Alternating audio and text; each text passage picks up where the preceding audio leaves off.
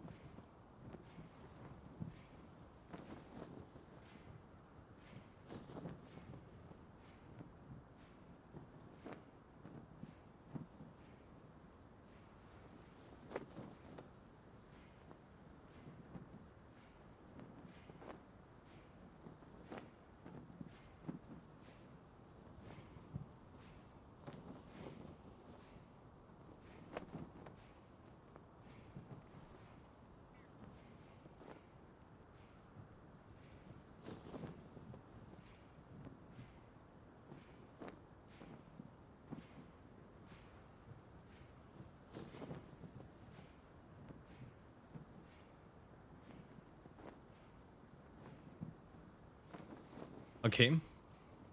What? Okay, this is truly bizarre. For some reason, it looks like OBS thought that I disconnected my microphone and then I reconnected it.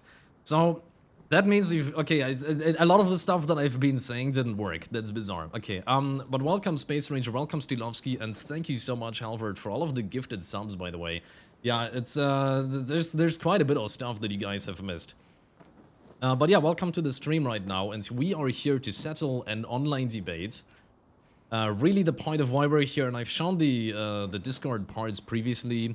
It's basically that we have a debate to settle, PSGS versus two-handed thrusting sword, and we are trying to find out what that matchup really entails, you know, what kind of win-lose ratio you can draw in that. You saw the leaderboard suggestions. You know, you have some people on the park that PSGS is too powerful, it should be nerfed. Some people say, okay, well, 3 spears, you know, should be unrestricted, and they unbanned most recently. There are some people who want to raise PSGS poise to 71 so that it could tank a two-handed thrusting sword. There are some people who are absolutely not in favor of that idea. They also think that two-handed thrusting sword, it's too powerful. It needs to be restricted to 99 poise. So we have two sides of the debate that are quite vehemently opposed to each other, and we are here to settle this exact debate. So, before we get started, there's a little bit of an overlay test that I wanted to perform here. So let's test if this is actually going to work. I'm just gonna have to figure out what weapons they're using. So presumably, it's going to be... Well, okay, so Steelovsky should be swapping to PSGS, that's the idea, and Space Ranger is on a two-handed Clean Rod Knight Sword. So that would be the plan. Hold on, let me just message Steelovsky in case he's not actually watching.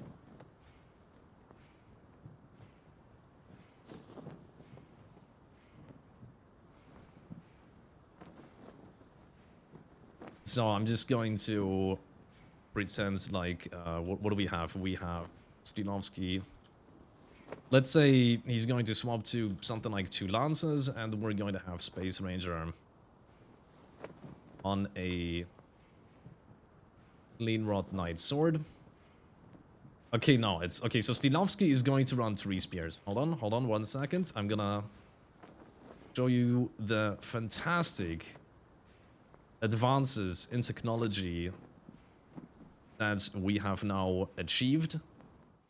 And here we go, right? So this is the comparison of the builds that they are running.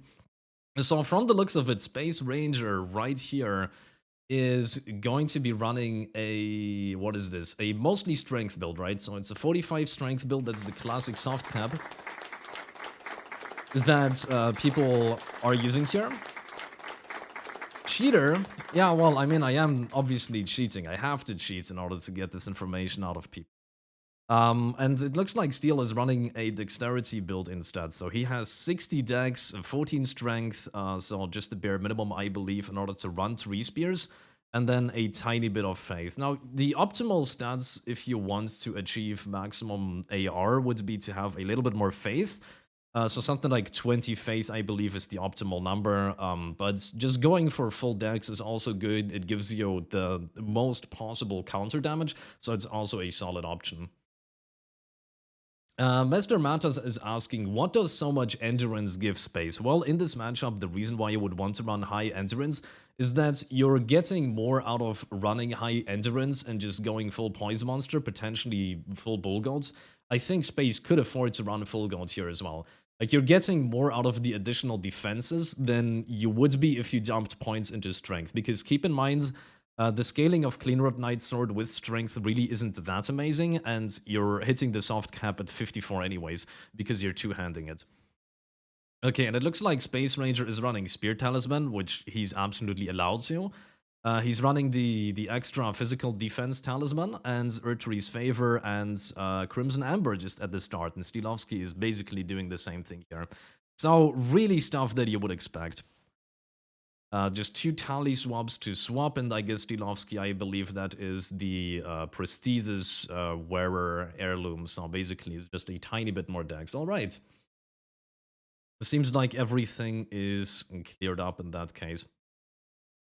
I am going to turn off TTS and a bunch of other stuff though, so we get a clean VOD without any unnecessary interruptions. Let me just...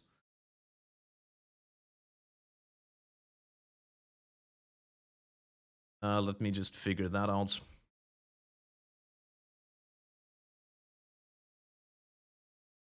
Alright, so no sound alerts, no TTS. And we're golden. And we are actually golden.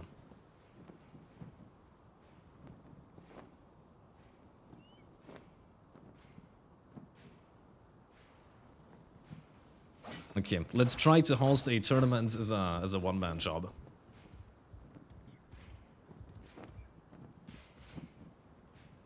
Do we have everything? Okay, Loretta's great bow. Let's enable combat.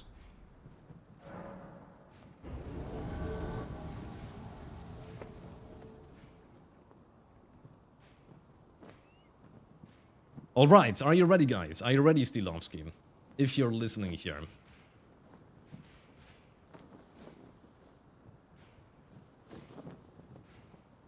I think he might not be listening right now. Let me just message him.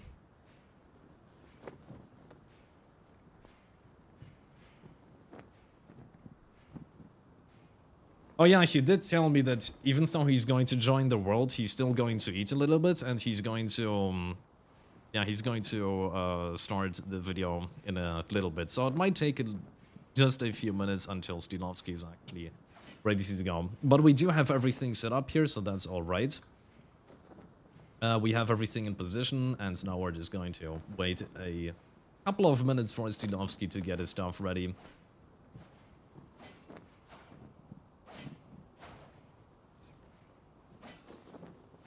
In the meantime, we can just take a quick look at the builds that these guys were running once more, just as an overlay right here.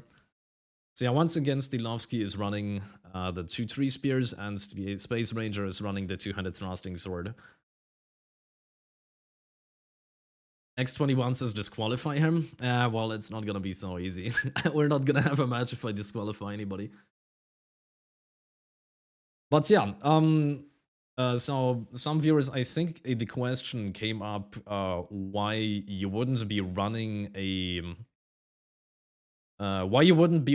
spear or claw talisman on the 3 spears. I remember seeing something like that in chat, and that's basically because we have some restrictions on the rules. So you're not permitted to be running spear talisman or claw talisman if you are using PSGS. But on the contrary, the 2-handed thrusting sword is allowed to use all of those talismans. So right now, there are 0 restrictions on it. There is no restriction on the amount of poise that you can have. So, you know, if Space Ranger wanted to, I think you could even afford to just run full Bullguns. But I suppose if you're not running Great Jar Talisman, then yeah, you get you just get full Lion also. I guess that's the most that you can squeeze out of that without the Great Jar's arsenal.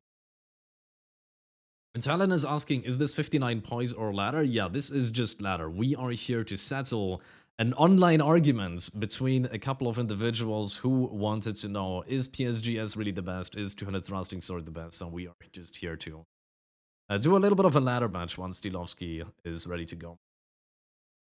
Halford is asking, do I have access to the armor data for applications? Yeah, well, I mean, it is possible. It is technically possible to get the armor data because we are getting the information out of the game for the helmets, for example, right? So that one is fully automated. We even get the talismans, though there would be no real reason for the game netcode-wise to send those across. But we're still getting that information. In the meantime, let me just put on some music while we're just waiting for Steelovsky to come in here. But yeah, it is absolutely possible to get that information.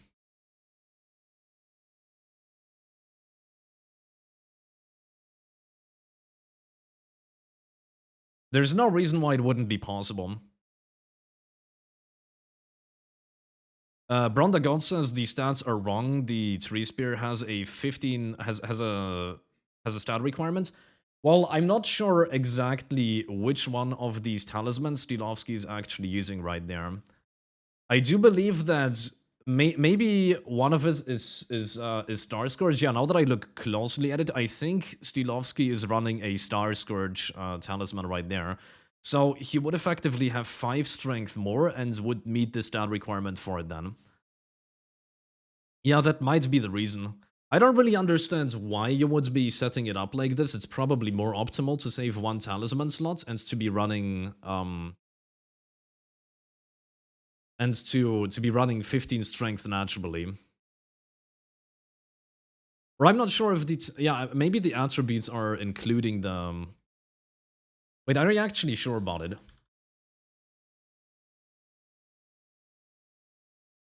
Okay, he might be changing his build. He might have overheard that. But are you sure about it? Okay, like a tree spear, okay, it does have a 15 stat requirement. Okay, so Steelovsky's build might have been a little bit off and he's going to fix it right there. So there he goes. He just went off for 1 second, going to fix his build presumably. Well, while Steelovsky is gone, I guess I can share my absolutely outstanding build. No, it would actually take a little bit of manual work to swap it around, but yeah.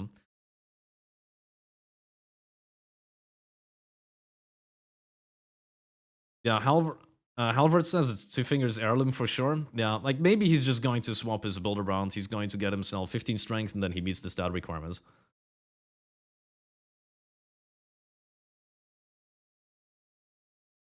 Because as we're speaking right now, Steelovsky has gone bye-bye for just 1 second.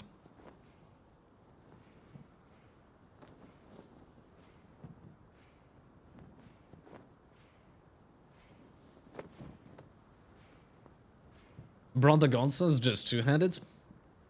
Yeah, well, I mean, then that's a good suggestion for PSGS, I guess. Just 2-handed, bro. X21 says Steel cheating. Did Steel the stupid mess up stats again? I don't think he messed it up. No, I think he's just going to maybe go and fix his stats in a legitimate way. Going to talk to you know, the larval tier woman. Man, I forgot. It's been so long since I did PvE. Yeah, stream sniping and swapping builds. It's disgusting, man. Absolutely disgusting. That deserves a blacklist, if you ask me.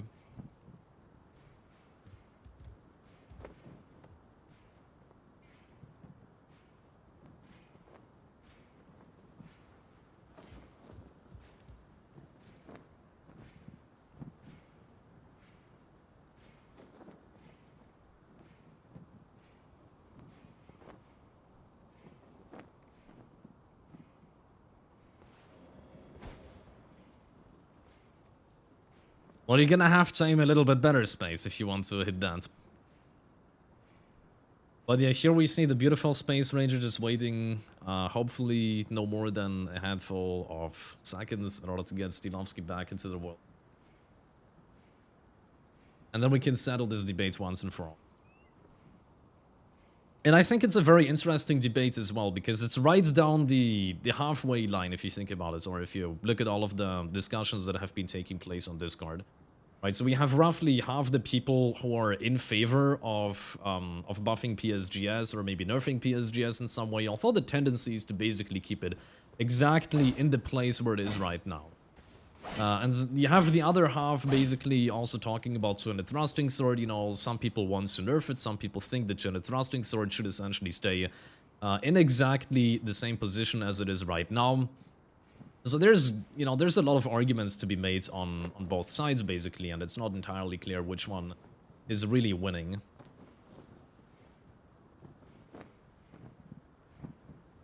Yeah, Bron the God says it would be based to show up with not meeting the stat requirements. Well, we're trying to figure out whether this is a winning or a losing matchup. That would be a bad demonstration. But you could do it, I guess. Now, another thing in the meantime that we can look at is I've made a...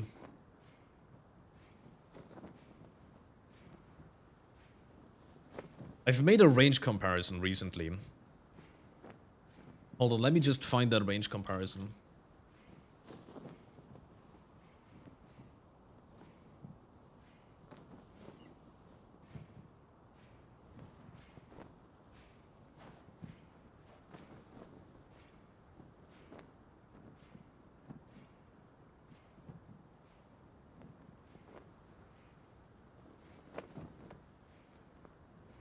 Alright, I think I got it. I think I got it.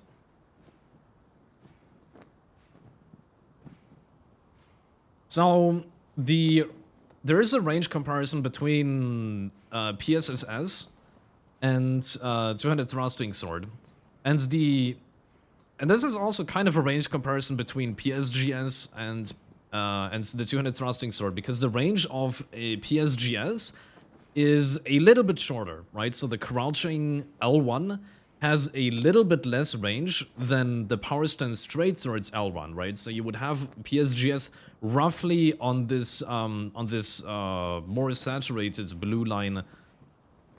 Hold on, I actually need to swap over since I'm in studio modes, but yeah, basically PSGS would have roughly a range that should be equal to that of the Clean Rod's two-handed R1.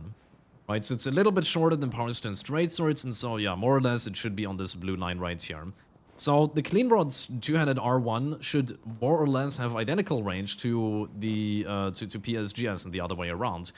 It's just that the crouch attack on the Clean Rod Knight Sword has substantially less range. Right, so the crouch attacks, which are the fastest one, they have something like 7-frame startup, I think, or 8-frame startup. So those attacks are super, super, super fast, but they also have substantially less range. So it's always a trade-off, right? If you manage to close the range, if you manage to go in, then you can start a vortex. You can start attacking your opponent with the crouching R1 and then just, roll catch them and hammer it at home. That is a possibility, but it's also very risky. And also, there's a lot of arguments to be made for, both sides of this matchup. So, for example, you have a little bit more range on the fastest attack of the power stance Great Spears. But you also have much worse frame data, so you're basically a lot slower. That first says he will Rod's drawstring or on Clean Rods and probably Stomp. Yeah, there's a good possibility. Those are good ashes. Generally speaking, against Power Stance Great Spear. Storm Stomp is a pretty solid ash against it. Like, at least if you are pressuring it into a corner, or if you're suspecting a neutral jump, then Storm Stomp can solve those problems for you. Omega says, how are the matches going? Well, they haven't started yet. We're waiting for Steelovsky to get into the world right now. He has made it into the world before. We're just waiting for him. He's getting his own video set up. He's starting his own stream, and then we can get him in world here.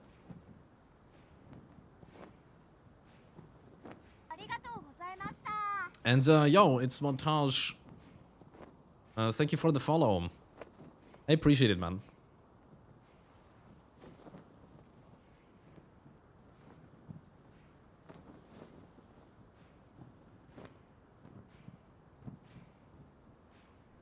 Yeah, let me ask Steel when he's going to be ready.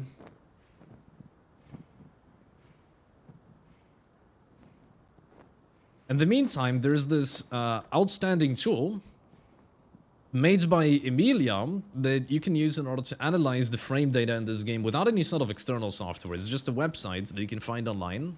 Here's the link. And so, in the meantime, for the sake of the argument, we can also compare the kind of frame data that you have on these two weapon classes. So we can look at a thrusting sword, not heavy, just a regular. And then we have a two-handed R1. That's the most important one to look at. So there it is. And you have a two-handed rolling R1. Where is that exactly? Two-handed rolling R1. And then the second one, I mean, Power Stance Great Spear is really the only relevant frame data to look at is basically the paired rolling L1, so the CL1. That's what you care about. And so right off the gate, we see that the PSGS actually is faster, according to the frame data, than a two-handed thrusting sword would be on its neutral attack, but it is substantially slower on a rolling attack. Right, so you can outspeed the two-handed thrusting sword by a significant margin if you're using a two-handed thrusting sword. However, you are also much worse off when it comes to the damage, right? So this attack has something like a motion value of 90, so it only does 90% of the damage, I think, of the two-handed R1, but this one right here, this would have full damage. Or maybe it's something like 95. And so basically have worse motion values. And this one right here, this paired rolling L1, it hits like an absolute truck. However, it also has a lot more recovery, right? So like we're seeing astronomical differences. On a two-handed thrusting sword, if you use something like Raptor of the Mists, you could go into iframes after just 3 frames, which is complete insanity. This is also the reason why Quickstep is banned on this one. Gardenero says, "Hey Eisen, do you know that the toughness param ID means in hyper armor data?" Yeah, I mean, hyper armor would also be highlighted in here. Like this tool also visualizes hyper armor. It's just that none of these attacks have any hyper armor, so it's not relevant to these attacks right now. But yeah. Oh wait, do you know what one visualizes it? I don't actually know. No, I've really used this tool more than the animation studio. But yeah, if you're interested in hyper armor, you can also look it up in this tool.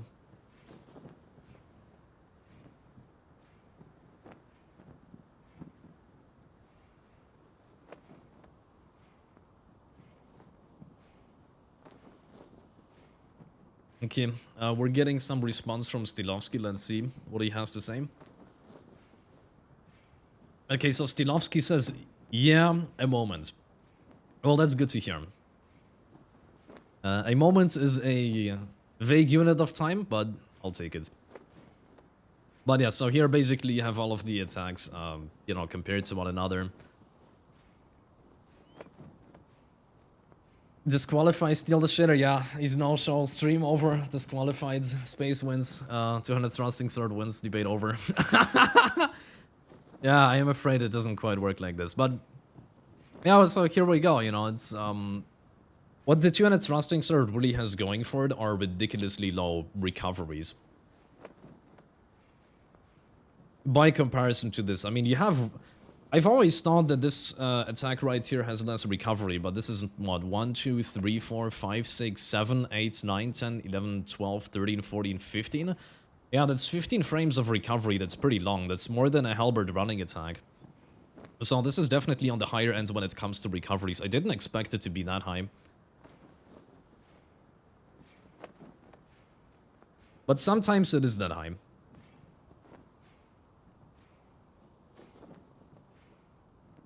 Gardenero says, I was using this tool to figure out two-handed Lance hyper armor, but I don't know how to understand it. Well, I mean, it says that the hyper armor is right there, so... Well, I mean, okay, so the tool, the Frame Data Explorer, would tell you how much, like, when the hyper armor starts and when it ends. Wait, so we can bring that up for one more second. So it would tell you how much, like when the hyper armor begins, right? So let's say a Great Spear, two-handed rolling R1. Which, by the way, is one of the most bizarre examples of hyper armor. It's one of the most insane ones. Look at this. You get hyper armor after 6 frames. 1, 2, 3, 4, 5, 6 frames. Alright, so it's pretty crazy just how early you get it. Which something like Serpent Hunter, or if you're just wave dashing with it, then you're profiting from it. I believe the toughness parameter ID is just a... Yeah, that's probably just a multiplier for the amount of toughness that it gives you. But you can't tell how much hyper armor this effectively is without more variables. So you need to know the innate weapon poise, you need to know the armor that you have, because the more armor poise you have, the less hyper armor bonus you get from the weapon.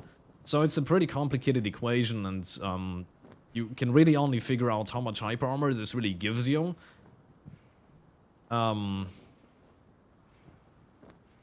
Based on quite a few things. But there are calculators online. Amir has made a calculator that gives you the information about how much hyper armor it actually gives you. Yeah, Halvard says that is mostly found in equip param. The toughness correct rate or something like that. Oh well.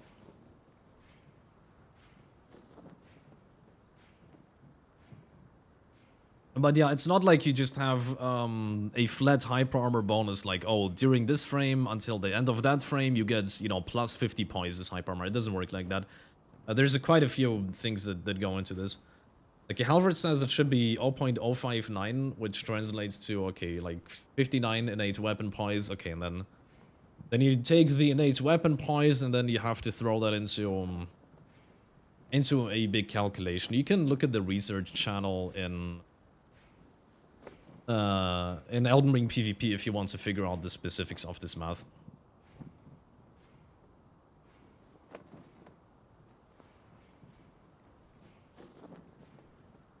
Okay, we're still waiting for Steelovsky to get his stuff ready and set up.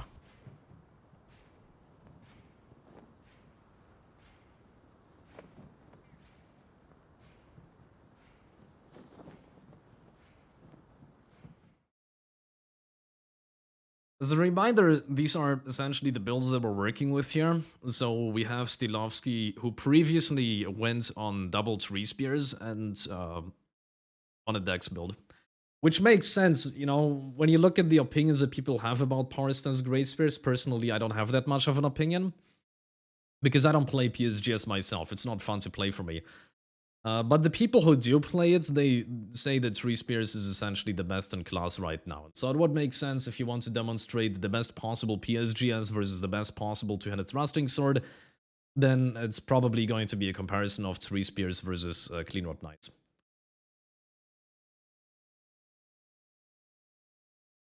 X21 says, by the way, Steel is playing his cringe intro.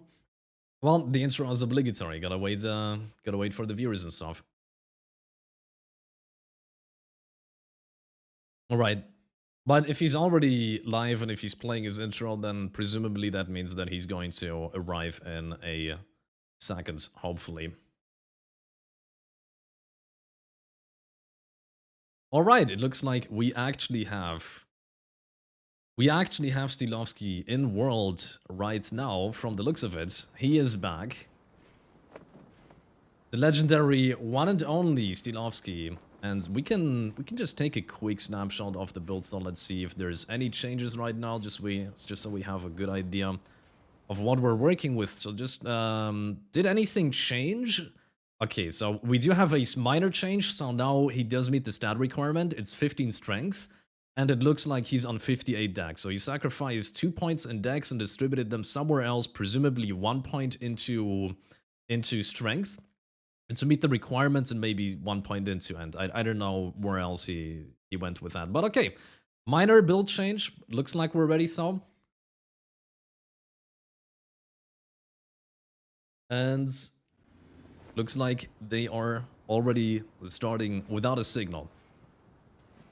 Which is unfortunate, but okay. So here we see Steelovsky immediately going in quite aggressively and getting knocked out of the air with a lot of R1s from the two-handed thrusting sword, but getting pushed back by those CL1s for 880 damage.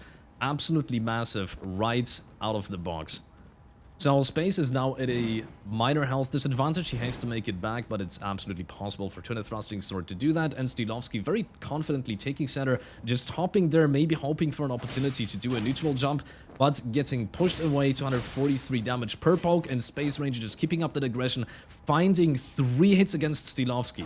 And now the trade, 530 against 363, absolutely winning for PSGS, and there you see it. It's just a big health advantage. Now, Storm Stomp not finding anything, but now both aiming for the center, presumably tally swapping. I can't actually see it myself, but the viewers can see if there are tally swaps during the next fight once I enabled. But yeah, it looks like Steelovsky actually triggered his own tier by swapping his talismans, which is only possible at a very, very specific amount of health that you have. And so here we see Steelovsky now not so confident anymore, but he still goes in. He was pushed away from the center for just a second, but finding that 440 not in range yet for Red Feather, but it doesn't matter. He found the damage regardless of that. Let me just make sure that they know that they should wait for the bolt. Alright, but this basically means we have 1 point for Steelovsky, and presumably he's just changing his build for 1 second.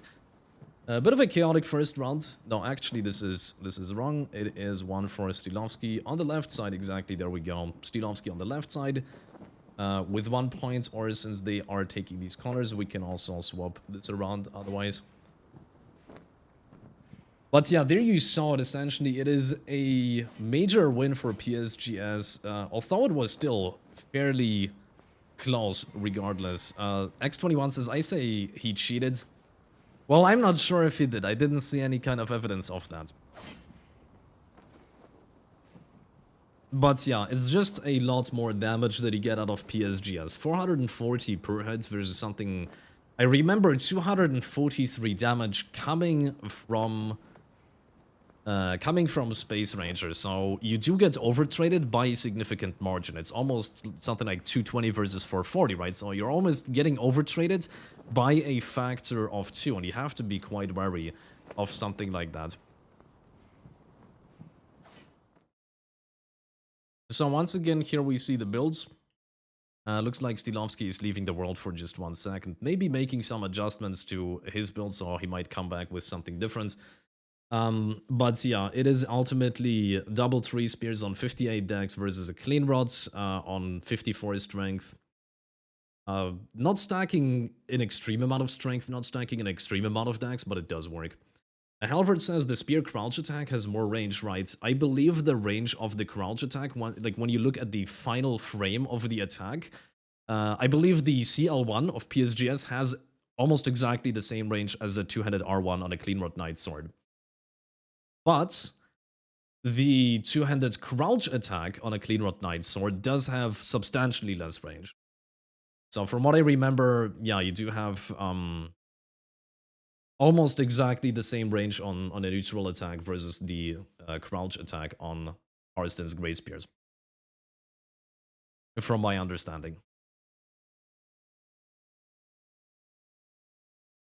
Yeah, Bron the God says 440 ungreased too. It's 500 plus. Yeah, if you put grease on the main hand's Great Spear, then you would be able to deal substantially more damage. And it looks like we have Steelovsky back in the world. Let's see, maybe he made some kind of changes to his build. No, I can't actually see any changes whatsoever. It seems like it's basically still. Maybe he just went off and let's grab the handful of consumables.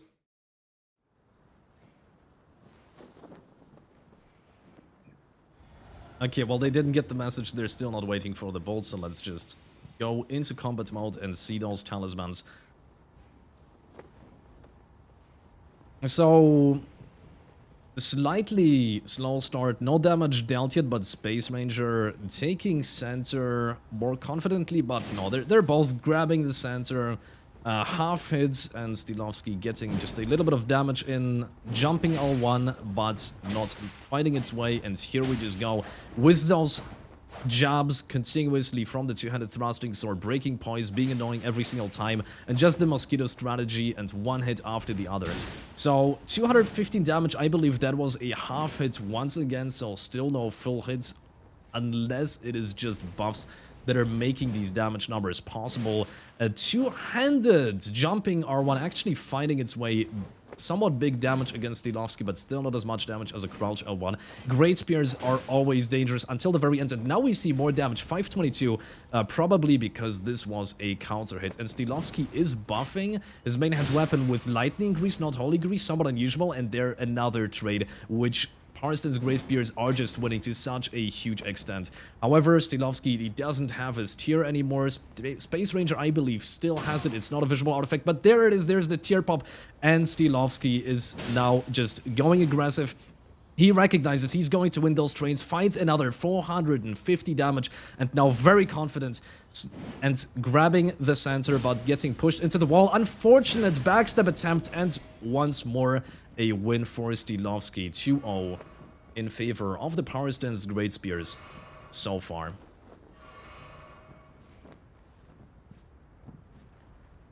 Alright, are we going to go for round 3 immediately? We're just rushing through these, right? Okay. So Steelovsky and Space Ranger once more a Flask of Wondrous Physic unpunished from both sides at the beginning, no shenanigans, just classic, but they're excellent micro spacing from Space Ranger, but then getting hit by the jump L1, slight advantage for Steelovsky, but Space Ranger is just finding that aggression, repeatedly hitting and finding that damage against Steelovsky. Failed backstab attempt, unpunished, and there it is though, 440 damage. Steelovsky finds some answer to the aggression, finds that crouch L1 and is evening it out, but Space Ranger still, he finds those little jabs. However, no start of a vortex, just an individual little one. Excellent dodge of the jumping R1, and now Space is going in again, but getting neutral jumped.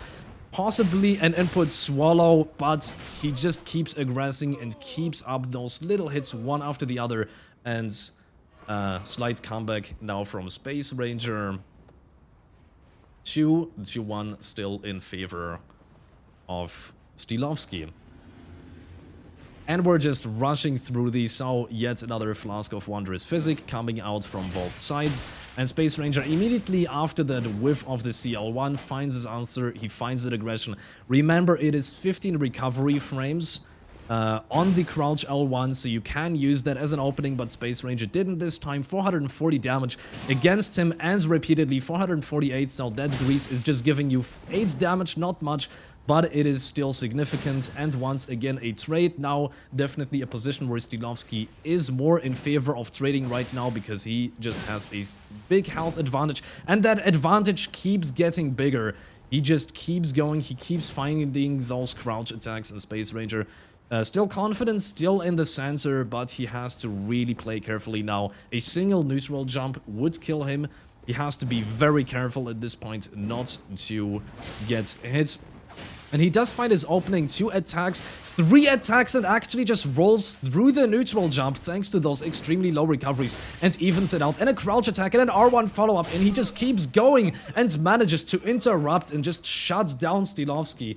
Comes back from a big health disadvantage and evens it out, so we have a 2-2 at this point. Alright, and here we go for yet another round. So this is now Space Ranger versus Steelovsky on a 2-2, 457 damage, which is what Steelovsky finds right out of the box 3 times in a row. Massive advantage immediately now against Space Ranger, so this is very much in favor of him, but Space Ranger finds those 2 crouch attacks and finds them repeatedly. Will it be enough for a comeback? So now both, once again, quite aggressive players taking center. There's no one who just runs into a wall or runs into a corner. They're staying fairly confident at this point, and Space Ranger finds that opening. Once more crouch attacks and R1 follow-ups, and he finds them over and over again. Laser focused at this point, so he just keeps chipping away at Steelovsky 1 hit at a time, but those hits still stagger and they're fast. But a trade now evening it out, almost exactly 1 hit away from death possibly for both combatants. Swapping to Royal Remains, performing all of these tally swaps. Looks like Steelovsky was a little bit faster at that, and that makes it possible for him to aggress. He is initiating the Vortex, almost kills Space Ranger, but now also possibly 1 hit away from death. And the Crouch R1 confirming the kill, and a 3-2 in favor of the fan of aviation.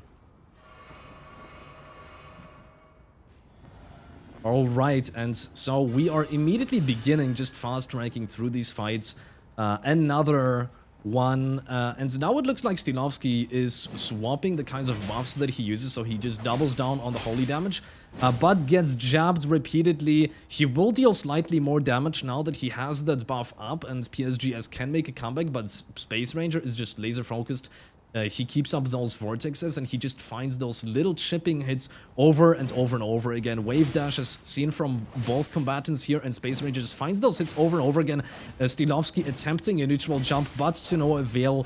It is so difficult to actually neutral jump over the two-handed thrusting sword with its tiny recoveries. And Space Ranger now quite confident at a huge health advantage against Steelovsky right here. He is still managing to stay in the center, and he's just waiting for that opening. He's just waiting for that whiff from the CL1 and for himself to get himself some recoveries there. And yeah, there it is. Now he's just aggressing, and Steelovsky tried to attack out of hitstun right there, but to no avail. And Space Ranger almost flawlessing this fight. I believe it may have almost been a flawless if it wasn't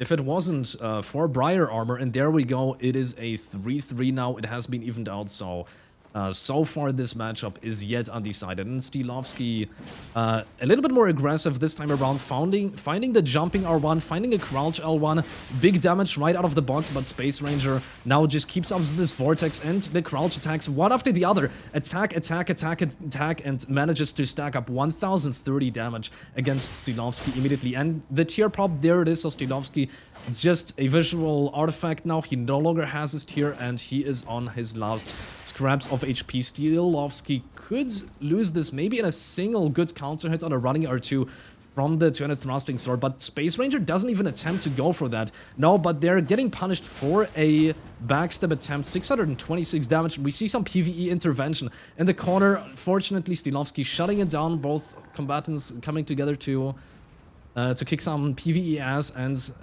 we are returning to the battle at hand. So Steelovsky on his last scraps of HP, but you have to keep in mind PSGS is very, very dangerous, and there is the tier pop. Big counter damage. Now a single hit from Steelovsky could confirm this kill, and well, it wasn't enough. He got out of the recovery of the jumping L1, but it wasn't enough. He still got roll called, and there it is. Space Ranger taking this 4-3. And a familiar start now. Steelovsky getting himself a little bit more damage, a little bit more holy damage, but I believe this is a slight disconnect, a little bit of a connection hiccup or frame drop, but not getting punished for it in any way. Not, well, I mean, okay, this might be it. The fan of aviation is having some slight frame drops or connection issues. We don't exactly know what it is. We are possibly resetting this. Yeah, we are actually going to reset this right now. Alright, so here we go, 450 damage right out of the box. A strong start for Steelovsky, so the holy buff that he gets on that weapon, it really isn't that strong. It only gives him 10 extra damage by comparison to if he didn't have it. So it isn't huge, but every single last bit of damage can matter. And we see Space Ranger finding those little attacks, a tally swap from Steelovsky, I believe. That was, and 243 damage, and Steelovsky he's just trying those neutral jumps, but they so rarely succeed. And when he gets Space Ranger, he gets him good for over 500 damage on those juicy counter hits. He already got 2 of those, and now Space Ranger is really in a tough spot, getting hit by CL1, but it was only a half hit, and Steelovsky now at a massive health advantage. A good neutral jump could confirm this, but we saw Space Ranger, he's just so good at avoiding those neutral jumps. I know this from personal experience. He's really good at dealing with those, and he punishes a big recovery and finds repeated attacks. 530 damage, I believe, was the number, and finds the crouch attacks, and once again just gets away from the neutral jump. He's not too greedy. He's laser focused and finds those jabs against Steelovsky, chipping away and just attack after attack, and finds it. So here we see Space Ranger 5-3 against Steelovsky. And the next fight immediately just begins. We are not waiting for anything, so now Space Ranger a little bit less confident. He's just staying in the corner there. Staying at the wall and getting pressured by the power stance. Great Spears, I'm not sure what that is about, but he is retreating. Now, while he's returning strong, and he is managing to find those repeated hits. So far, no damage taken from Space, excellent spacing, and he just manages to find those hits. Both combatants fighting for a center. I believe Steelovsky might be swapping some talismans in the background there. I'm not exactly sure, but Space Ranger is aggressing once more, but Steelovsky now finally finding some damage as well. 457, and Space Ranger waiting for those opportunities to just aggress and aggress and aggress and aggress. And once the vortex begins, a very unfortunate failed backstab attempt from Space Ranger, most likely unintentional. That is a really annoying thing that can happen on 200 thrusting sword. We saw him being punished for those backstab attempts so many times, and I believe not a single one of those may have been intentional, so you really have to watch out for that. PSGS unaffected by this because you're just using L1. You never even attempt the backstab, so that is a saving grace, and Steelovsky is making use of that saving grace there. 430 damage, he finds it repeatedly, and PSGS is just always so dangerous with those counter hits, but not dangerous enough to turn it around, and Space Ranger once again taking this 6-3 so far. Alright, and here we go. This is the next fight. So now it is Space Ranger 63 versus Steelovsky, a major lead for 200 thrusting sword. so far, and he just manages to find those hits once again. It is not much, and he is getting counter hit there for 530. It is just huge damage. So Steelovsky, he has to find a way to really deal with that aggression. Maybe do a rolling attack. I'm not sure. I'm not familiar enough with these weapons to give very qualified advice on them, quite frankly. I am merely qualified to observe what is taking place here, and what is taking place here is a very long neutral game. So Steelovsky is trying to find those crouch L1s in. He's trying to find them, and Space Ranger is just waiting for that whiff, because those whiffs are his opportunity, and we see this. So Steelovsky whiffing a crouching L1, and Space Ranger using this opportunity to whiff punish it with a crouch attack, and then he just starts the vortex, and he goes in relentlessly, as long as he can keep it up. He couldn't keep it up for long this time, though.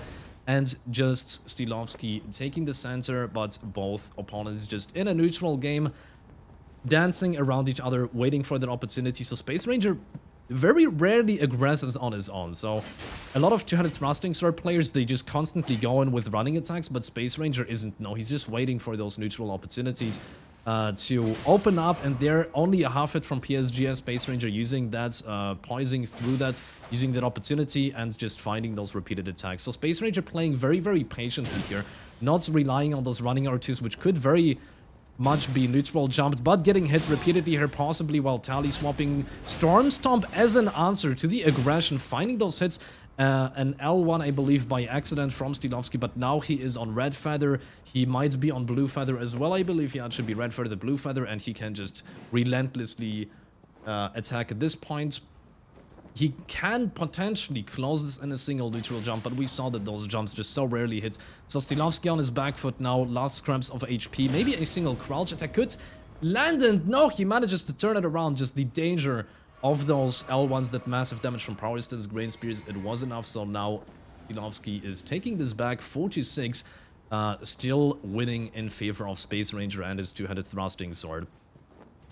But we see it, Power Stance Great Spears can turn any fight around. That was a big trade. I'm not sure how Space Ranger dealt so much damage. Potentially that was an R2 counter hit, that's my only explanation.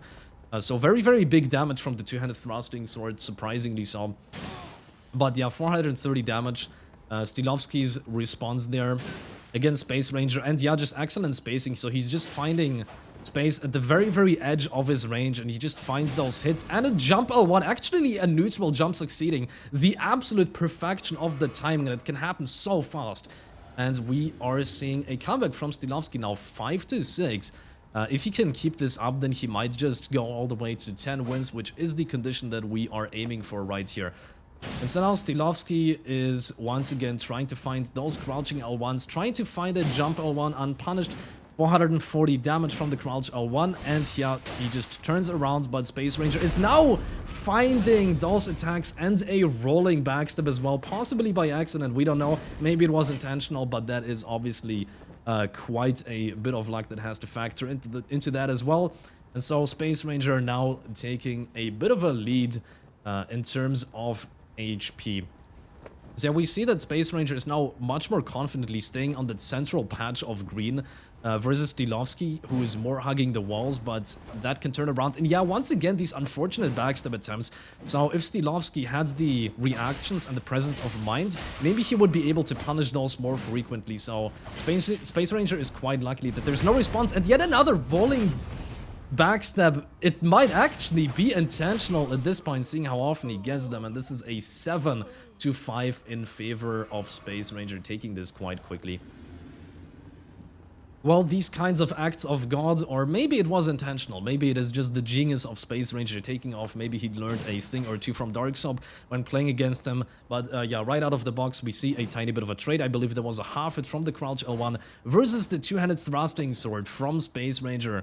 And going in, and yeah, there Space Ranger once again goes, and he finds those crouch attacks. He interrupts Steelovsky before his attacks can even happen, and he just goes in and hammers him, but he doesn't start a vortex. It's just individual attacks, but there he finds a really solid counter hit, 363, another counter hit, and he just aggresses and pushes Steelovsky into a corner. Very good position, and manages to make a good use of all of that excellent positioning, and now he just keeps aggressing and keeps aggressing. Steelovsky on his last scraps of HP. This can be very dangerous, and the Storm Storm finally confirming the kill. Excellent choice there If all you need is 17 damage, then Stormstorm can absolutely do it. So Space Ranger taking this in an 8-5 lead.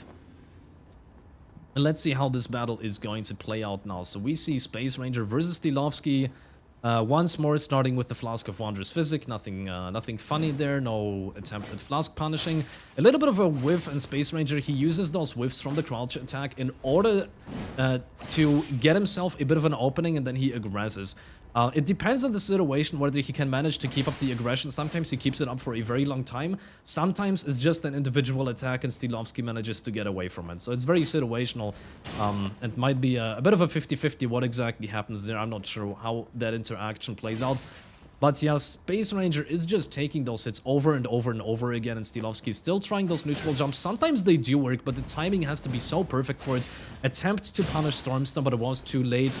And that 430 damage twice, managing to pop the tier, and now Steelovsky is at a substantial health advantage. I believe he still legitimately does have his tier, and he's just going at Space Ranger. Huge health advantage in favor of Steelovsky, so as long as he keeps up those good hits, that good spacing, and he does keep it up, another 430 damage, it's not going to take much. A single crouch attack is going to confirm the kill against Space Ranger right now, but Space Ranger is on Red Feather. He might be able to make a comeback, but no, there we see a trade versus the two-handed thrusting sword, and Steelovsky is going at it there, 6-8. So still a slight lead in favor of Space Ranger, but we see that these are fairly close matches. We see very good plays on both sides. And so once again, Flask of Wondrous Physic, and the next fight begins. So two-handed thrusting sword versus Parston's Great Spears. The battle continues, and 220 damage, I believe, a hard half hit from the Parston's Great Spears. Space Ranger responding with some aggression, finding the Stormstorm 353 and avoiding, once again, avoiding those neutral jumps and just going at it and finding that aggression against Steelovsky. It is really shocking just how low the recovery of the thrusting sword is. It allows Space Ranger, even when Steelovsky reads him like a book and understands that Space is going to aggress and when exactly he's going to aggress, it still doesn't help Steelovsky out in those situations. He still has low enough recovery to just roll away before the neutral jump connects.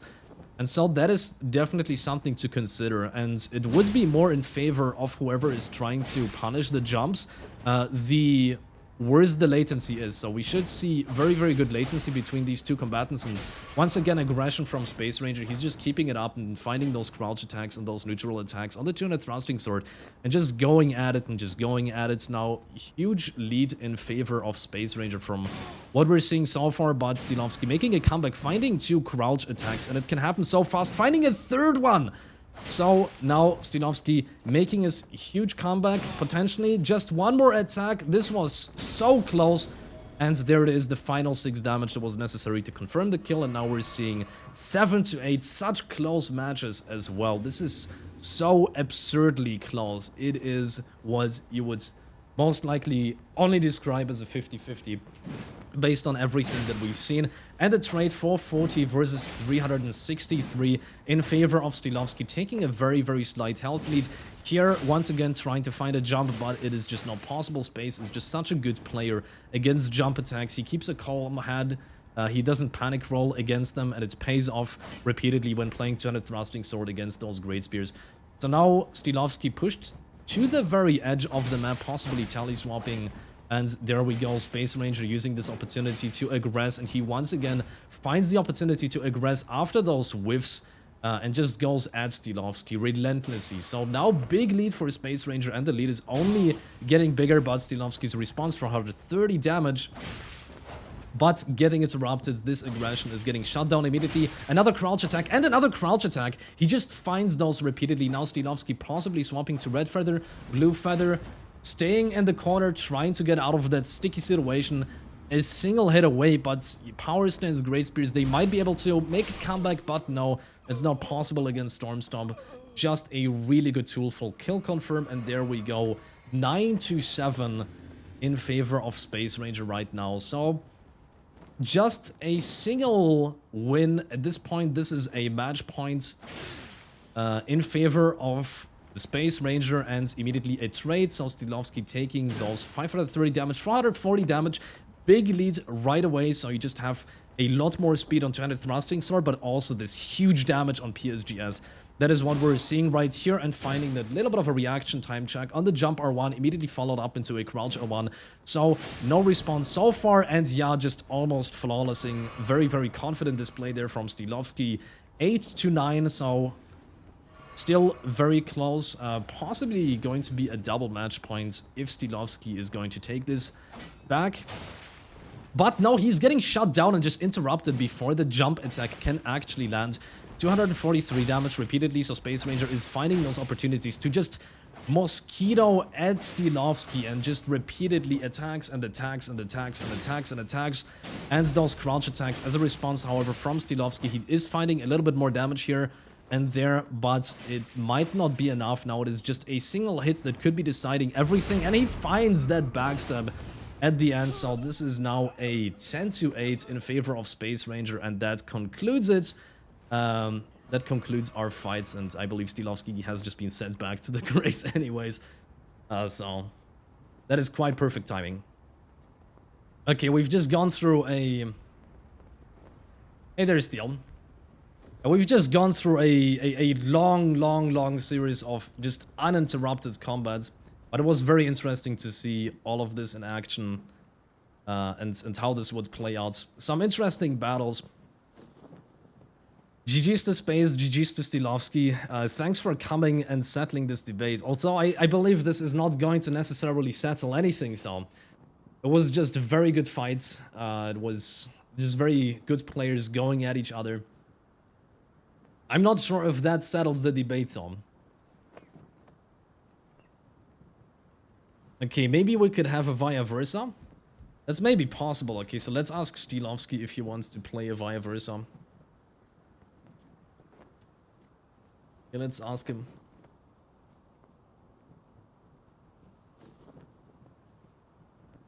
Okay, so I've asked him on Discord if maybe he's interested in playing the reverse of that matchup. Which would be Space Ranger on Power Stone's Great Spears versus Steelovsky on the two-handed thrusting sword. And that would definitely be interesting to see as well.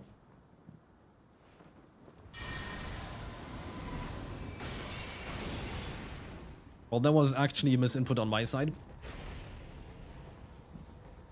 But yeah, I guess we're just going to see a couple of exhibition matches at this point between Steelovsky and Space Ranger.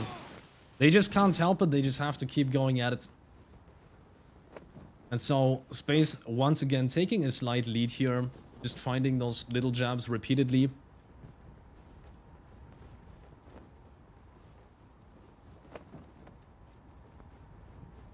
And just a series of wave dashing and an endless neutral game from both combatants.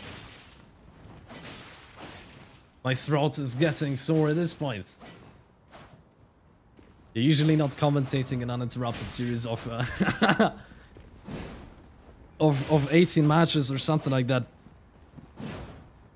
But yeah, Space Ranger quite confidently taking this once more, I believe. And there we see the Storm Stomp, and now it's just going to be a single hit from the two-handed thrusting sword that is going to settle this ultimately. So very, very dangerous situation for Steelovsky to be in right now. He tries to find the jump, but Space Ranger just spacing excellently around it, punishing it with a single crouch R1, and now it's certainly, despite the blue feather, just a single hit away from death. So Space Ranger trying to find an opportunity, Space Ranger pushing Steelovsky into a corner, but Steelovsky, he doesn't give up, though there he rolls away, and a roll catch from Space Ranger, I guess, going overboard and winning the best of 19 with 11-8 so far.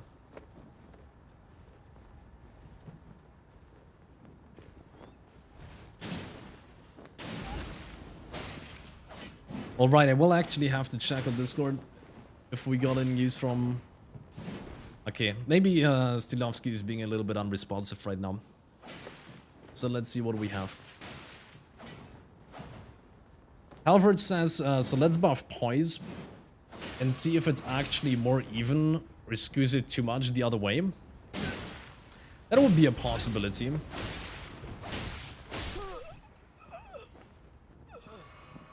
It would be a possibility. If only Steelovsky was actually listening and being responsive. I believe this was Space Ranger taking another one, right?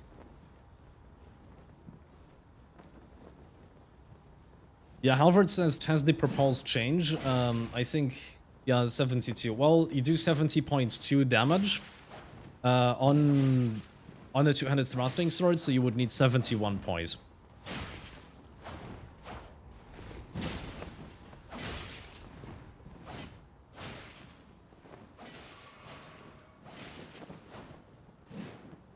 I might actually have to go onto Steelovsky's chat.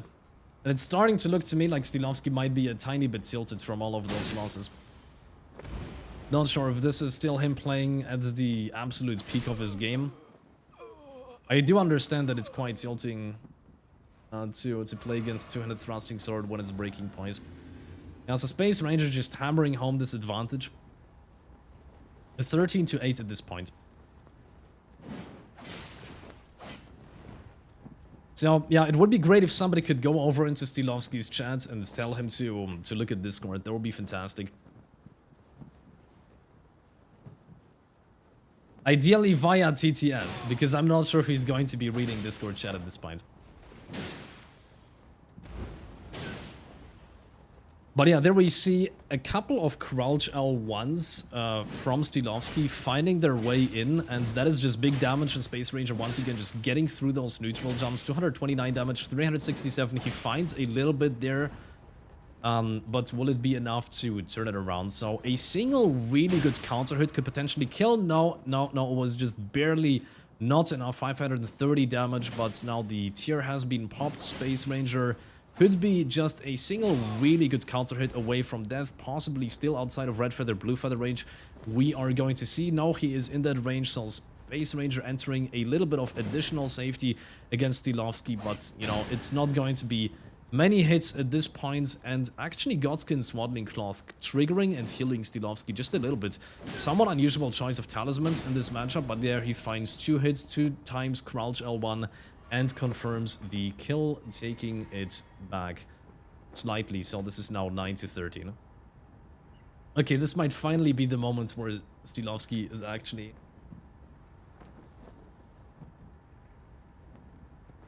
Okay, let's...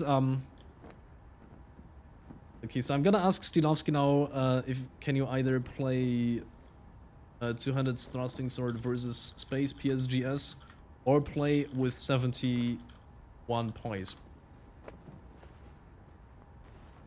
Like, I don't really care which one we're going to test, right? Because this is about just testing and getting definitive results and stuff like that from 2 good players. Okay, so Steelovsky says, let's try the 71 poise first. Okay. 71 poise first. We can try that. You know, that's not a bad idea. So Halvard says there was a leaderboard suggestion to buff PSGS poise. It's why we're testing this now. It's why it would be nice to just test and see the proposal in practice. Yeah. So this basically means that if Space Ranger wants to win, he's gonna have to use those fan daggers in order to chip poise initially. Right, so that matters quite a bit and changes this matchup quite a bit as well. So it means that you no longer get that constant non-stop aggression. It means that you have to poise chip in order to get that aggression initially. I believe this was a 9-13 result in the current rule set. So maybe Steelovsky is going to come back in just a second with 71 poise. I would expect him to.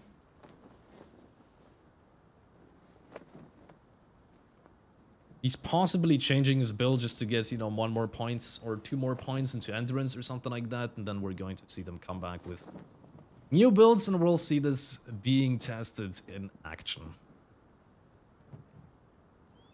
The X21 says to Halvard and buff it to what? 81, to poise, 200 thrusting sword. No, well, I mean, it would have to be 71. 71 would be the new points where a single fan dagger would chip you enough for it to break point.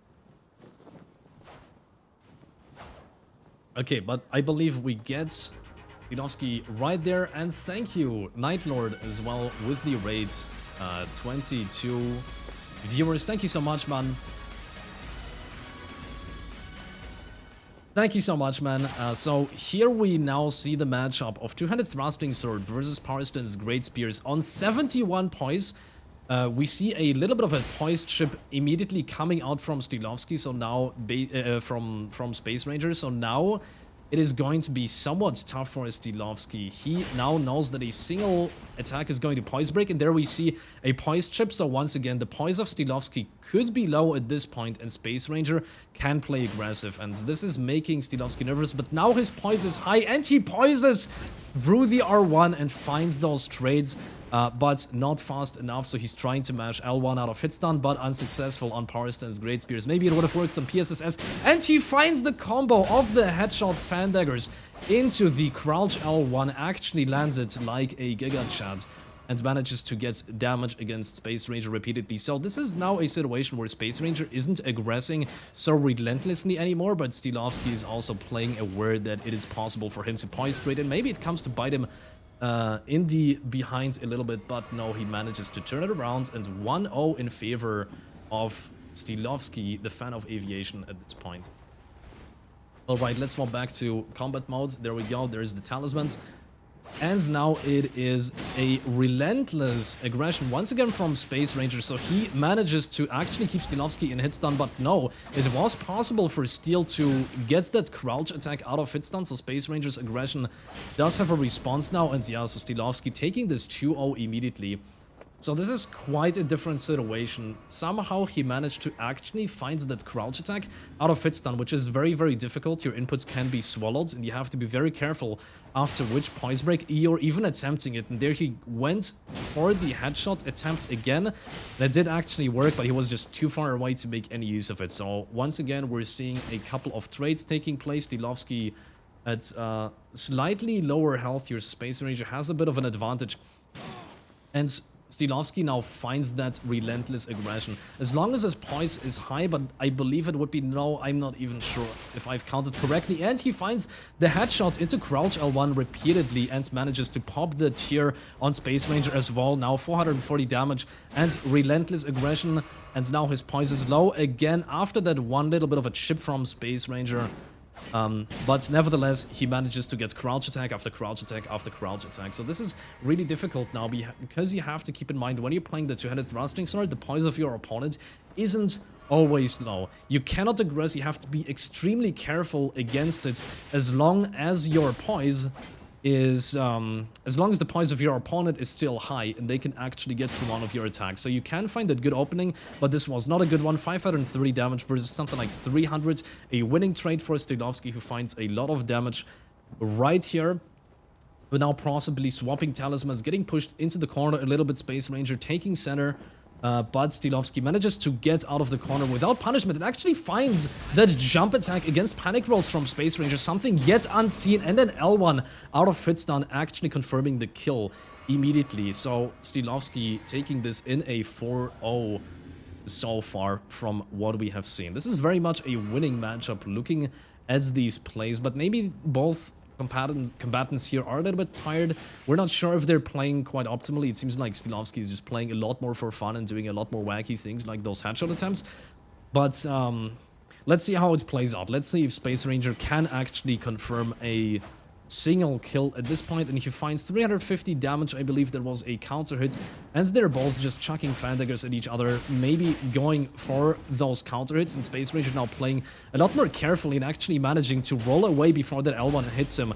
And the Storm Stomp, ultimately, yes, that does break poison. He finds just hit after hit after hit after hit. Steelovsky trying to keep up the aggression, trying to attack out of hit stun, but it's not enough. He just keeps getting attacked, and there we see 1-4 in favor of Space Ranger. Now, a tiny bit of a comeback, but it's not looking good so far. So let's see how it plays out. And that was almost a headshot. That was so close from Steelovsky. He's going for these strategies. 440 damage. Now Space Ranger getting pushed into the corner. Steelovsky trying to keep him there, but no, Space Ranger escapes out of it. Finds 500 damage. Steelovsky accidentally doing a running L1 instead of a crouch attack and just staying away for a moment. possibly swapping his talismans around, and there we see once again returning to the neutral game, finding a half at 220 damage against Space Ranger and a crouch attack and another crouch attack. This one actually counter-hitting against Storm Stomp and just big damage. Steelovsky managing to get it over and over again, but the Storm Stomp roll catching and relentless aggression once more from space. It may not always break poise, but he does find those hits. 440 damage, however, taken, so a single good hit might be able to take it. Thanks for the follow, and we are seeing a comeback from Steelovsky. 440 damage and 440 damage again, now confirming the kill. Just relentless amounts of damage. When Power Stance Great Spears can poise through your attacks, we're seeing it right here, ladies and gentlemen. It's just brutal amounts of damage, and when they can poise you as well, when these spears can poise you, it is so dangerous, and you have to be so careful about how you're properly aggressing against that setup. That is something that Space Ranger manages to do quite well. However, even he is struggling with it at this point. It is a 5-1 in favor of Steelovsky so far. And there we see another trade, 457 damage, and somehow actually Steelovsky rolls away from that Storm Stomp, possibly frame perfectly, possibly due to a Phantom hit, we don't know. And Space Ranger just much more careful about those vortexes that he's trying to start off with that two-handed thrusting sword, but there he finds one more, a crouch attack and a roll catch, but they're getting poise traded with. That's just what can happen when you can poise through your opponent's attacks. Rolls away during the Storm Stomp, doesn't actually make use of it. Didn't expect that Steelovsky would just run into it and just chugs those fan daggers. Poise chipping, and actually not using that poise chip, but just going for a Storm Stomp, finding 3 hits, but the relentless counter-aggression from Steelovsky now managing to find a crouch R1 into R1 roll catching combo. I believe that is in Space Ranger, taking this 2-5 and evening it out just a tiny little bit. So now Steelovsky trying his luck once more with those running fan daggers, possibly attempting a headshot, but it isn't working so far, and Space Ranger now finding those crouch attacks, and there's Steelovsky, kind of unaware of his poise. He did poise through that one running attack that Space Ranger did right there, but he didn't make use of that, possibly didn't poise count in that moment, and now he is counter-aggressing. Artho possibly aware that his poise is high, so what is Space Ranger going to do in this situation? He manages to roll away from the crouch L1, gets half it for 220 damage and stays in the center. Poise chips as a setup, and manages to find a 234 little crouch attack, not a counter hit, and there it is, a counter hit though, 266, 331 damage against Steelovsky, so Space Ranger now in a slightly beneficial position against Steelovsky. Failed backstab attempt, only getting punished by a half hit, so that was luck in a very, very unfortunate situation. Finding the neutral jump against Steelovsky, and now just walking backwards, possibly to swap his talisman. Getting hit by the jumping L1, whiffs the Storm Stomp. Steelovsky not managing to punish the stomp, and there it is. Once again, the poise chips finding the crouch attack against Steelovsky, interrupting him. But it is going to be difficult against PSG, as that can poise through you. Once again, poise chipping, but it is a very unfortunate situation that has transgressed there, getting hit for some of his last HP left. 530 damage now, Space Ranger just a single hit away from death, and there it is. Death comes with a jumping R1. It is just such a tricky matchup when he can no longer break the poise on Power Stance Great Spears. So far, it feels like a very much winning matchup and an absolute reverse of what we have seen previously. So Steelovsky is also using fan daggers. He's trying to find those headshots, and there we just see a big Unga Bunga trading and just attacking out of hitstun from both sides, and it seems like this was slightly in favor of Space Ranger so far, but Steelovsky is turning it around. He finds those half hits, 220 damage against Space Ranger, pressuring him into a corner, but there is the counter to that aggression. He finds the Storm Stomp and just attacks with R1, manages to roll away before he gets hit by L1. Keep in mind that when you're in hitstun, it's just so difficult to do a crouching L1 out of hitstun. This game is notorious for swallowing and not respecting your inputs. It can be so difficult, but Steelovsky is now on a back foot, but he can still turn it around. He has red feather, he has blue feather, a single really good jump attack, a single hit can potentially turn this around if he just manages to skip past the tier that Space Ranger still has. And he is just staying in neutral. He's finding that opportunity, but no, it was not good enough. He did pop the tier, I believe, but it was still a win for a Space Ranger, who took this now, evened it out a little bit.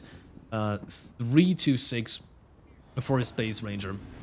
And here's the next round, ladies and gentlemen. So now we are seeing a couple of fan daggers being thrown once more. So this is now the poise chipping attempts once again from Space Ranger, and he's trying his luck with a running R2, something that we don't see Space doing very often. He's usually very careful. He just stays in neutral. He doesn't use those running attacks, aware that they can be neutral jumped. And there he goes, 440 damage. Steelovsky manages to find a lot of damage right out of the gate here. Multiple crouch L1s and just one after the other. So there was a Storm Stomp, but that Storm Stomp is not a winning trade against the crouch L1. Keep that in mind. There it is, 530 counter damage. Now it is just a single hit away. And if Steelovsky manages to keep up that aggression, but no, a running L1 doesn't find that counter aggression at the end. But there it is, 263 damage, confirming the kill. It is just really, really, really tricky. Once Parsons Grey Spears has started that vortex on you, and when it is still high on poise, what do? When you're really, really close to it, you cannot throw the fan dagger safely, so you have to be so careful. You have to get out of that vortex and retreat, which is something that, you know, normally two-headed thrusting sword wouldn't always have to do. You could microspace, and there Space Ranger finds the Storm Stomp, knocks Steelovsky out of the air, finds another Storm Stomp, manages to find a lot of damage, but the counter vortex and the jump L1 actually finding its way somewhat unusually from Steelovsky and taking this in an 8-3 lead. Now the lead is getting quite massive. So just 2 more rounds for Steelovsky to win this match. And once again, he attempts to attack out of hit stun, but it just doesn't turn into a crouch attack. It turns into a regular L1. At this point, Space Ranger has gotten used to these attempts. And when he sees this L1, he just rolls away, and he manages to roll away, and he just finds the counter aggression and the Storm Stomp to start a vortex, and just relentless hits and aggression from Space Ranger, trying the running R2, not finding it, but finding a crouch L1, I believe that was, and a Storm Stomp. Steelovsky just barely managing to roll away from it, just maybe 1 or 2 frames away from getting hit, but actually getting caught in that Storm Stomp, and another Storm Stomp, and a R1 out of the Storm Stomp, and Space Ranger taking this back 4-8, diminishing the lead that Steelovsky had by just a small amount. And once again, Space Ranger trying his luck with those fan daggers, chipping away at Steelovsky's poise initially, something that makes absolute sense in neutral, so Space Ranger is now staying in center. Steelovsky is aware his poise is low, he's playing a lot more cautiously, he's not aggressing, he knows that maybe he can just wait it out, he has no reason to aggress, he can just wait out that 30 seconds until the poise reset takes place, something that Steelovsky doesn't actually have access to. Keep that in mind, he doesn't have Storm Stomp, so he cannot reset his own poise. And there we see the aggression from Space Ranger, but the crouch L1 actually counter-aggressing, Steelovsky finding that hits, retaliating, and also managing to almost land a headshot. That was really close. Just one trade after another from both sides, just a chaotic exchange of attacks.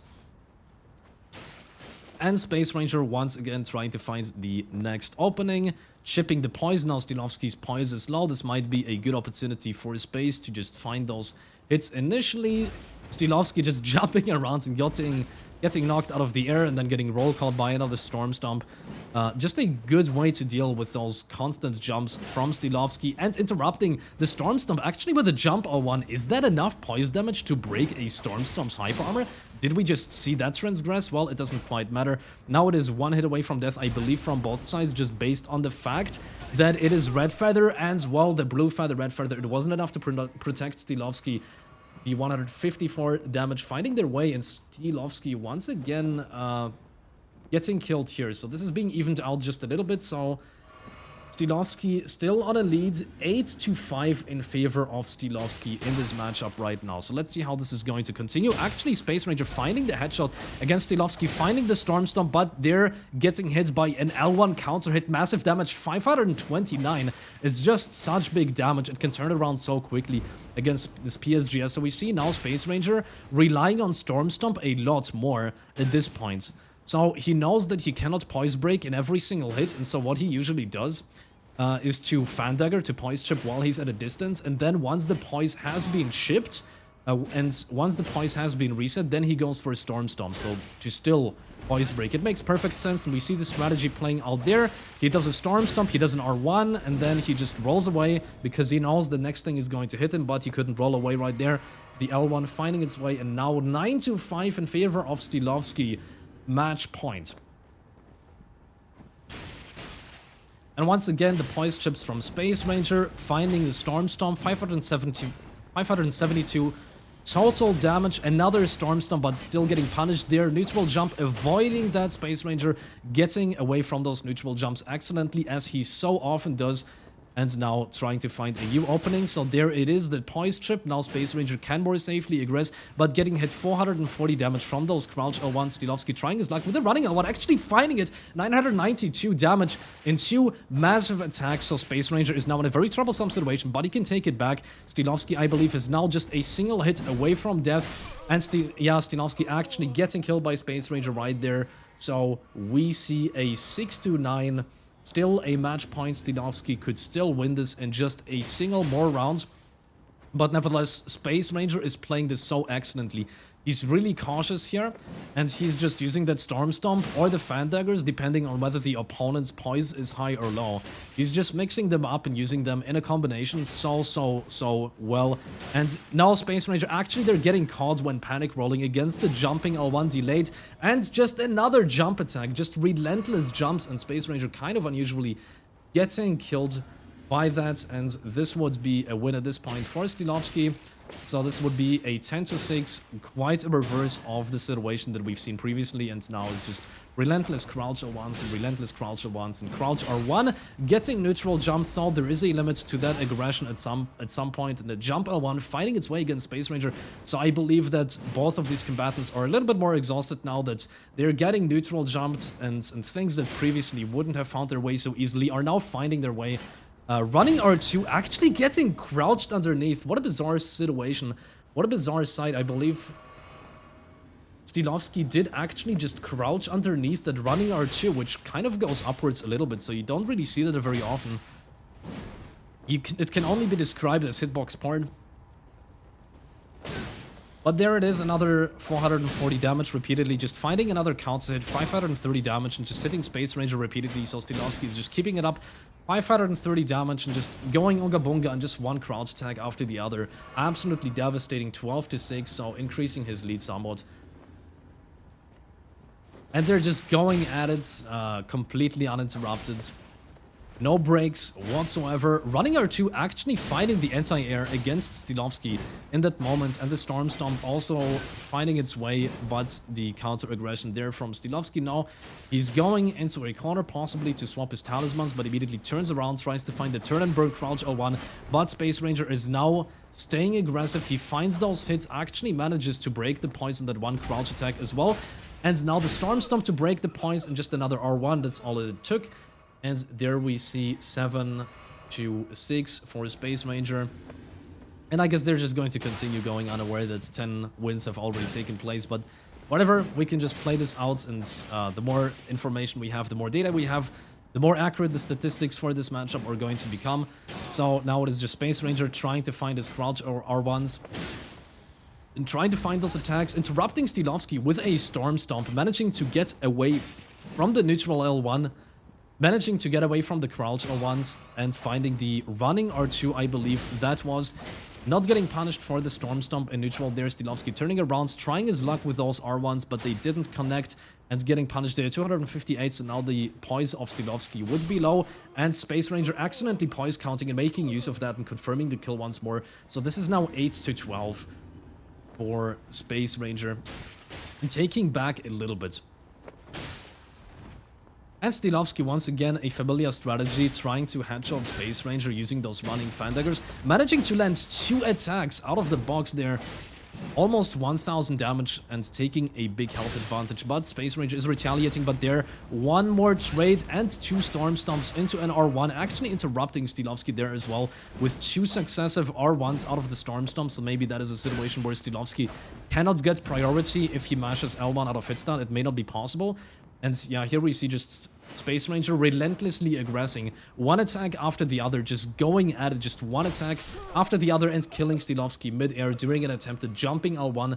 Most likely that's what that was, and now it is 9-12, evening this out just a little bit more statistically. Yeah, Space Ranger starting the fight with a couple of poise chips, something that he desperately needs. And Steelovsky, we saw him poison attack right there, so his poise is low again.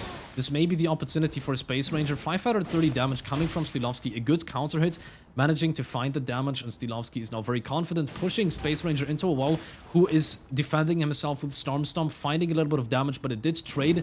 And Steelovsky now trying to find that jumping L1, but he gets punished for those whiffs that he performs right there, but finds 530 solid counter hit, big damage, and Space Ranger once again pressured into a corner and just defending himself with that Storm Stomp, trying to get away.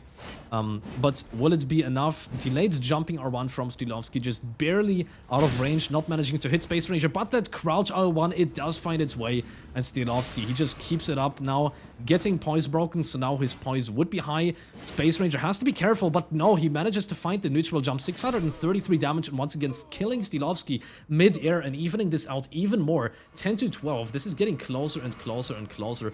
Is Space Ranger actually planning to overtake Steelovsky in this one? Could it be possible?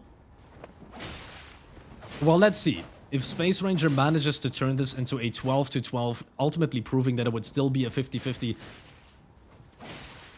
But after so many rounds and after possibly so much exhaustion, I'm not sure if we can really use the results that we're seeing right now. But nevertheless, 530 damage, Steelovsky finding big counter damage as well, avoiding the neutral jump from Space Ranger and just trying those repeated crouch L1s. Well, the third attempt finally succeeds and he manages to land that hit, but gets hit as well for 330 damage. Overall, still a big advantage for Space Ranger at this point, who just has to find a couple more attacks. He tries his luck with the running R2, a lot of travel distance, but not enough. He doesn't reach Steelovsky quite enough, and he finds that crouch R1, and now that he knows that his opponent's poise has been reset, he uses a Storm Stomp to defend himself there, and manages to find a lot more hits and another crouch attack, punishing that attempted jump from Steelovsky. It was just a Hail Mary at the very, very end, and Space Ranger is evening this out to a dangerous extent. 11 to 12. Okay, so is Steelovsky actually going to check out on this card what is going on? No, I think he just keeps playing. Let's just keep playing. Okay, let's just go Unga Bunga at each other. Alrighty then. So Space Ranger immediately taking center here and just finding those crouch R1s and just finding that vortex right out of the box. Steelovsky very, very, very cautious here. So now he's just getting pressured into walls, into corners, possibly while swapping his talismans. I'm not sure what exactly is going on there, but Space Ranger is now playing just hyper aggressively and finding so much damage. That running R1, that running R2 was a very dangerous whiff, but Steelovsky, unfortunately, maybe due to an input swallow, couldn't make use of that, and Space Ranger just keeps getting away with absolutely everything, actually finds the headshot and tries to turn that into a Storm Stomp roll catch, but just barely too slow. It wasn't possible to do it, and Steelovsky finding a little bit of a response there. 446 damage against Space Ranger. Why is he doing a tiny bit more damage now? We don't know. We're not exactly sure why this is taking place. But yeah, now the Storm Stomp and now Space Ranger is just aware he has a huge health advantage, and Storm Stomp is just a great way to turn a health advantage into an actual confirmed kill. He's aware of that. He's using it over and over and over again. Steelovsky now on his last bits of HP. If he lands a solid jump attack on Red Feather, he can still turn it around, and he does. He actually finds the jump L1 in neutral, and Space Ranger just getting caught off guard there. Steelovsky turning this into a 13 to 11. It was so close. It was just that one jump attack was the single thing that could have turned it around. But he managed to do it. Maybe Space wanted to space it. Well, that plan surely has backfired because Steelovsky did turn that one around, but it is now a new fight, and Space Ranger immediately starting off aggressively, as he so often does. Finding those poise chips with those fan daggers, finding the Storm Stomp, 339 damage total, and just starting that relentless vortex of attacks. But there we see the response from Steelovsky. Just crouch L1 after crouch L1. He finds 3 of those for 440 damage each, now at a substantial health advantage, and he's just jumping around, waiting for an opportunity to do a really delayed jump L1, but he delayed it too much. It turned into a neutral attack, but he finds the crouch L1 against Space Ranger. Now the tier has been popped. Steelovsky tries his luck with the R1, doesn't find it, gets hit repeatedly by Space Ranger, but there it is, another crouch L1, 440 damage, too late to punish Storm Stomp, and he just has to retreat for a moment here, avoids the neutral jump from Space Ranger. Excellent read there, and he tries, and he manages to get the roll catch. 14 to 11 at this point in favor of Steelovsky.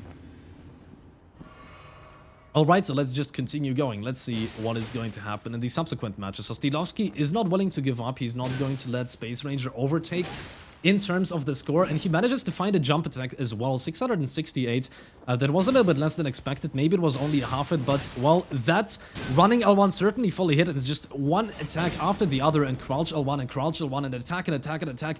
It's just a really, really fast round, and Steelovsky taking this in a 15-11 lead at this point.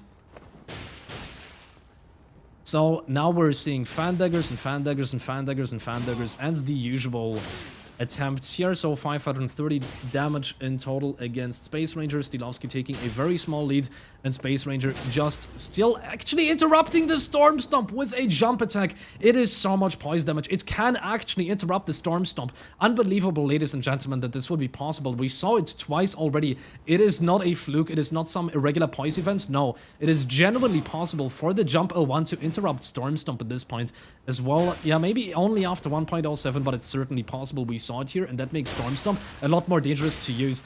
There, Steelovsky actually getting a headshot and also finding a headshot himself and turning that into something unlike Space Ranger, finding the crouch L1 and then attacking with L1 out of hit stun, finding that and taking it 16-11. Okay, Steelovsky says, okay, enough, so I guess he's not enough. Alright, so Steelovsky wants to swap now. They're going to play the opposite matchup now. So it's going to be Space on PSGS, presumably, versus Steelovsky on two-handed thrusting sword. Oh, Jesus Christ. Okay, so Talon says Eisen, you should do casting more often. Yeah, I might, if I find an opportunity to do so. Deadfish says, I think Steel should play more passive. Well, I mean, if you're on 71 poise and you can poise through two-handed thrusting sword, then you can afford to aggress in a lot of situations. But yeah, it's just a nasty, it's a nasty matchup, I have to say.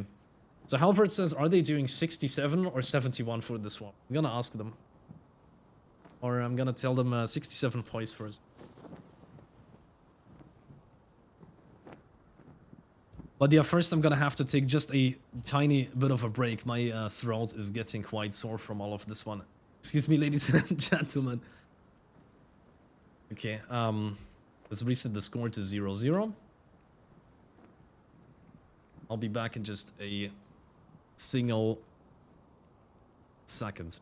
Yeah, they should definitely do 67 first.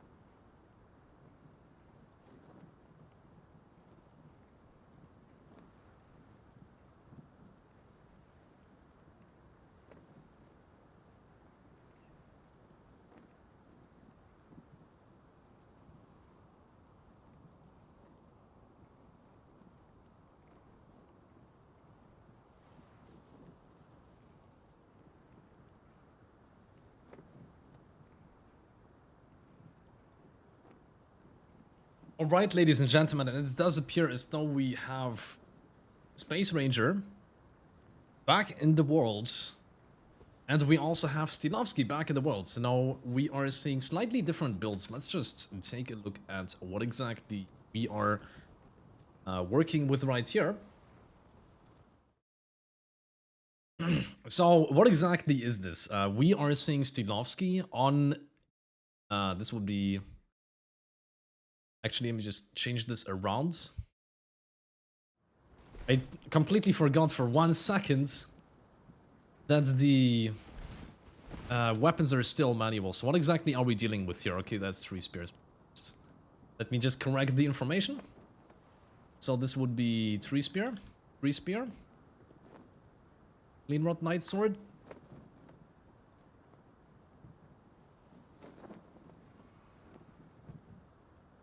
Snapshots.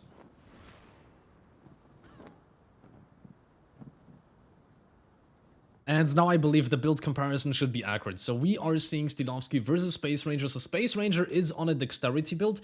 He has just 2 more points more into dex on this build than Steelovsky used to have. So we are seeing 60 dex compared to Steelovsky, who was running 58. And those are the 3 spears. We are seeing Hand of Melania and the Great Jar's Arsenal, which seems to be necessary for Space Ranger to just wield 2 weapons that are this heavy. So he has pretty low endurance, it's just 26, but the Great Jar's Arsenal is compensating for this. He's running 18 Faith, which I believe is the optimal stats allocation. It was something like 18 or 20 Faith, that was the optimal AR that he would want for 3 spears. And Steelovsky on the left side, who is running a strength build, so he also goes more Unga Bunga than Space did. He is running 61 strength, and he is using also Great Jar's Arsenal in order to use full Bullgoat's armor. So a slight variation in builds. They're overall still fairly similar, right? So we're still seeing the same weapons, but just minor differences in the builds that are being played. Anyhow, quite interesting, and we're going to see how this is actually going to play out in practice in just moment. Let's just swap back.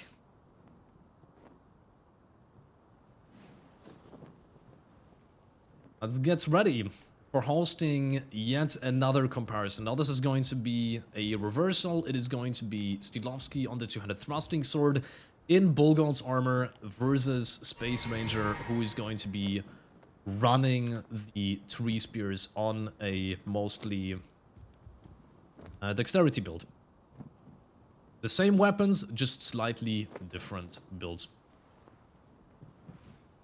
All right. So let's reset. Let's let them know.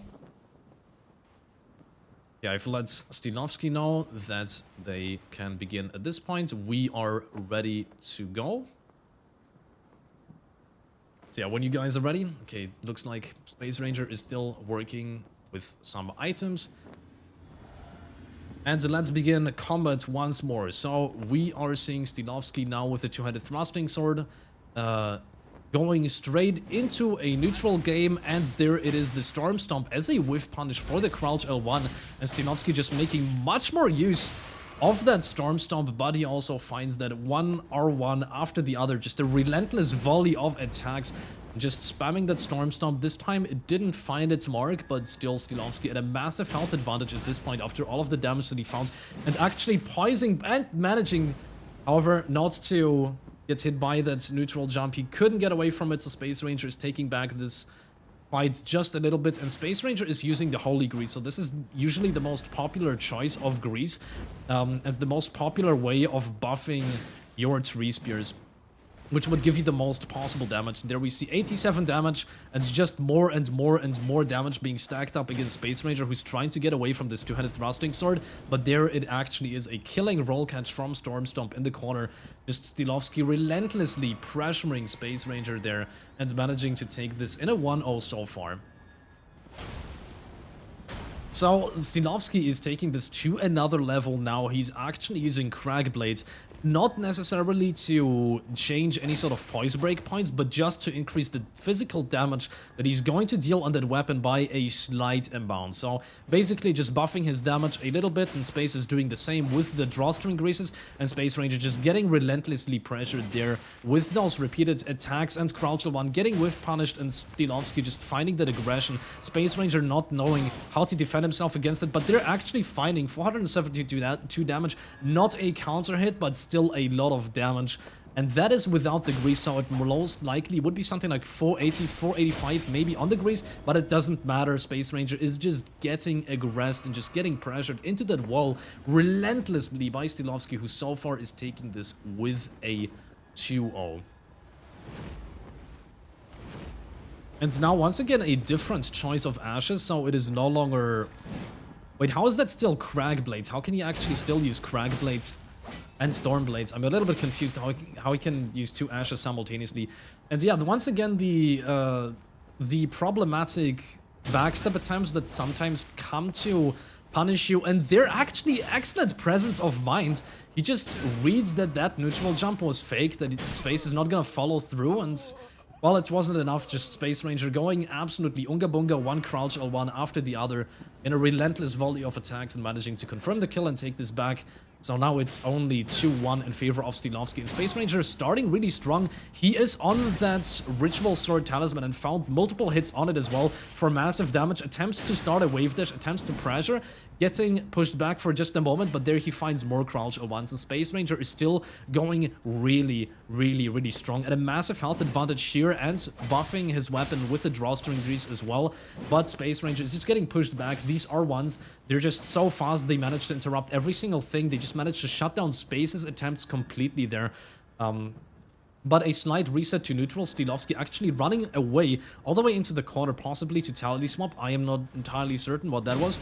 And finds the Storm Stomp, but overall a losing trade. So Steelovsky is now in a very dangerous position where just a single hit is going to confirm the kill. And Space Ranger switches up his strategy. He actually two-hands the Great Spear and manages to find the kill. 2-2 evens it out against Steelovsky.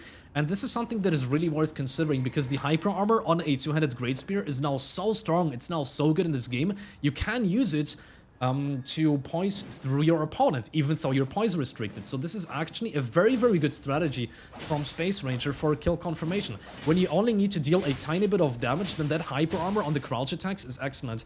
Well, it's not helping so far, and he isn't at a health advantage because he just took massive damage from one attack after the other, and Steelovsky is just attacking R1, R1, R1, crouch R1, and just finds those hits repeatedly. Now Space Ranger on his last scraps of HP and almost getting flawless there by Steelovsky, or I believe that was a flawless actually, in a 3-2 in favor of Steelovsky so far.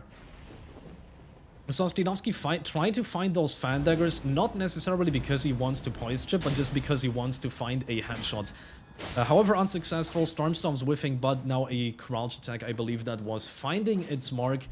And he's just aggressing relentlessly against Space Ranger, who's running back into the center, but now Steelovsky has pressured himself into a corner here, but manages to get out with Storm Stomp, just finds those crouch R1s, attempts the running R1, Space Ranger gets through it, and he just gets chipped away by those repeated R1s, and now Steelovsky using his health advantage with Storm Stomp, managing to find a hit, but actually a failed backstab attempt betraying him by the Storm Stomp, and there it is. There is the kill, and Steelovsky taking this in a 4-2 lead. So far on the two-handed thrusting sword. So far what we've seen on 67 poise is that usually the two-handed thrusting sword is slightly winning. Power stance Great Spears can definitely hold their own, but the two-handed thrusting swords on 67 poise were consistently winning with that restriction of PSGS. Well, anyhow, we are in the fight at present, and it looks like Steelovsky is just getting hammered here by those crouch L1s, so Space Ranger is taking a significant lead in damage, but it's being evened out by a massive counter hit there for something like 500 damage, I believe, on a running R2. Just excellent spacing, excellent counter hit, perfect timing, but it wasn't good enough to confirm the kill yet, and Space Ranger is taking this back. 536 damage on a counter hit crouch L1, so now it's just going to be a single hit. Steelovsky has to be very careful, but he has that red feather going, he has the blue feather going, that might protect him, that might make him kill, and he finds the jumping R1, popping the tier on Space Ranger's side, but it's still going to be a lot of hits to actually even this out and to actually confirm the kill at this point. So what is Steelovsky going to do? He whiffs the Croucher 1, but it has no recovery. He just gets away, but he cannot get away from those 2 Crouch L1s. They find their mark, and Space Ranger is taking this in a 3-4, evening it out once more, just a little bit. Alright, and here we go. So this is once again a very polite start. As usual, Flask of Wondrous Physic from both sides. Both combatants taking center and just playing a neutral game, trying to find an opportunity to go in. And Steelovsky finds that opportunity in 500 damage in those 2 attacks.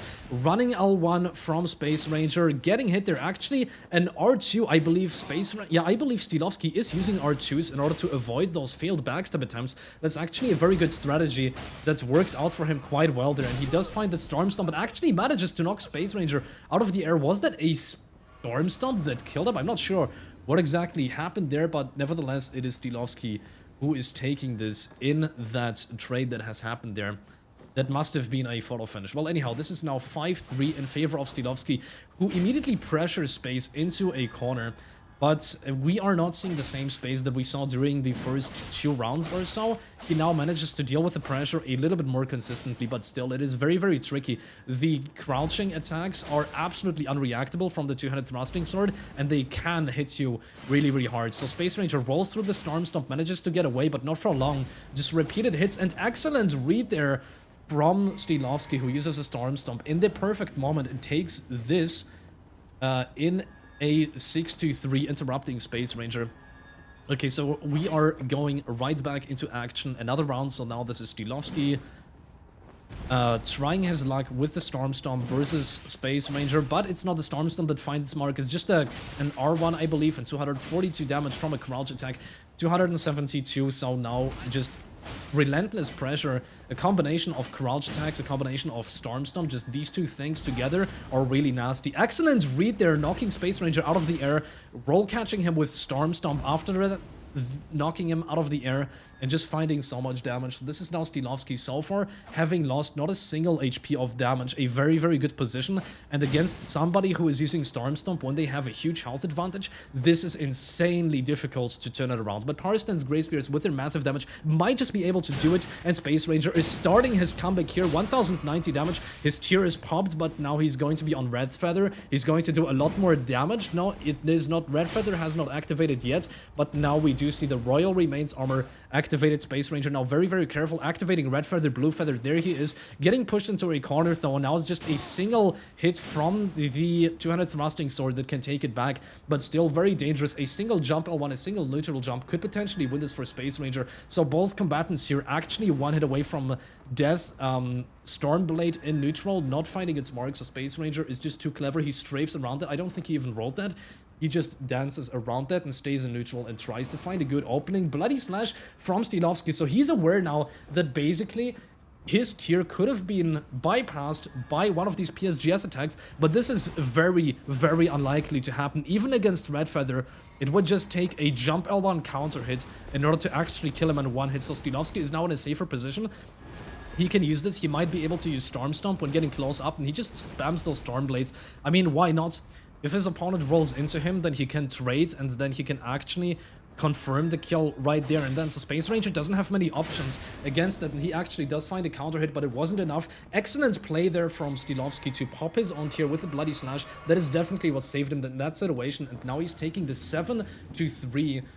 Just excellent strategy there and perfect Bloody Slash. He was making such good strategic use of these tools that were in his inventory, but there he's getting it. 538 damage from the Crouch L1 on the Tree Spears, buffed as well by the Drawstring Grease. So this is just huge damage. I don't even believe it was a counter hit. It was just an unfortunate pivot that got punished by a very, very high damage attack, and possibly with the Branch Sword.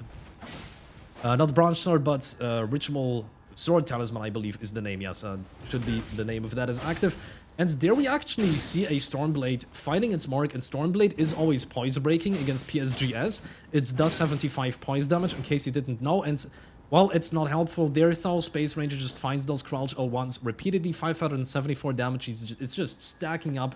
And so Space Ranger is now at a big health advantage, but still, he cannot interrupt with attacks that are so fast. He doesn't have Storm Stomp, so it might be more difficult for him to make use of it. And he's getting headshot and just getting hammered by one Fandogger after the other. Steelovsky now trying to find his way in, avoiding the neutral jump thanks to very, very short recoveries. And just trying to find the good opening. And now Space Ranger getting pressured into a corner, getting hit by 2 attacks. I believe Stormblade in neutral, not hitting Space Ranger, but it didn't have to. Steelovsky still manages to find a little bit of damage, but his tier is popped now, and Space Ranger is turning this around. He is buffed now by his talisman, by Melania's hand, I believe he was using. And he's just trying to find his way in. At this point, Steelovsky is also retaliating, pressuring Space all the way into the corner, all the way to the wall. Now both combatants are very, very, very low. Running L1, actually finding its mark there. Just a good choice in the situation to chip down Steelovsky. So Space Ranger is turning this around slightly, 4-7. So this is still quite a bit in favor of Steelovsky, but Space Ranger is still putting up a very good fight here and is managing to turn this around just a little bit. So yeah, there we see once again a strong start, and we often see strong starts from Space Ranger, where at the beginning he just finds that ritual sword talisman, regular hits, and it's just massive damage. But Steelovsky also a very good start right here with the Stormblade, with those R1s, and he manages to basically even it out and actually have a big health lead against Space Ranger. And now just once again pressuring Space into a corner and interrupting the jumping L1 on the last couple of frames of Storm Stomp. Finding another Storm Stomp, now just pressuring, but there it is. The failed backstab attempt and the Storm Stomp in order to not get pressured in return, and managing to find just a couple of R1s and taking this in an 8-4. So far a very, very big lead that Steelovsky has in these fights. It is 8-4, ladies and gentlemen. So very much in favor of the two-handed thrusting sword. Okay, so there we see Space Ranger now not the first one to draw blood in these fights. Actually, those jump attacks finding their mark twice, and Steelovsky just managing to get a lot of damage out of the box. So far, it could turn into a flawless, but no, it is not flawless anymore. He manages to interrupt the jump L1 just barely with Storm Stomp, knocking Space Ranger aware and just relentlessly aggressing now that he has that priority, and he keeps the priority, and he just keeps attacking, and finds the Storm Stomp and takes this in such a snappy round. This was very, very, very decisive, and now a 9-4 in favor of Steelovsky. Alright, are we seeing a small interruption? I think Space Ranger might just be checking the score, or might be rethinking his strategy for just one moment.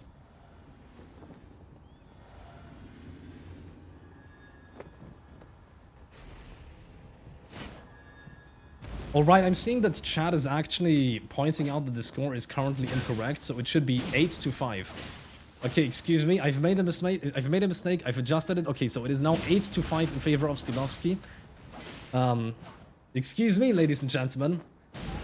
Multitasking is quite difficult when you have a control panel and then don't actually see chat. But yeah, we're seeing Steelovsky retaliate with just one attack after the other, but it wasn't good enough, and Space Ranger taking this now. So this is now a 6-8 for Space Ranger, but the score has been fixed. Yeah, Space checking chat, but not Eisen. Well, it is what it is. I can't be expected to commentate at this velocity and check chat. I'll have to figure something out. But there we see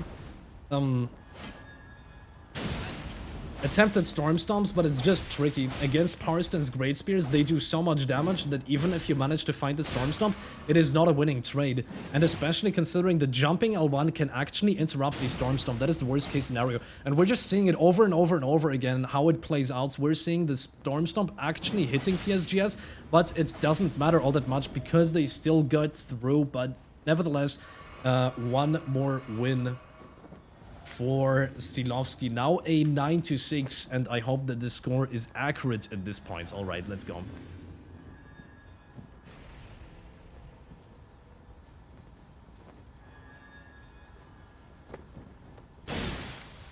Okay, so we're seeing a trade right off the bat, both boosted maybe by Ritual Sword. No, I don't believe so, but Space Ranger is still on Ritual Sword. No, he isn't, no.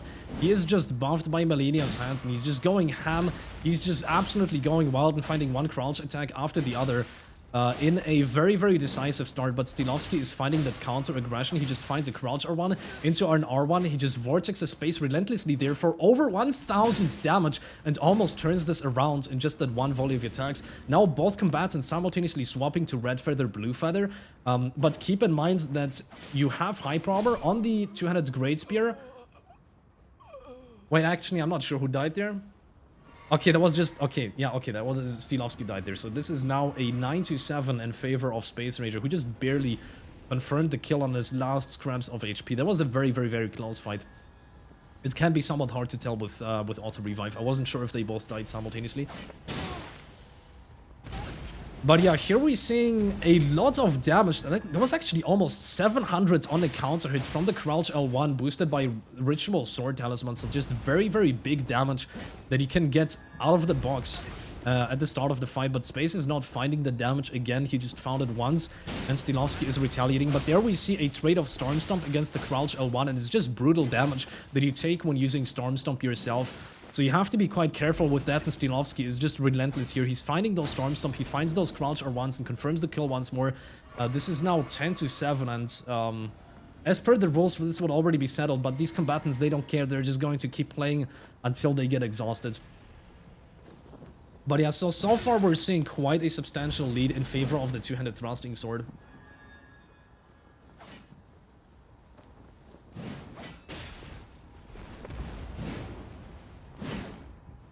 Calling it Melania... Wait, have I called the talismans Melania Sands? I apologize, viewers. I believe it is, what's Millicent's prosthesis, yeah. It might... No, it's not Millicent's prosthesis. I don't know. The talisman that boosts your damage when you do the hits and stuff. Well, anyhow, this is not working out very well in favor of Steelovsky. He got hit repeatedly here by those crouch attacks and has almost lost all of his HP and... Just Space Ranger exploiting that really, really early hyper armor that you get on the two-handed Great Spear. So we're seeing this something, like this is something that Steelovsky wasn't doing. So Space Ranger is using that extremely early and extremely high hyper armor in order to confirm kills when he is at a health advantage himself. So even though he doesn't have Storm Stomp himself, he can still poise through his opponent's attacks by using that Great Spear. And that sometimes makes it quite easy for him to kill confirm. But nevertheless, so Steelovsky is taking quite confidence of his center position here and just finds multiple hits, but immediate retaliation from Space, who just manages to land one crouch attack after the other and just crouch L1, crouch L1, crouch L1, and ultimately melting Steelovsky's HP and taking this back now at a 9-10, almost evening it out exactly, almost a 10-10 simultaneous... Well, it's not a simultaneous finish, but it's almost an even score at this point. So yeah, once again, we're seeing Space Ranger trying to find those initial crouch L1s, and he manages to find them twice, actually, managing to land 636 on a counter hit against Storm Stomp. What a massively losing trade, and Space Ranger getting away with it as well. He manages to roll away from that Storm Stomp. He doesn't get caught, but still, Steelovsky found a few hits against Space Ranger still. He is at a health disadvantage, and he has to be careful now, especially when he's going to use Storm Stomp. Especially, he has to be careful about those counter hits, because those are definitely not going to result in winning trades on a Storm Stomp. And they're a missed backstab, and Space Ranger not double rolling away or anything. He tried to find the crouch L1 against it, but no, he didn't find it. But he did find this one against Storm Stomp. At the end of the day, punishing it and almost killing Steelovsky already. And while Steelovsky was running away and swapping his talismans, there it is. Space Ranger actually evening this out 10-10. Unbelievable, ladies and gentlemen. So these are very, very close fights. So it's perfectly even at this point between Power Stance Great Spears and between two-handed thrusting swords. Even though Steelovsky got there earlier, they're now at the same score. It is just a 10-10, ladies and gentlemen. Very, very even.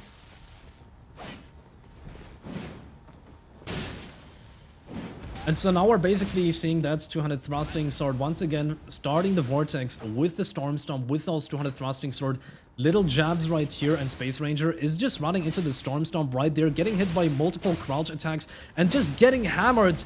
And Steelovsky somehow actually poising through the jumping L1, so maybe it's only possible to poise through it if you're stacking a huge amount of poise yourself. Well, regardless of what the conditions of interrupting the Power Stance Great Spear, of interrupting the Storm Stomp with the PSGS jump are, this is once again... I'm stupid. Who won? Actually, who won this one? I'm stupid. What's the score? And Space Ranger almost getting knocked off there by the Storm Stomp, just barely by a few centimeters. Managing to get away. And the Storm Stomp landing, and those trades of Storm Stomp against Crouch L1, I believe once again taking place. Did Steelovsky run out of FP right there, or what happened to his Storm Stomp? Well, it doesn't matter. He does a reverse jump and manages to land it as well. The jump R1, and yeah, he did run out of FP, so now he's drinking his flask, and Space Ranger taking this 11-10. Yeah, he didn't reset FP. That was a mistake. So I'm not sure who won the previous one. I believe Steelovsky won this one, right? So I think the score is 11-11, but somebody check the VOD and correct me if I'm wrong about the score, if it is not 11-11. But yeah, anyhow, Steelovsky getting hit initially in this round, but finding just an endless volley of attacks, one after the other. Just Crouch R1 into R1 into R1 into Crouch R1, and just keeping it up and almost managing to destroy Space Ranger in that one hit. And now he's at a huge health advantage, and he uses that with Storm Stomp. Space Ranger turning around, not landing that L1, and Steelovsky taking this in a 12-11 if the score is correct, but somebody correct me if I'm wrong about this one.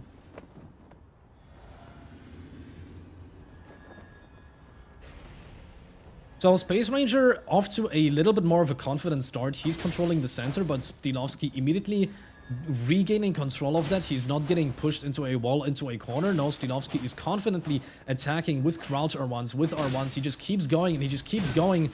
But Space Ranger, he interrupts that. He shuts it down. He manages to land 2 Crouch L1s, but Steelovsky just continues hammering into space, but gets neutral jump. There is the punishment for the aggression, but ultimately all of those hits, they still paid off, and Steelovsky is taking this 13-11.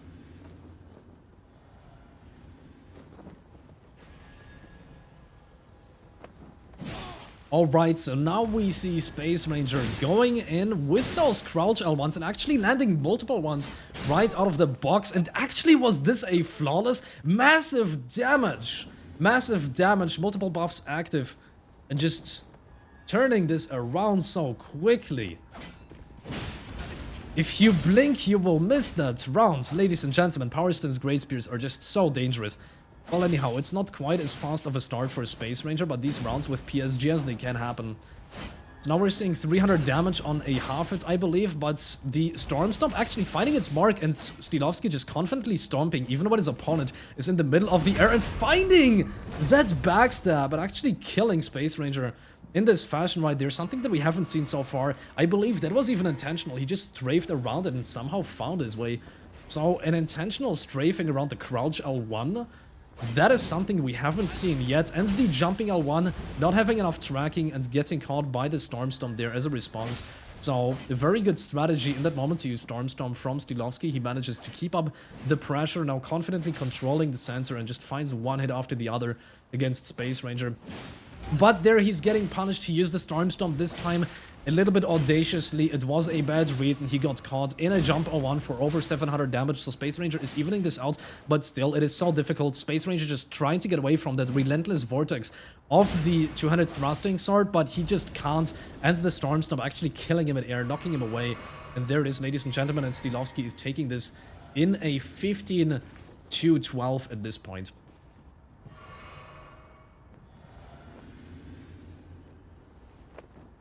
Alright, do they have enough? Is Space Ranger now at a point where he says, okay, I've played this matchup enough, I understand it. We've tested enough. Do they want to go 71 points? No, they're actually just going to keep...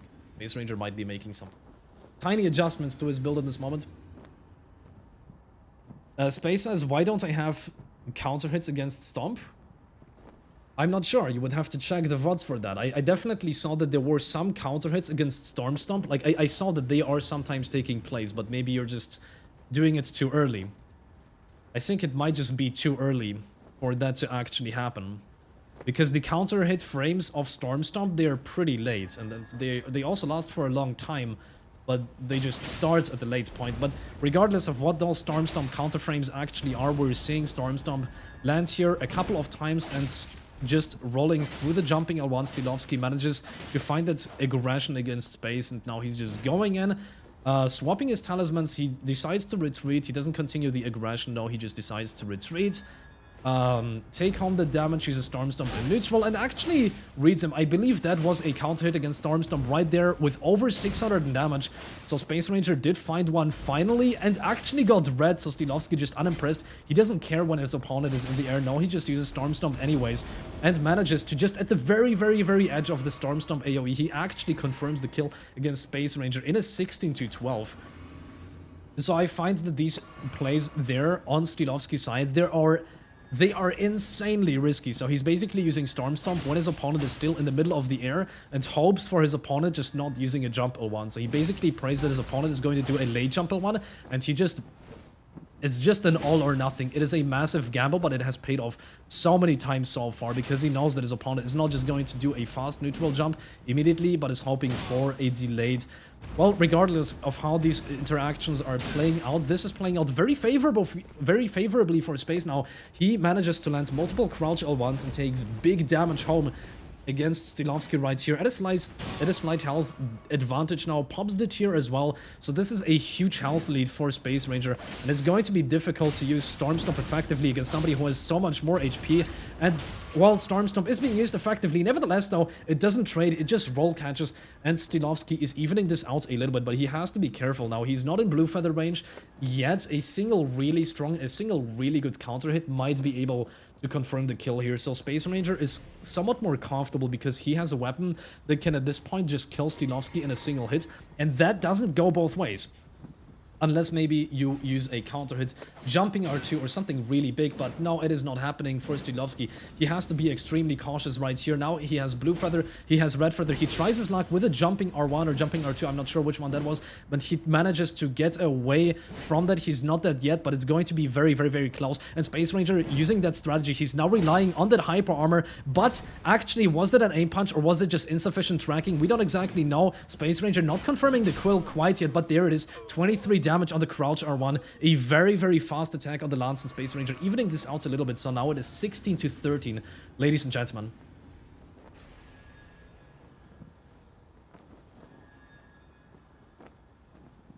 Alright, and there we go. So Space Ranger immediately getting pressured off into a corner, and Steelovsky playing much more confident out of the box, but Space Ranger is getting back to center.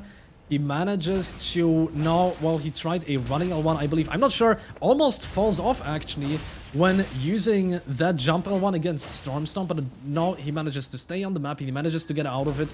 But Storm Stomp, when you counter pressure your opponent, it's just so dangerous. And Storm Stomp once again finding its mark. And finding its mark again, he just keeps going. He just keeps stomping, ladies and gentlemen. Relentlessly, Steelovsky is just stomping with Storm no matter what, and he actually finds it. But now the response from Space Ranger, 2 crouch L1s, but it may be too little, it might be too late, it is too little and too late, ladies and gentlemen. He finds those final hits that were necessary to kill him, and now it is a 17-13.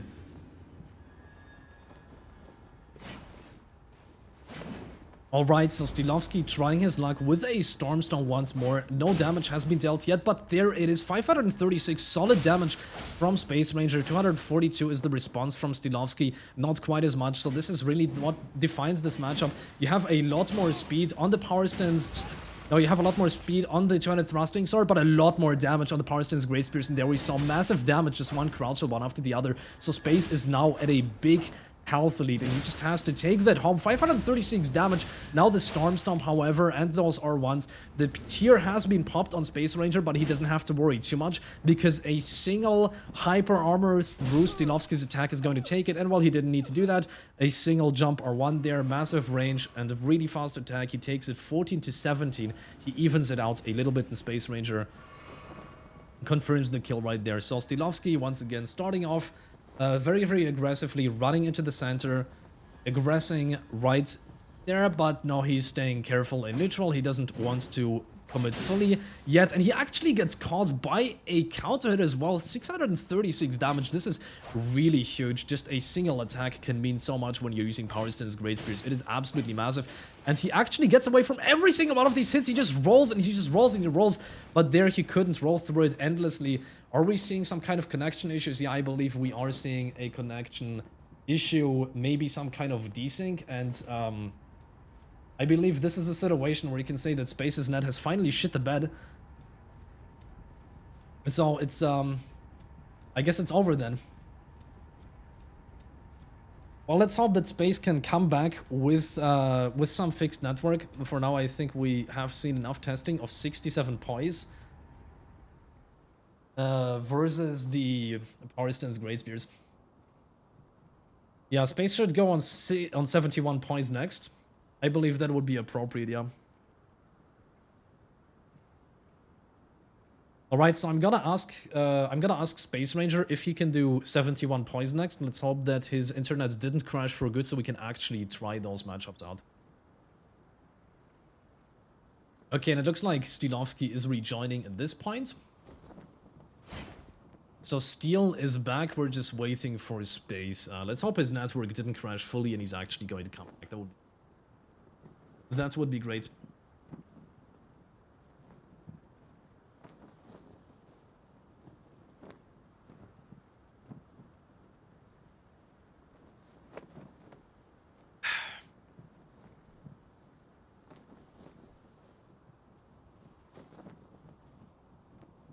Okay, so what does chat have to say here? Okay, some comments about fingerprint shield.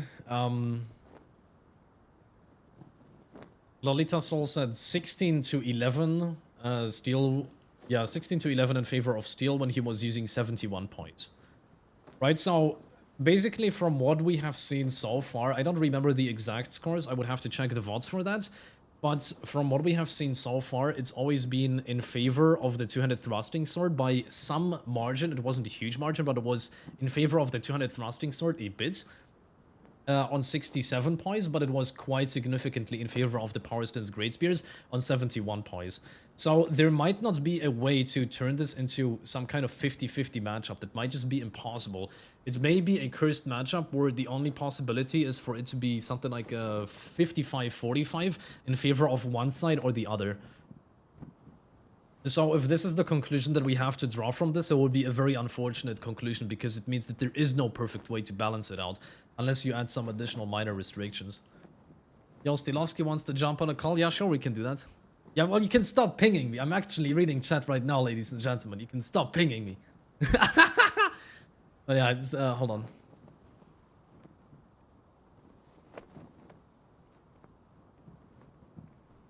Fucking getting annoyed about pings? Yeah, hey, wait. Hey. Yeah. Hey. Yeah, what? Hey. Yeah. Can I help you? Well, this, no. Come on, man. That's so cruel. Listen, Space didn't play with 71 poise yet, yeah? No, he didn't. No, I mean, hopefully he's going to come back, but this might just be a moment where his net shit the bed. Space is back. Nice. Oh, he is back. He actually is back. That's great. Yeah, Space is back. That's nice.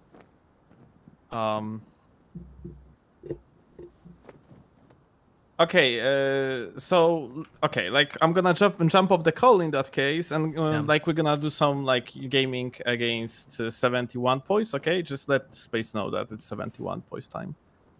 And yeah, and then I'm gonna give you my thoughts because like there is like a few things like in these matches that like sometimes I just like I was trolling fucking hard and I would like to elaborate on things and my thoughts. I mean, when you were just mashing out of hit stun against two-handed thrusting sword when your poise was high, I'm pretty sure that was like half serious. That was not the optimal strategy there. I mean, like to be honest, when you have such a long session, like I am very keen to lose the focus too. But yeah, I can give my thoughts on the whole matchup like after the whole session gonna be completed. Okay, yeah, sure. I'm jumping off the call and I see you in like 15 minutes probably, yeah. Well, after that, I'm probably gonna be unable to talk because my throat will just have combusted. Okay, I'm gonna be the one speaking. Okay. Probably, man. Okay, let's see.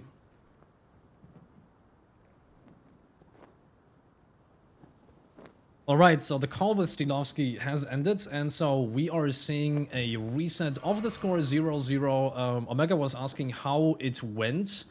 on the 67 poise thing, and well, on 67 poise it was always slightly in favor of the two-handed thrusting sword, so it was like 17 14 or 16 11, so the two-handed thrusting sword on 67 poise has been winning so far, but this is now a new set, so we are now seeing 0-0 score, and this should be 71 poise.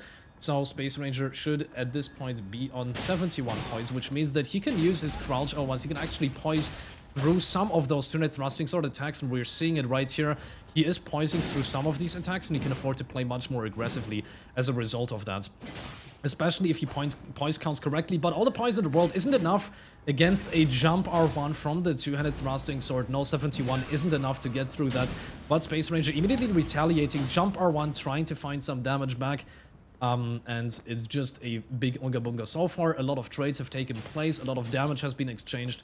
It is fairly even still, but Space Ranger might be able to take it in just a single big attack. This is the advantage the Power Stance Grey Spears have, is that they can potentially deal a lot more damage in a single attack by comparison.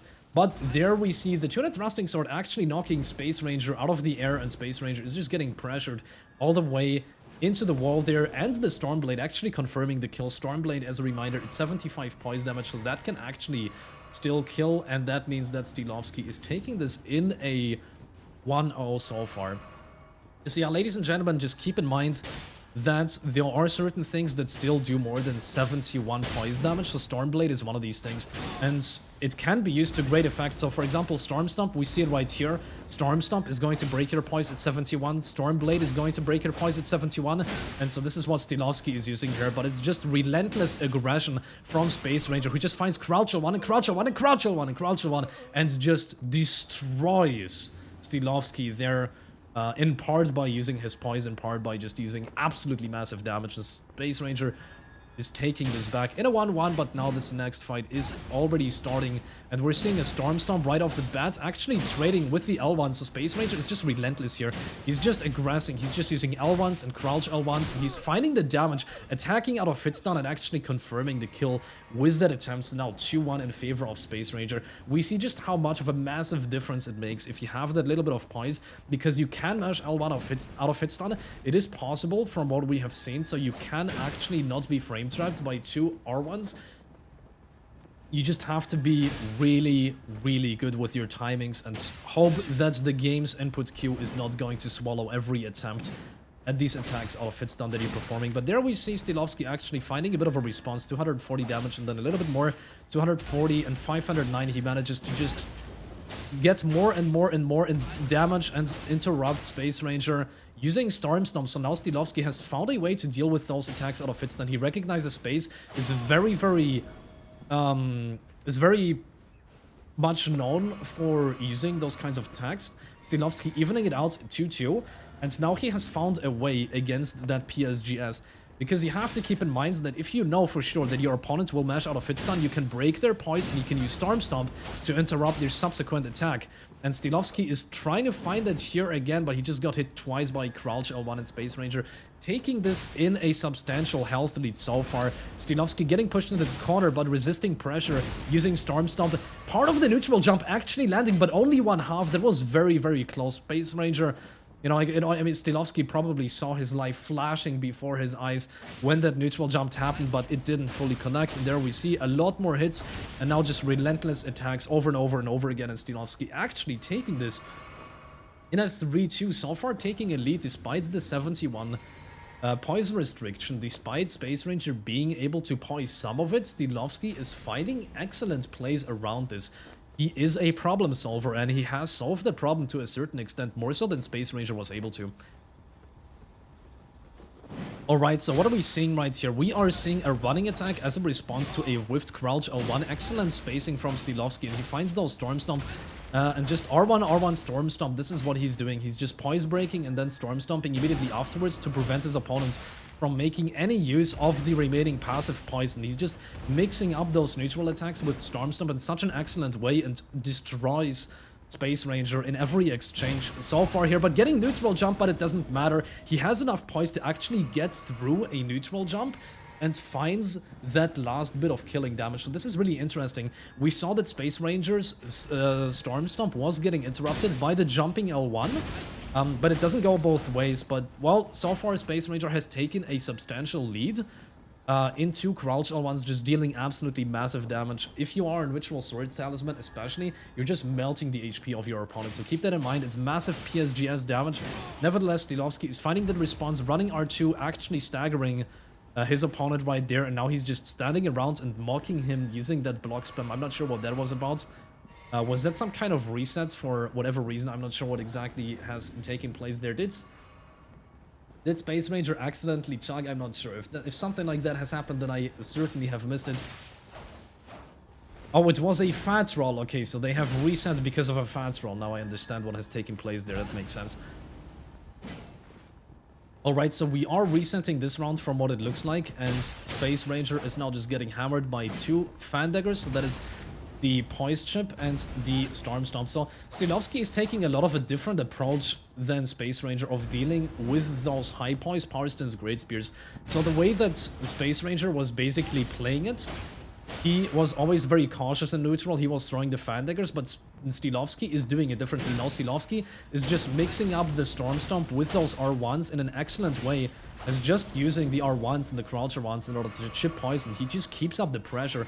He is unrelenting and is taking this in a 5-2 at this point. So Steelovsky has maybe found a way of dealing with this matchup that Space hasn't quite found himself. And just excellent spacing from Steelovsky. Finding the Crouch R1, finding the running R2, finding more Crouch R1s, finding the Storm Stomp. Just so many separate attacks landing and managing to interrupt Space Ranger as well. But there we see good spacing from Space Ranger. Although running into the Storm Stomp, landing in our L1, but now is just unrelenting aggression. Absolute relentless fan dagger spam now from Steelovsky, trying to find those neutral attacks. So Space has to be very careful, and he wasn't careful enough. Well, it is just somewhat hopeless against those fan daggers sometimes, and Steelovsky takes this in a... Excuse me. In a 62. Unless I have just messed up the score, ladies and gentlemen, but I believe it is a 6-2.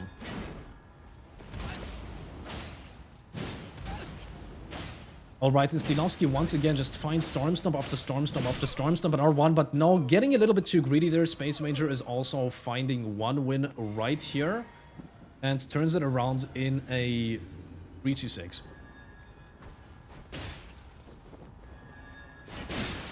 So yeah, if the score is off, please tell me, viewers, please check the VOD. But I believe the score at this point of 63 would be accurate in favor of the 200 thrusting sword that Steelovsky is using now. And he just manages to find one attack after the other, so basically it's just, he doesn't rely on the fan daggers as much as he just relies on the use of Storm Stomp, and he's using it excellently. He's just shutting down Space. Space Ranger getting hit by Storm Stomp over and over and over and over again, and Steelovsky just keeping up this aggression. Now at a massive health advantage, the jump L1 not hitting, so Space Ranger might want to swap to Red Feather, but no, the fan dagger spam prevents him from really doing that. It would be too dangerous, and the Storm Stomp for 10 damage confirming the kill. There would have been something like 2 fan daggers, so yeah, Steelovsky taking this in a 7-3 lead. Quite interestingly, Steelovsky is performing better against 71 poise Power Stance Great Spears than he was performing against 67 poise Great Spears. So this is a turn of events that I don't think anybody could have anticipated. He's actually performing better in this matchup, which should be by all means more losing for him. Which is quite interesting, but it's just his use of Storm Stomp that is winning him this, and he just uses it to such a relentless degree. He's mixing in those good Crouch R1s, he's mixing that in with the Storm Stomp. Whenever his poise is low or whenever his poise is high, he's just counting it in such a good way, and he's just, unfortunately, on really low HP at this point, so he cannot afford to just trade using Storm Stomp any longer so easily, but he just spams it and repeatedly lands those Storm Stomps against Space Ranger, and actually confirms the kill with it as well, just one stomp after the other. Miraculous events transgressing right here, and Steelovsky is taking this in an 8-3 lead at this point. But yeah, unbelievable turn of events. The utility that Storm Stomp seems to provide in this matchup is just insane, and Steelovsky is finding a little bit of damage using that Storm Stomp there, but it just isn't quite enough to win the trades. So Space Ranger now almost running into the Storm Stomp. That was very bold of a move. He almost ran into it, just managed to get away from it on the last frame and, well, rolling late enough to not get roll caught by Stormstorm, so very good timing from Space Ranger there, but getting caught by Stormstorm once more. Steelovsky is just finding perfect timing for Stormstorm over and over and over again, but when it hits him, then he also pays for it. 536 damage and another 536, and he manages to confirm the kill using it once more. It just seems like such a one-sided matchup, even though it shouldn't be, ladies and gentlemen, even though it shouldn't be by all means. This is 200 Thrusting Sword against 71 poise. But now this has kind of changed. It is no longer possible for Space to poise through the 200 Thrusting Sword. He manages to accomplish absolutely nothing there, and he just gets flawless and hammered to absolute nothingness using that Cragblade. Actually deletes all of the buffs as well. He doesn't really want to play against the Cragblade there. That was really, really nasty. The Cragblade 200 Thrusting Sword. But Space Ranger doesn't want to have anything added. He's just cheating his way out of it. But Steelovsky insists. No, Steelovsky wants his buffs. He's not gonna play without it. He's just gonna use Cragblade. Why not? So Space Ranger is gonna have to find a way to punish that buff, because Steelovsky is just going to keep reapplying it. He insists. He absolutely insists. So Steelovsky is pressuring Space there into a corner in a relentless volley of attacks. Lands a running R2, lands an R1, another R1, R1, R1, and just confirms so much damage that is going unpunished from Space Ranger. But there we actually see the response. Multiple crouch L1s landing, and Space Ranger is taking this back to some extent. So the HP has been evened out. He actually manages to confirm the kill with an excellently timed neutral jump, taking this back in 4-10. Yeah, that first says that Space can punish it. It certainly would be possible. But yeah, score-wise, Steelovsky is on a massive lead and getting quite close to just turning this into something like a 15-10 maybe, or 16-10. So this is really quite good for the 200 Thrusting Sword. A good showing, and well, the Cragblade, however, isn't helping him much there. So Space Ranger actually takes it back and evens it out a little bit. So now it's 10-5. Ladies and gentlemen, but Steelovsky, he just keeps using that Cragblade in the beginning. Space Ranger doesn't attempt to use a Frost Pot or anything like that to punish it. He just waits it out, and he just accepts that there's going to be a Cragblade, which is not precisely what we wanted to test here. So hopefully Space Ranger can maybe come up with a couple of Frost Pots or some way of punishing the Cragblade in the long run. Well, regardless, he finds that damage, he finds the 536, getting punished just a little bit by Steelovsky there with good spacing, and Steelovsky is now keeping up the aggression, just an R1 and a crouch R1, I believe, just multiple attacks hitting there and just staggering and keeping Space away. Excellent spacing from Steelovsky, very, very, very tight, and just keeping up massive damage and just benefiting so much. This is the thing about two-handed Thrusting Sword. When you find one attack in and when your opponent is slightly mispositioned, it can lead to so much more damage if your opponent cannot poise through your attacks. And now it's just absolutely relentless. The Cragblade two-handed Thrusting Sword is destroying Space in a more one-sided situation than we have ever seen so far. Yeah, it might make, at this point, I believe Space might also be a little bit tired. I do have to agree with Chan to an extent there. It might not be Space playing at the height of this game. I mean, these combatants, they have played for a long time. They have played many rounds, but Space Ranger still manages to connect two crouch L1s and takes off in a very good start. And there is the third one, a single really good counter hit, and there it is, actually four-shotting Steelovsky in a flawless victory right there and evening this out a little bit. So now it is 11-6. But still heavily in favor of Steelovsky, who's buffing, not pre-buffing, but just buffing on that Cragblade right here. And now both combatants are in neutral, and Steelovsky is attacking relentlessly now, using those guaranteed poise breaks that he has on the Cragblades and just attacking and attacking. But it doesn't work out this time. It doesn't work so well. So Space Ranger overall on an HP lead, finding those jump attacks and a relentless aggression once again initiated from Steelovsky. He's pressuring Space into the corner, but the counterweight, that actually was killing. That was killing. Unbelievable, ladies and gentlemen. So I'm not sure how low he was on HP, but actually Steelovsky, that means he's taking it 12-6. So a massive lead in that sense in favor of Steelovsky at this point. Well, Steelovsky is doing some cheeky stuff once more. He's trying to use the fan daggers in order to find a headshot, but he's giving up on that strategy really, really quickly.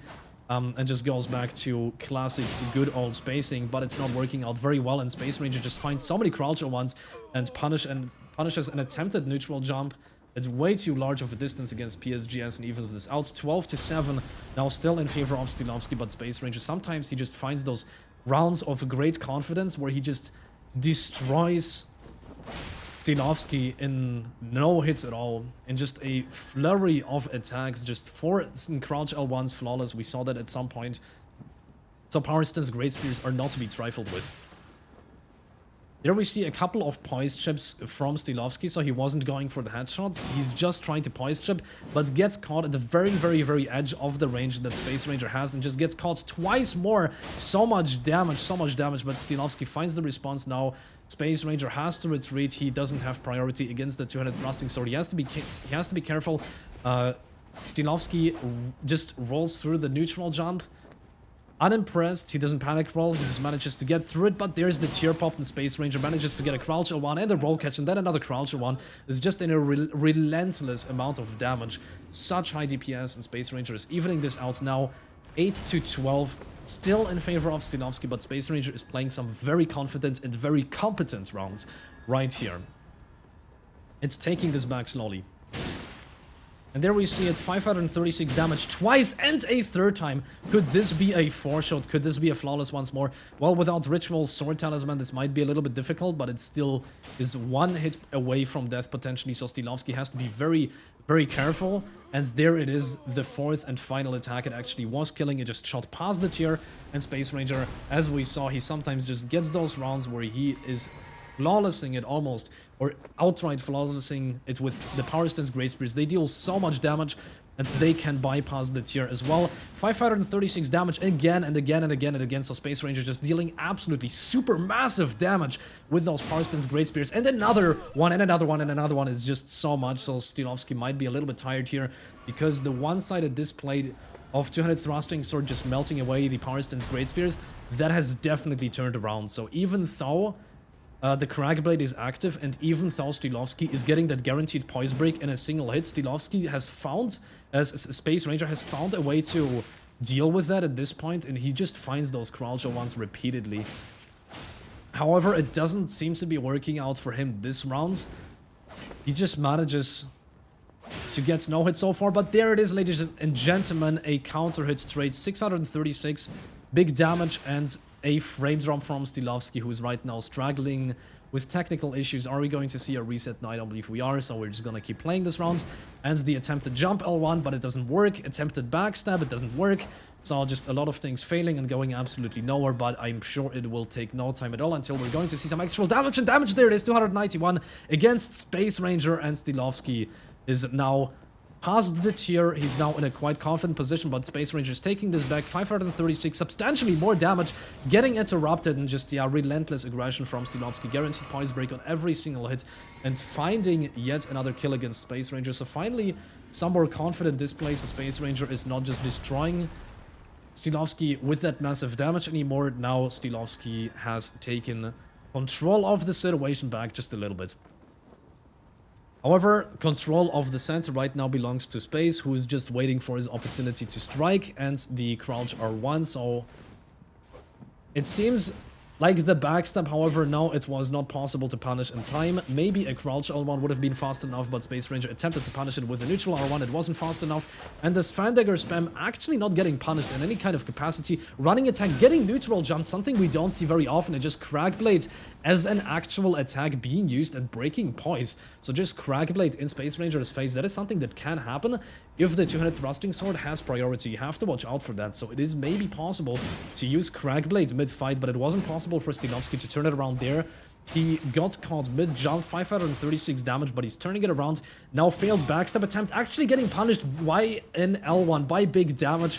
And Steelovsky, nevertheless, still confirming the kill before Space was able to swap to red feather, blue feather. So Steelovsky taking this 14-10, I believe, is the score right now, and unless I have miscalculated something.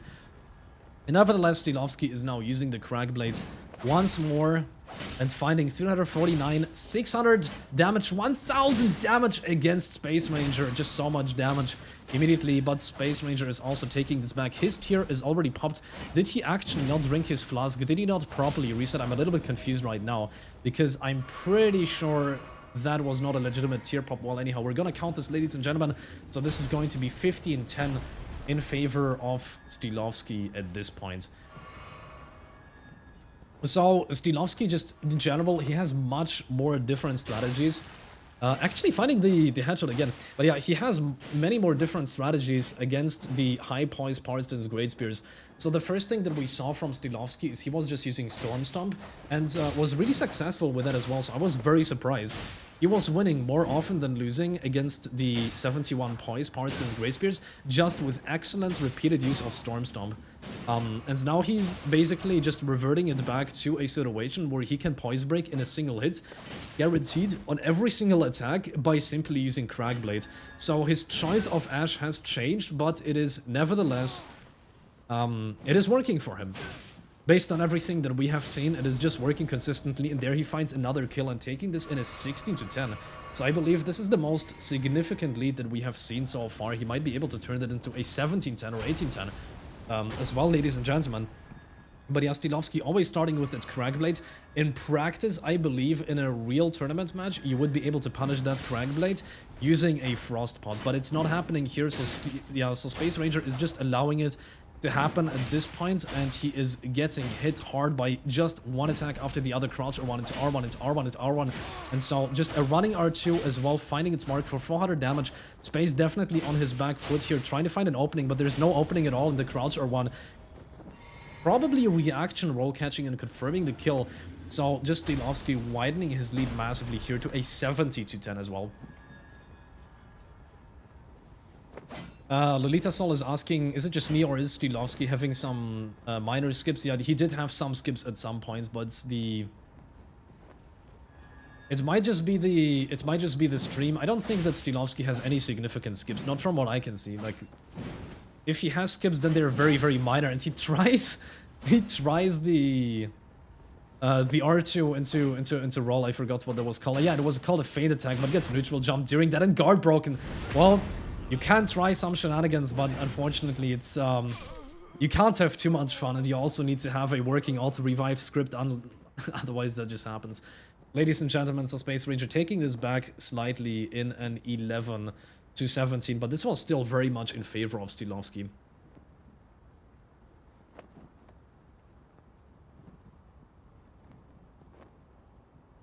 Omega says, I think using Crackblade, it doesn't really show if 71 poise is fine.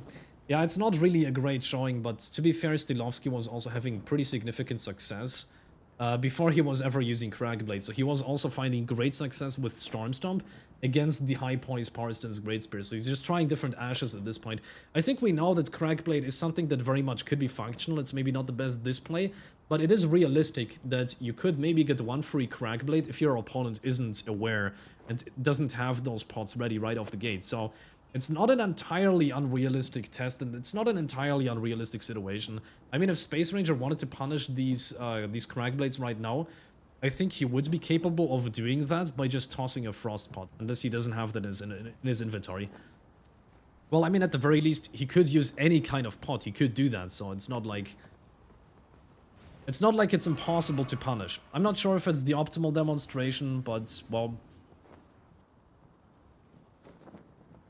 we are working with the data that we are given based on the fights right here. And so now we are seeing Steelovsky once again using the Crackblade at the beginning, and Space Ranger not attempting to punish it, not even with a Fan Dagger, not with a Frostpot, not with anything.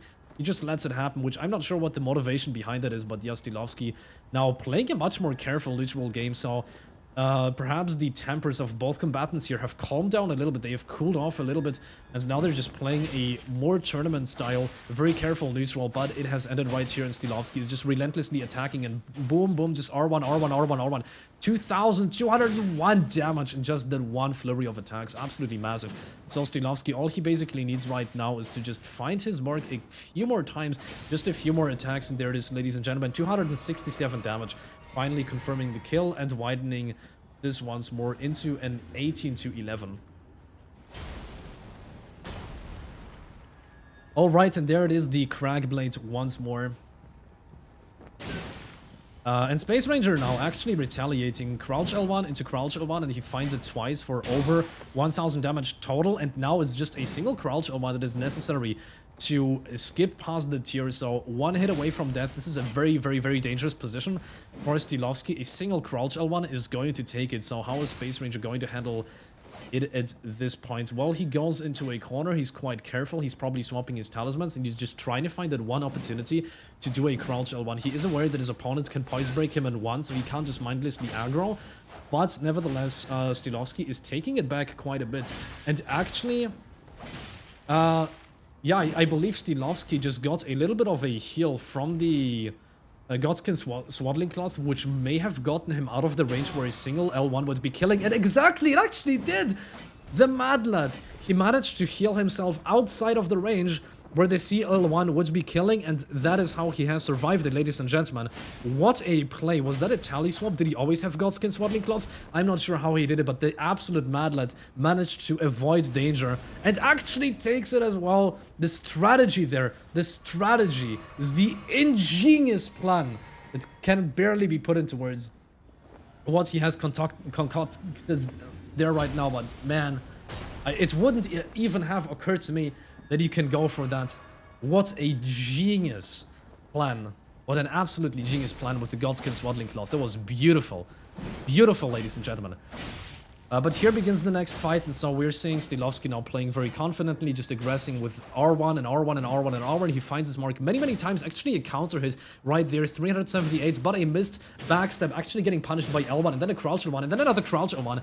But Space Ranger's ability to just keep going has ended right there. He lost priority, but he does find a counter hit, 632. So very dangerous for Steelovsky, but now he's on Blue Feather, Red Feather. He's going to deal more damage. He might make use of that, but it's still very, very dangerous because it doesn't matter. 424 damage, still finding their mark and still killing him, so I guess he wasn't in Blue Feather range quite yet, or he didn't manage to equip it in time, so this is actually a 19-12. Still heavily in favor of Steelovsky, but Space Ranger did find that one kill right there, ladies and gentlemen.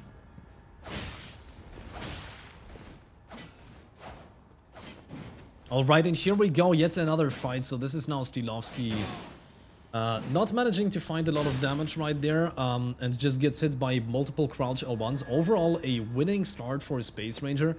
Right here, he tries to find the CL1, but he doesn't manage to connect it, and the jumping L1 neutral jump also misses, so Space Ranger is just now trying to chase, but he whiffed that one Crouch L1, and it's costing him a lot. He's just rolling around, and no, it is not working. Just relentless aggression, excellent roll catches from Steelovsky, perfectly timed crouch attacks, and there he finds a 20-12 massive lead so far. So this is the longest set of rounds that we've seen played so far. I pray for my throat that they're going to have enough of it soon. But yeah, there we're seeing a Crouch R1 into an R1 just finding its mark, and so Steelovsky is finding quite a bit of damage right out of the gate here on that Cragblade thrusting sword, and he just finds multiple hits and just over and over and over and over again. So 390 damage, 536, but Space Ranger is now doing big damage in response, and he might actually have Red Feather activated. Yes, I believe. No, he is not on Red Feather yet, so Space Ranger has to be careful here. He's not doing that much damage, and the failed backstab actually getting punished big by a Crouch L1, but Steelovsky just attacking out of hitstun, immediately answering with that aggression and taking this 21 to 12. Alright, did we have enough? Did Space Ranger finally play to his heart's contempt? Yeah, okay, it looks like Steelovsky also has enough. That's great. Alright, so we have seen a really, really, really long fight here that has gone on for a long time, but this was it. Two-handed thrusting sword against 71 poise, Parsten's Great Spears. Now, you could say that the Cragblade was cheating a little bit and was a little bit of an inaccurate representation of this matchup, but still. I mean, to be fair, in the real world, there is the possibility of Cragblade, so let's see what Steelovsky has to say about this one. I'm quite curious to hear his thoughts. Heyo. Hey, man. All right, so you sound terrible. Hey man. So how it was? Dude, Man? I've like non-stop commentated like a rap god, or I've tried LBU commentating for 3 hours in a row, man. What do you think? Okay, so what's your conclusion? What's your conclusion after like watching the fights? Well, okay, so in every single case when the two-handed thrusting sword was a poise break in a single hit, we saw that it was winning. So basically when Space Ranger was playing against 67 Poise Yo, it was winning for him. When you were playing against him and he was using 67 poise, it was still winning for the two-handed thrusting sword. And somehow, miraculously, you have managed to create a bigger lead and a bigger gap in score when you were running on, when you were running against 71 poise. I think overall it seems to be like it's winning with a two-handed thrusting sword. And it's actually not that bad of a matchup, even when your opponent can poise through you, because you have some tools that Parstan's Great Spears just don't have access to. So for example, you have Storm Stomp, and you can use that Storm Stomp in order to just keep it away and to interrupt it, because you don't have any hyper armor on PSGS, right? And so when you use Storm Stomp correctly, the way that you did, it can just be such a relentless tool. A Storm Stomp that breaks poise in a single hit, and with which you can poise through your opponent's attacks. I mean, it's just really nasty. So reminder that Storm Stomp has been completely banned out when the poise limit was 99. And then it was brought back only on the particular setups and so on, which weren't benefiting that much out of the Storm Stomp. So yeah, like overall, if you unban the Storm Stomp and the poise limit for the particular setup is below 99, you are creating a problem. Yeah, it is a nasty problem. Like, that Storm Stomp is just absolutely vicious. It is disgusting if you have to play against that. You have no hyper armor and you're fighting against the Storm Stomp that is always poise breaking. It's really nasty. Like, two-handed thrusting sword is not a weak weapon on its own, and when it also becomes a Storm Stomp stick on top of that, it's really difficult to play against. And like the thing is that I can tell you like how a lot of these fights actually went out from my perspective, because I have also some thoughts. So I think the matchup is somewhat equal for the most part, but PSGS is so much harder setup to play. Oh yeah, certainly. Because of the poise limit. And like the simplicity is often the key to the potential victory. The matchup, I said okay, so G is saying that it is not equal. I said like it is somewhat equal. Like, you know, it's for an example, in case of PSGS, you can have like a situation that you're gonna 3-shot the opponent, yeah? Whereas like in case of the TS, you have like basically way better pressure because of the 67 poise limit. If there would be no poise limit, then like, you know, this matchup would be way more equal, basically. Yeah, it's correct. Like, you know, like I would say like there is advantage for the TS, but if that's like a super huge advantage, I would say this is like very player dependent. It's like it's definitely like more of the problem is 67 poise as the limit on the PSGS rather than anything else here, I would say. Like overall, like a TS seems to be it's just simpler. Like it's simpler. You can like make basically, you know, you can just fucking mash way more, and because of that, it's I would say if I would have to choose, I would probably play with the 200 TS. That's for sure. Yeah, it seems a lot easier to play. The Space Ranger says that like he isn't that good with PSGS. I believe, yeah, he's also a little bit better on the UGS than on PSGS. And he also said that he didn't spam Storm Stomp because he wasn't aware that you can't get counter hits against Storm Stomp. But you can actually get counter hits against Storm Stomp. It's just that the frames activate fairly late. I'm not sure exactly when, but yeah, I think you get counter hits sometime, like very shortly before the active frames of Storm Stomp. But it's just that fairly late. Just reminded me. This is another thing that is important and worth noting. Spear Talisman.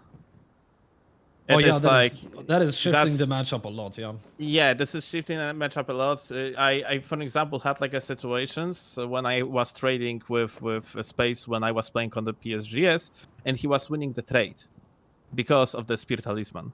Not by much, but like still, like I would say like that's kind of problematic.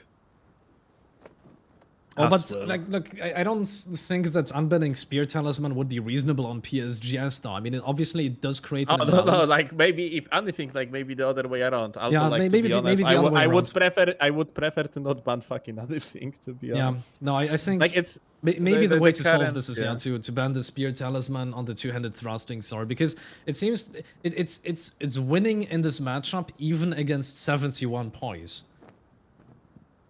At least when you use Storm Stomp on it, given that's enormous restriction of sub 99 poise. It's just nasty. So I think maybe that's the way to go. Maybe that's the consequence that we should be drawing from this. Is just nerf the damage a little bit, and hopefully that shifts it into a 50-50.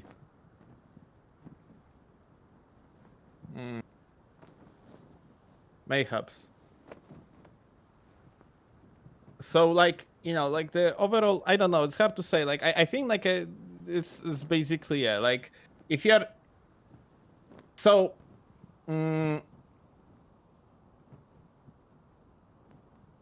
Yeah, like it was fun to watch for sure. So basically, what I think, like, because the startup on the PSGS is like at 12 frames, and it can be additionally like blended. Plus, we are losing like a 2 frames on the fucking roll, basically being on the unclick, not on the click.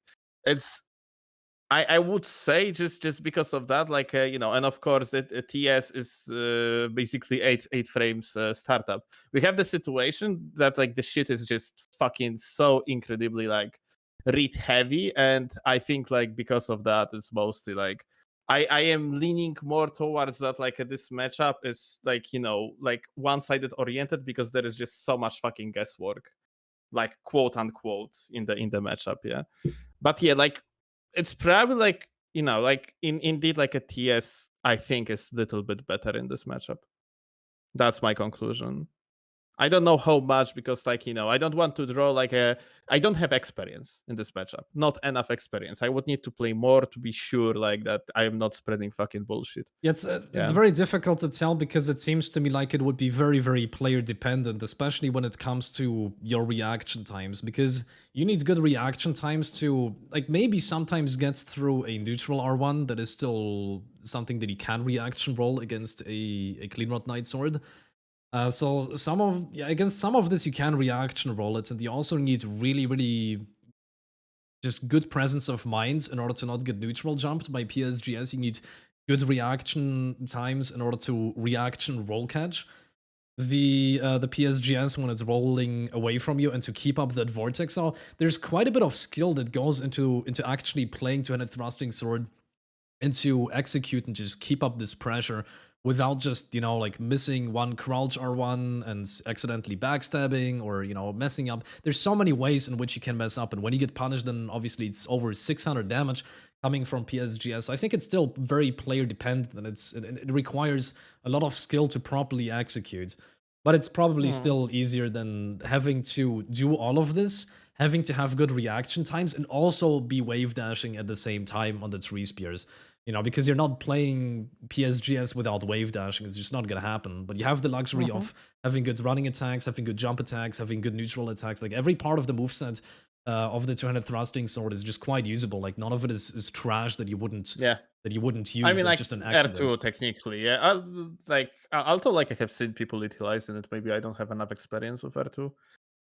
I know that Roger's Rapier has an R2 which is hitting 2 times separately, and that's that could be wait, good. you are talking about TS right here, Yeah, not about PSG. Okay, I thought you are talking about PSGS.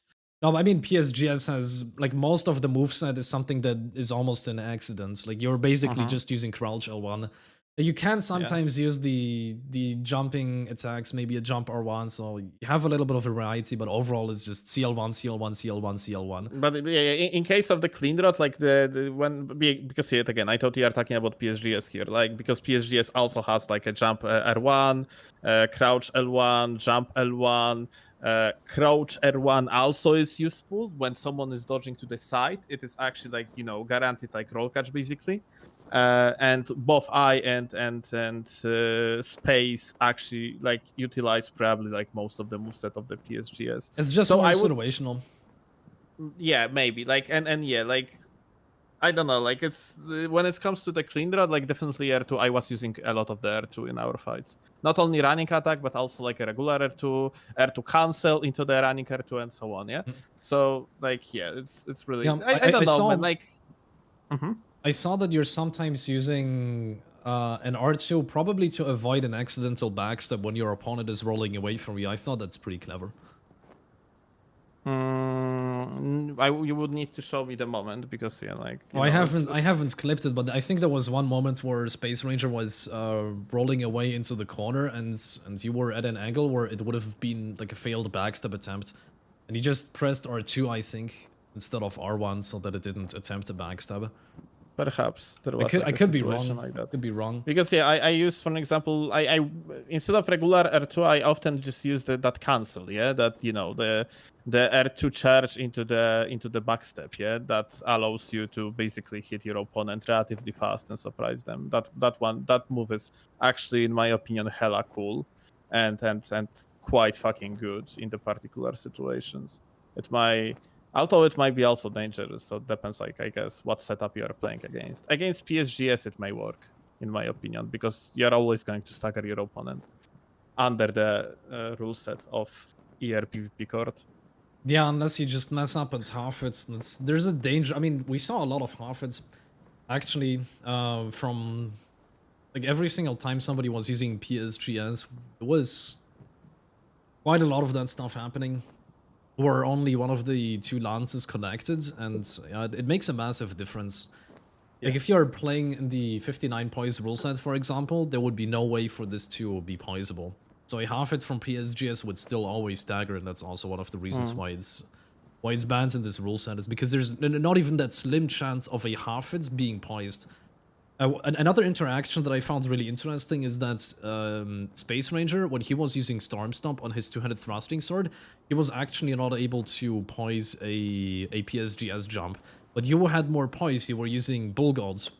And so that made it possible for you to poise that. Yeah, like, I mean, probably like, because of Bull God's talisman as well.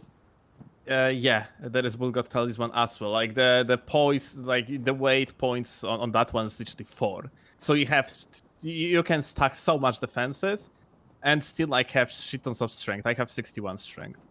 I could go with 54 and like, you know, add stuff in different places as well. Yeah, well, I mean, Space was using the talisman that increases your physical defense instead of using the Greyjar's arsenal, and instead having just full gold. I think, I don't know. I mean, that talisman has almost no effect in PvP anyways. Maybe it was also a slight build issue. And Space said in chats that, to be honest, your spacing is just better. It's something like a 60-40 matchup, or maybe 55-45. But he says the spacing with PSGS was bad. He's whiffing every time. He didn't feel his range. And Steelovsky with PSGS felt his range, so yeah, it might also boil down to you just playing better with PSGS as well. There was like a few moments, like, you know, Space, of course, like underestimating him, so because like there was few moments when he was basically catching me over and over on the like max range.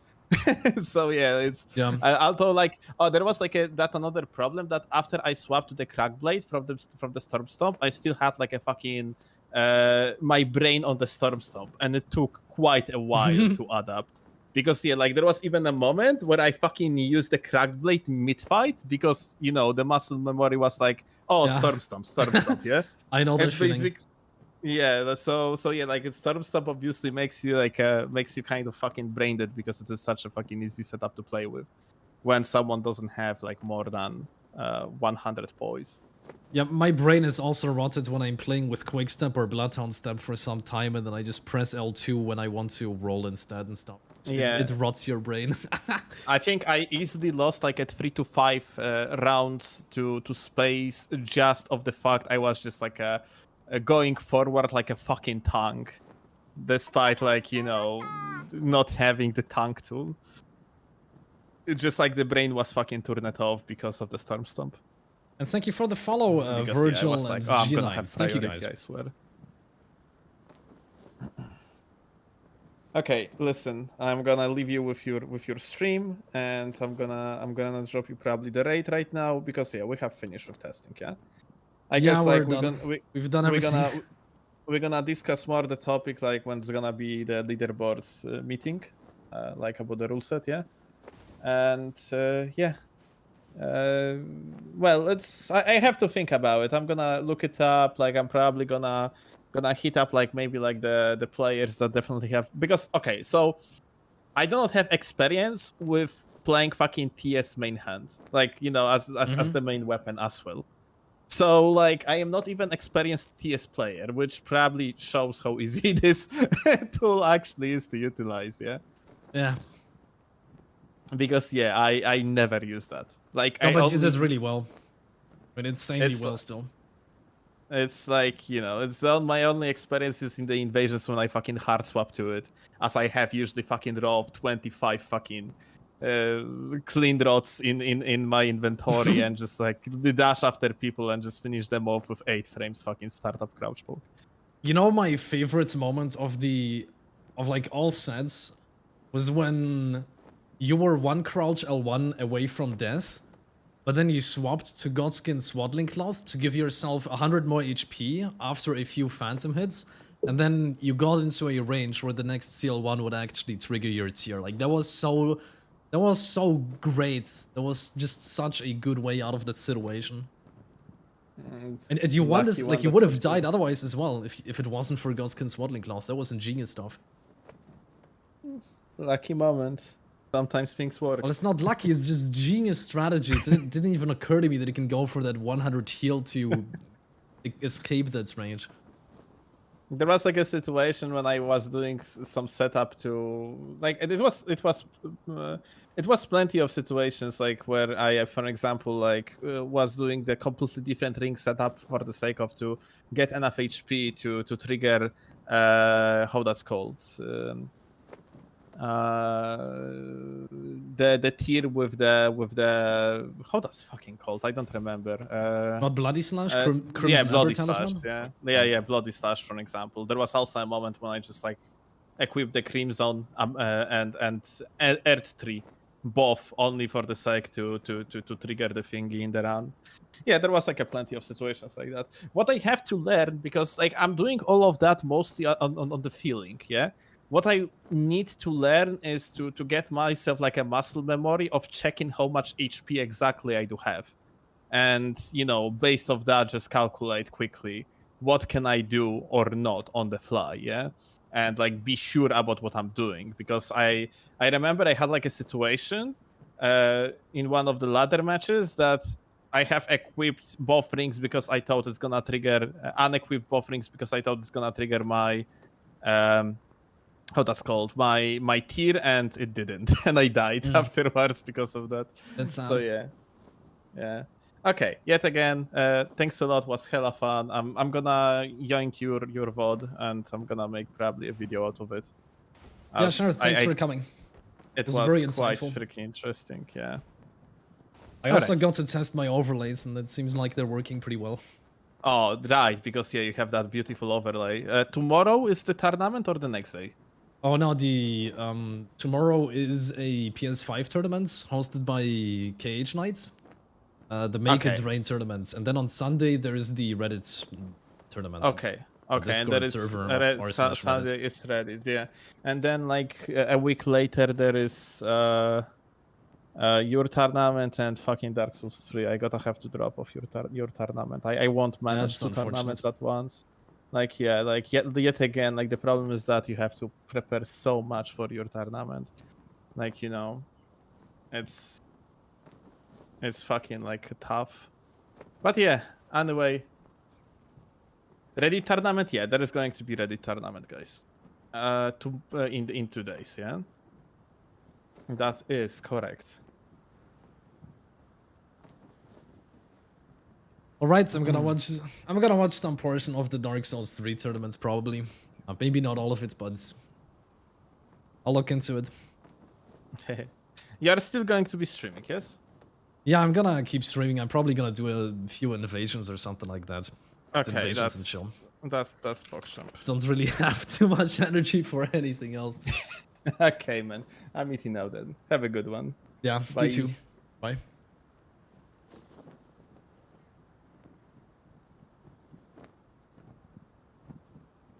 Yo, hey Darksob.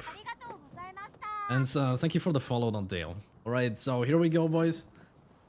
We managed to complete it. My throat is absolutely destroyed.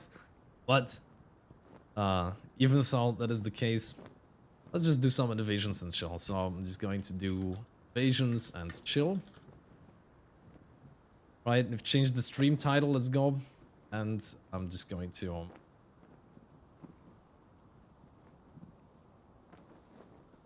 I'm gonna have to swap over to vanilla then.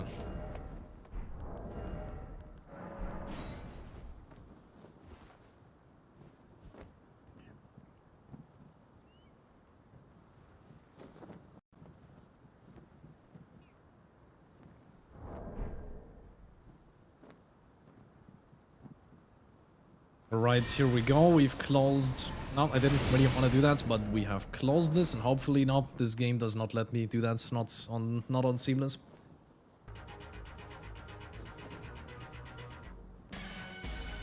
Yo, Steelovsky, thank you for the raid with 82 viewers, man. Thank you so much. I didn't see that coming. I did not see that coming. Why would he raid me? Oh wow, what a surprise. Alright, let's move to vanilla then. And welcome raiders. Already telling me to shut up. Well, I probably should because my throat has been absolutely annihilated over the last 3 hours.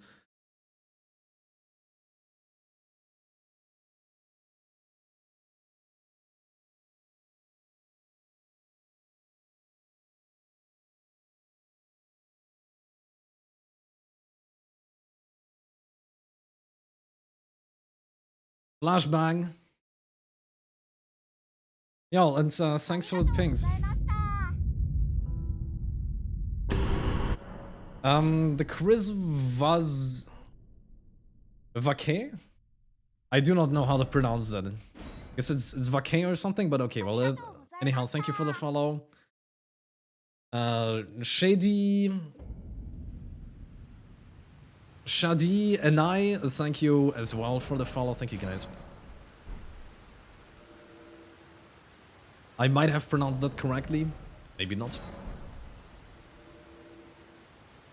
Talent says, for the love of God, don't thank them. Well, I have to thank them, even if they have names that are very difficult to pronounce, and I'm not quite sure what exactly those names are.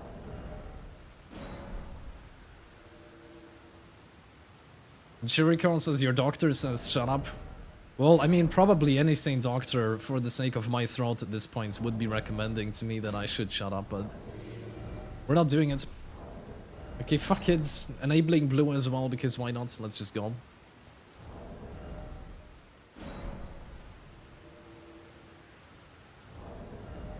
Not the followers, the pingers. Oh, yeah, that's what you mean. Yeah, no, you probably shouldn't thank people for spamming pings. Hey, you're the mods, you're the one who has to figure this out. And here we see a dead game, ladies and gentlemen. I just love it. I just love being unable to get a single invasion. I'm not sure if there's some other area where I would be more likely to get near invasions. I think if I went into prayer room, then I might be able to get a near invasion in addition to a far invasion, because there's people who are ganking here sometimes. So it might make sense to invade from here instead. Better Grith says best game ever. Game of the year, yeah, it's been nominated. Like, we just got the news, actually, that Elden Ring got nominated for the game of the year. Make of that whatever you want. Oh, and we got an invasion, finally.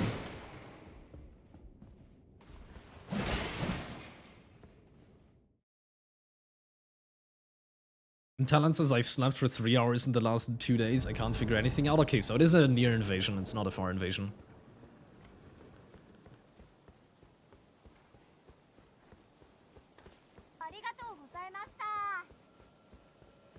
I do wonder, have they progressed already? No, it doesn't seem like it. Thanks for the follow, Ice Cold Brew. Thank you, man. I appreciate it. Alright. I don't know where they are exactly. Oh. Well, that answers that question. It is actually gankers, okay, so they have Taunter Stung on.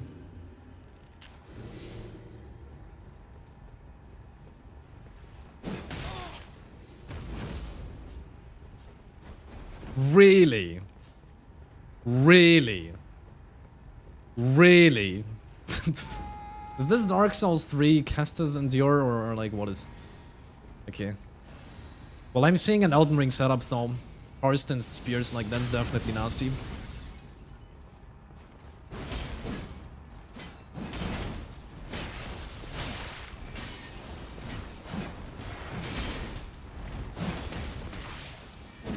Well, somebody didn't read the patch notes. UGS is no longer cool, man.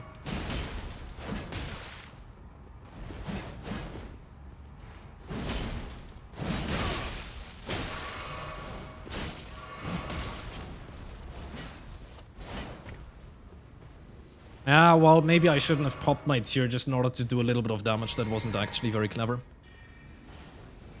Oops.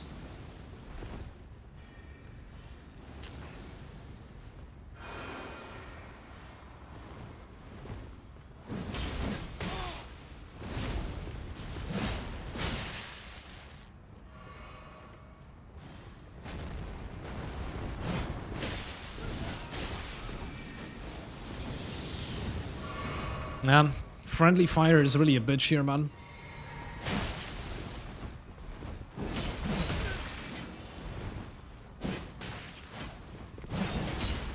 Oh my god, that would have been killing if it wasn't a half it.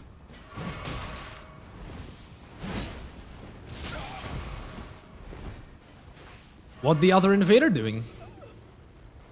Okay, that was not the host, unfortunately. Dude, finally not a half it. Okay, there we go. Well, that's all it takes, you know, just not getting cucked by this game a single time. That's all that it takes.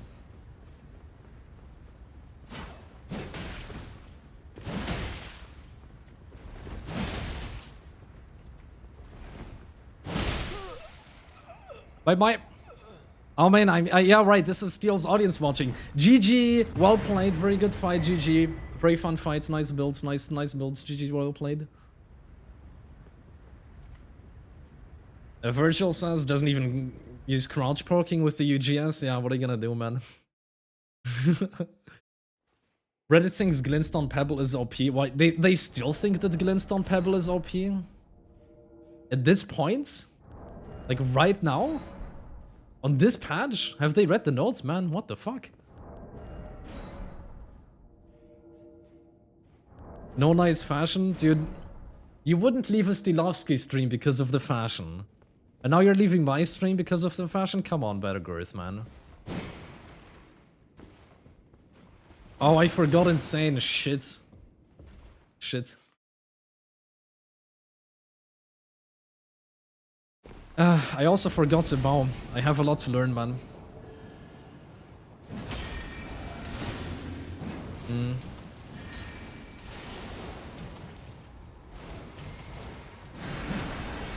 No, no!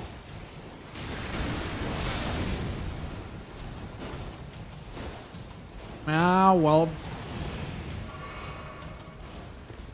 Now, due to a fortunate coincidence, I happen to have the correct Ash for this already.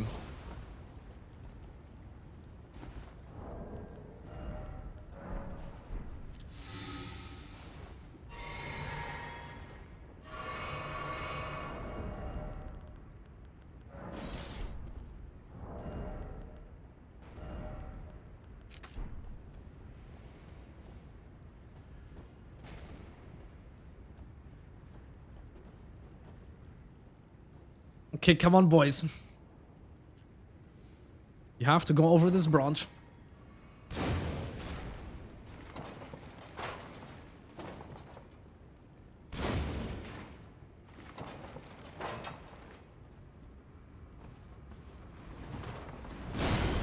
Okay, that was a fail.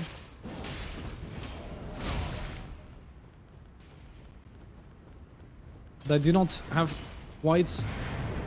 Wait, what? Actually. I mean, I'll take it. GG. Very fun fights. Very, very well played. What? Yeah, well played. No, it's not. That was just pure skill. It was nothing but pure concentrated skill.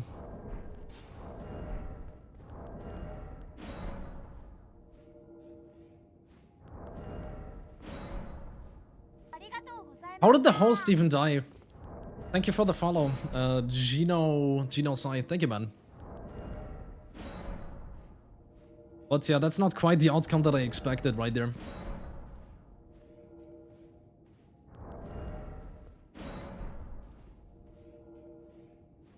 Yeah, that one missed Ballista bolt ricocheted 5 times and hit him. I wanted to like shoot past the Great Shield, but I used Ballista way too infrequently. I just hit into the Great Shield and it did absolutely nothing. Well, they were a clever bunch to have the Great Shield user go first. I didn't aim properly. No, no, no, no, no, no, no, no, no, no, no, no, no, don't wallcock me. No, no, no, no, no, no, no, no, no. Oh, come on, man. Come on, man.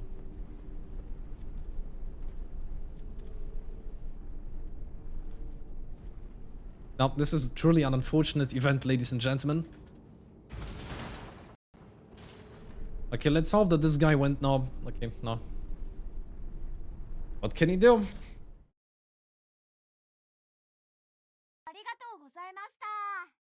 Yo, WBAB, thank you for the follow, man. I appreciate it. But yeah, what can you do? There's these invasions where you're just joining and you see people walking through the gate and there's nothing you can do.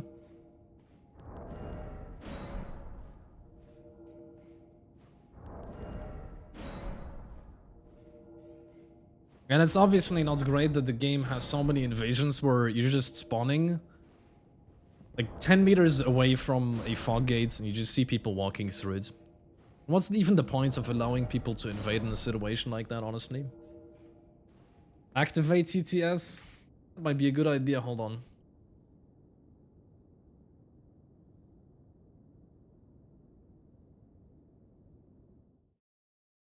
Okay, so sound alerts, sound alerts, sound alerts. TTS. Alright, all of the... everything has been activated. All of the shit to harass me.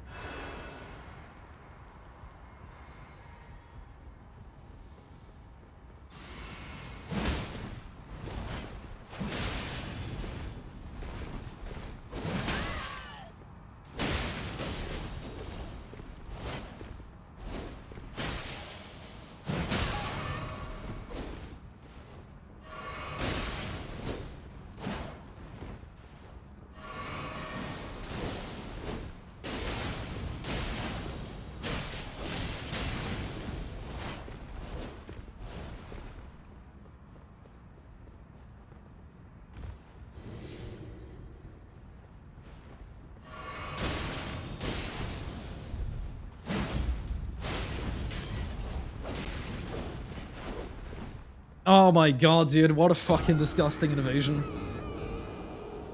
God damn it. GG's, very fun fight, GG's, well played. Yeah, I just love spawning into PSSS and Power Stance Spears with 0 PvE. Isn't that just lovely? 5 freaking Nally. Eisen, you have such skill issue in the last invasion. Holy fuck. And man, now your fashion is just like that ugly MF Steelovsky. I thought your previous fashion was ugly but at least original. Get wrecked. Dude, I've been using this fashion for a long time. It's just a coincidence that it just happens to be the fashion that other people use as well.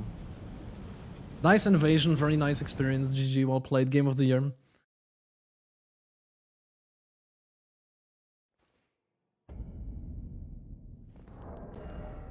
Are you glad that the toxic Steel viewers are here? Oh, X21 is toxic regardless of whether he's a Steel viewer. And he's often in my chat and being toxic without rating from Steelovsky, so he's just there. Chill, is Eisen capable of such a thing? Well, I haven't really molded yet, have I? Like, I'm on the verge of it.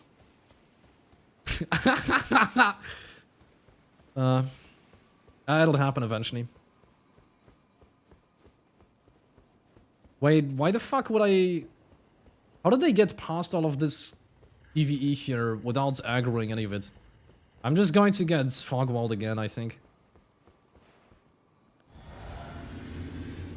I would be surprised if the opposite was the case. I mean, why would they stop to fight me? Okay, now they're greedy enough. Okay, PSGS, it seems to be some... Oh, double PSGS, that's fun. I mean, that sure makes PvE very challenging, my friends.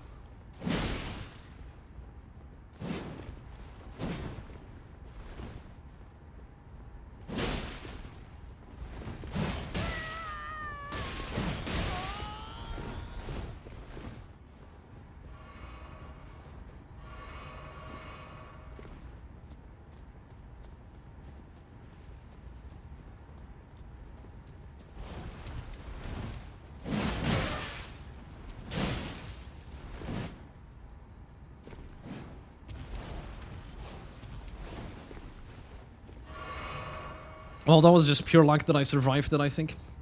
I do have some PvE left, though, because they left it alive. So that's not entirely bad. Yeah, if he jumps down to kill that stuff... Oh, man. That's too far away.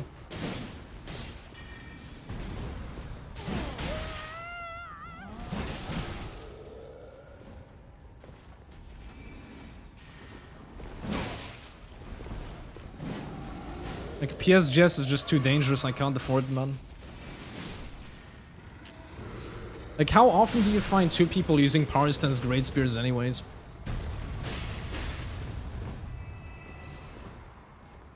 That doesn't happen so often. Because usually, like, either they're gankers, but I don't think they even have Taunter's Tongue on. That's the weird thing about them.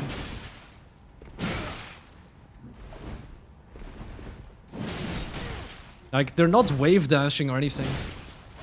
Yeah, of course you haven't molded yet cause you haven't played any shit until now. Just wait after Eisen got bodied by some random ass bullshit that you can only get from Elden Ring. Game of the year, by the way. Dude, why are there so many stairs here, man? Fun setups? I need some flat grounds where they can't jump down on me.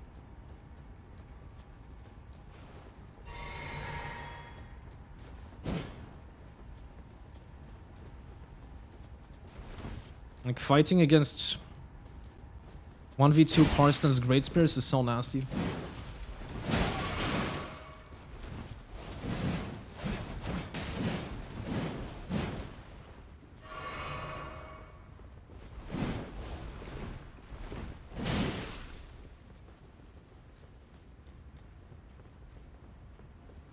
Yeah, unfortunately there's zero PvE and I have to fight against, like, double Power Stance Great Spears, man. How to solve this?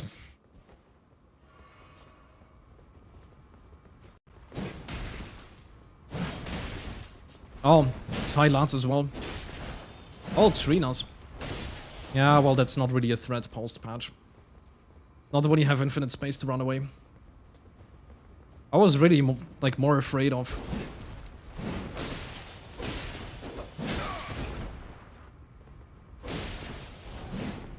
You still have to respect it, though.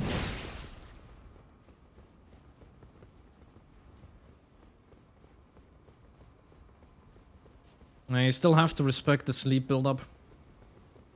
Takes a long time to decay.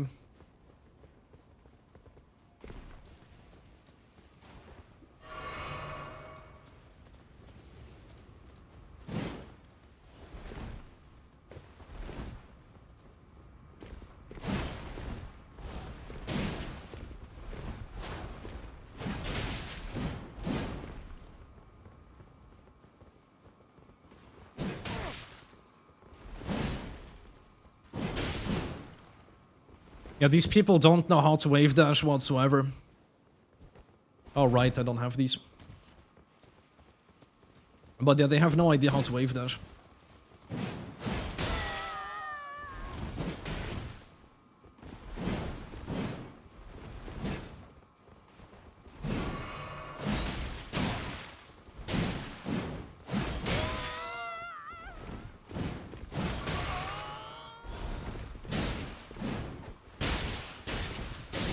Yeah, well, that was my one chance, man. It's just so sad.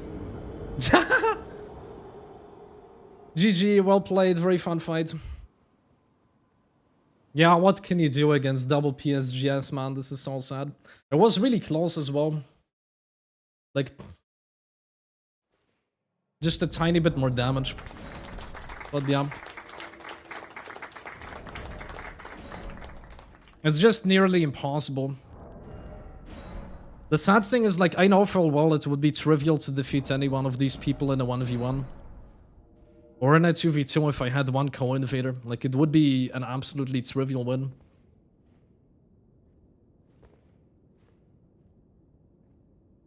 I don't think that Power Stance Talbot is necessarily that bad of a setup in Invasions. I think it has a lot going for it. Like, it's a lot easier to chase after people as an individual when you have really good travel distance running attacks like on Halberd. Like, it's a setup that you wouldn't think works that well, but actually those extremely powerful neutral jumps that you have.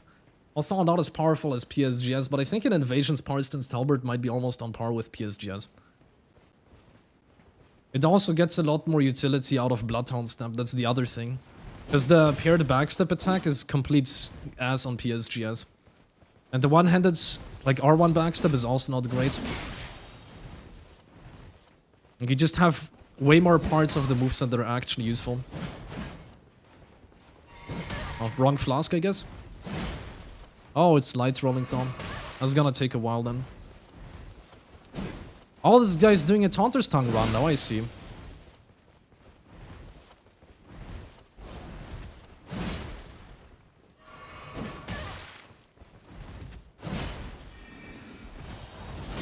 Actually, why would he even do the follow-up, man?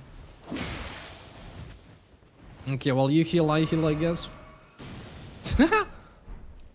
So Reddit actually does say that Glintstone Pebble is still OP, or what?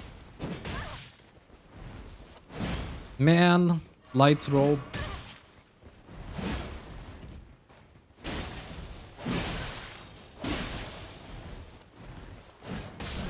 Yeah, well, not good enough. Oh no, wait, GG, well played, very good fight, very good fights. Nice setup, nice builds, nice light roll. Yeah, look at that OP Glintstone Pebble, man. I saw my life flashing before my eyes when the Glintstone Pebble came out. Yeah, Ice Cold Brew says, I like the running L1 on PS Halberd. Yeah, that's the other thing. It's really solid for kill confirmation because people are just going to roll spam backwards against Halberd. GGWP. And running L1 is Very just fun excellent fight, of a very way fun to deal build, with that. nice fashion. Learned a lot.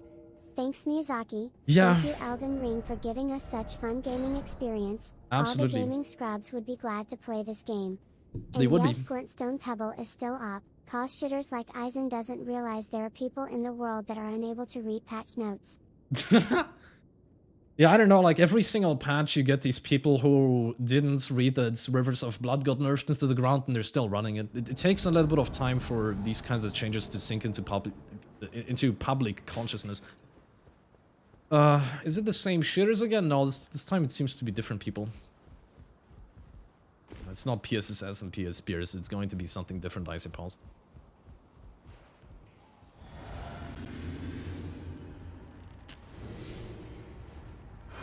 Yeah, I also feel bad when I fight Rivers now. It just feels sad.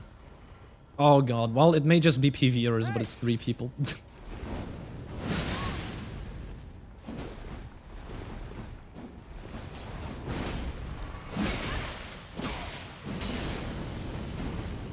That's still a lot. They're all using heavy weapons, which means that basically they're playing off of each other. With the damage level 3 and stuff like that. That's actually a big problem. Well, that buff does nothing against me. Oh, right, I do have PvE, so I have artillery support. That might make this playable.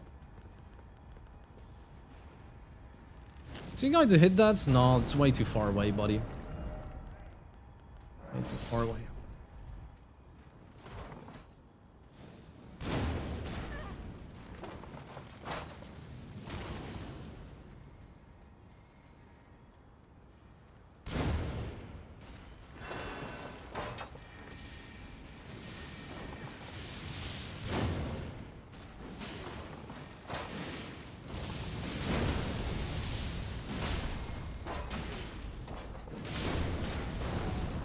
Actually,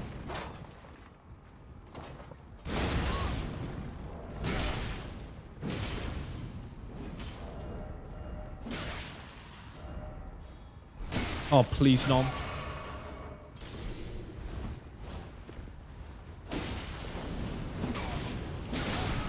It's just, man, this blender. Oh, fuck.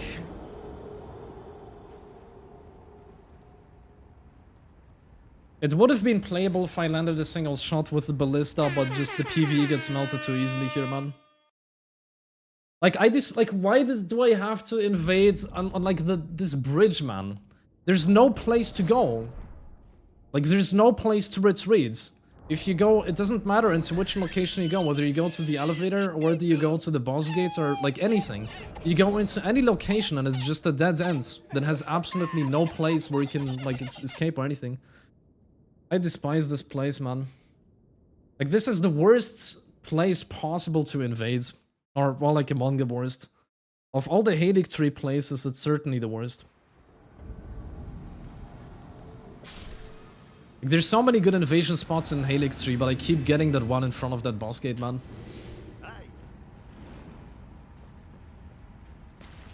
It's just absolutely sad.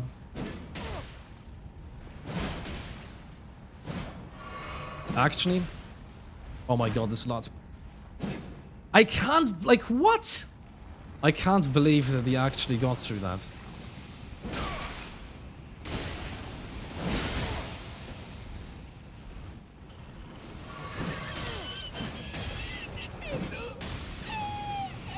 Oh, Deathblight doesn't affect me, that's good.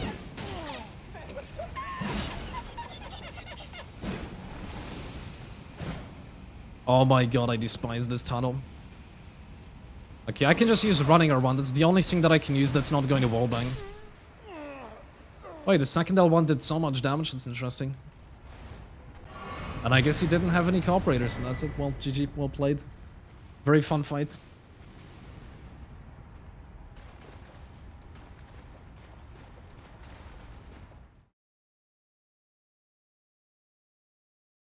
I don't have a great bow. No, I don't have a great bow in my inventory, man.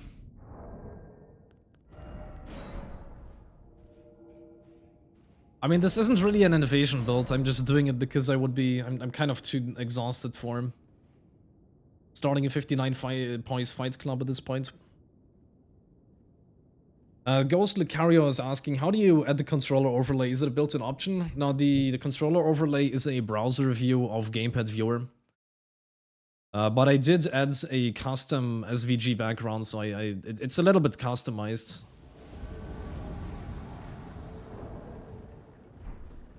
It's based on the white Xbox One controller overlay.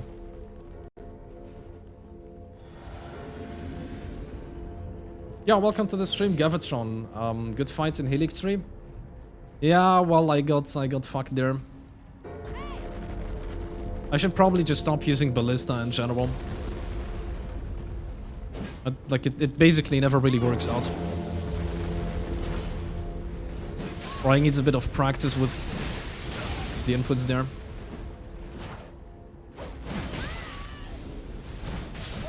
And there we go, number one. It's so sad when they're honorable and actually engage in a fair 1v1. But they're GG well. Wait, what? Well, I'm confused. Okay, let's give the sword and board user a chance first. Well, this, like, look, this is going to end, man. You don't want to stand by, man.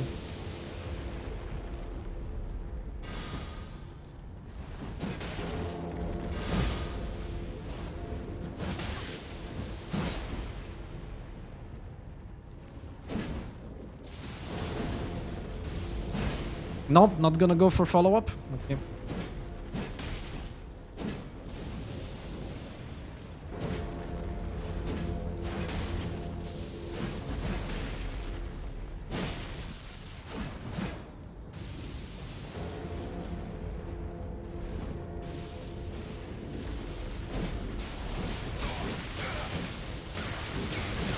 Oh my god. It's like worst possible outcome there.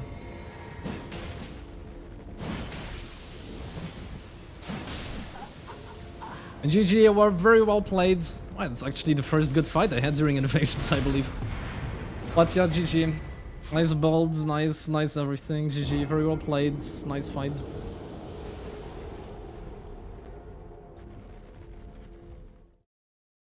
Ice Cold Bruce says, I've been using the identical setup as Skylander recently. The Ash on Dragon Halberd is good and cool.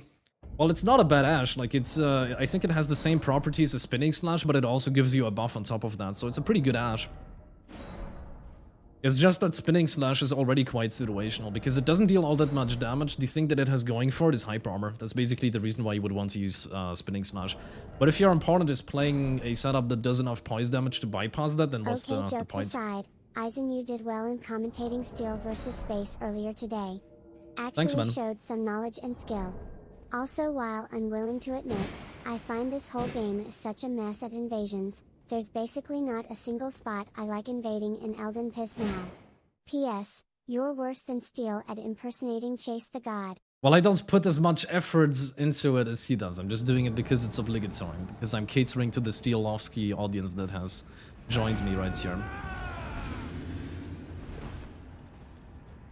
What is this place? Oh, I think I know. It's like Rhea Lucaria, some fucking cave there.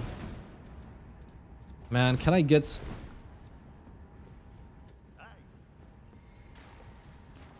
I don't think there's a single place in here where you have a slightly wider and more open area, actually.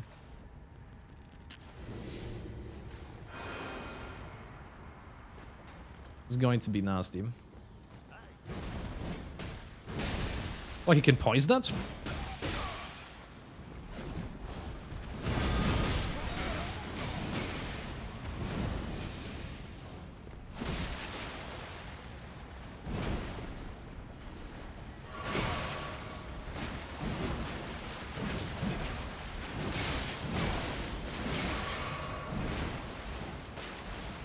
Does this even go anywhere? Like, where am I, man? It's too dark, I can't see anything.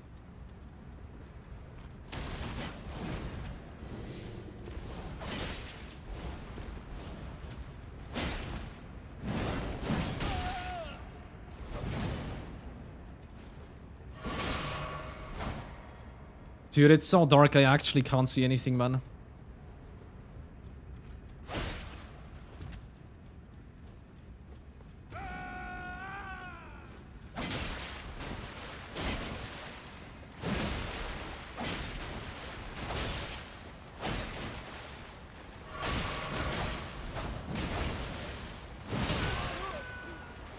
Dude, yeah, great. It's like, why this game, man?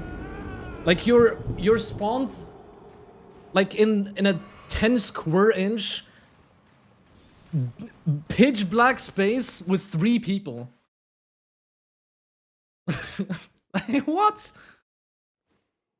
Your spawns in a pitch black space where there's not a single white area, just with against 3 people who are stacked on top of each other.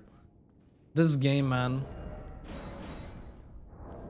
Like, why does this game have such garbage invasion spawns? I don't even want to invade in these places. Why do we even have the world flags for invading in that place? I don't want to invade like 2 centimeters in front of a fog wall with 3 people stacked on top of me. Like, what in God's name, man? Like, Helix Tree is one of the only invasion areas in this game that is actually fun to invade into. Like, this is genuinely a good place.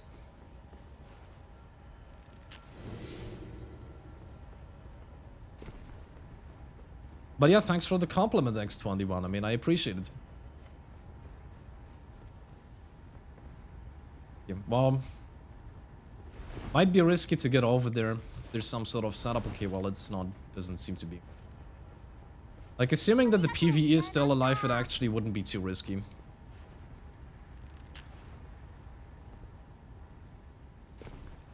If the PvE is still alive, then I can just chase them into those rooms. Hello, cringe shitter. Hey.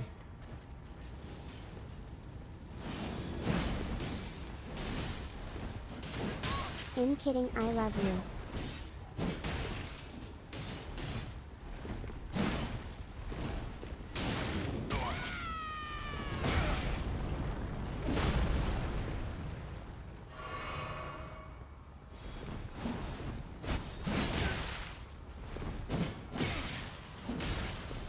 No, there's no PvE here anymore. I mean, there was the 2 Crystallions, but that doesn't really help you that much. You definitely need the Clean Rot Knights.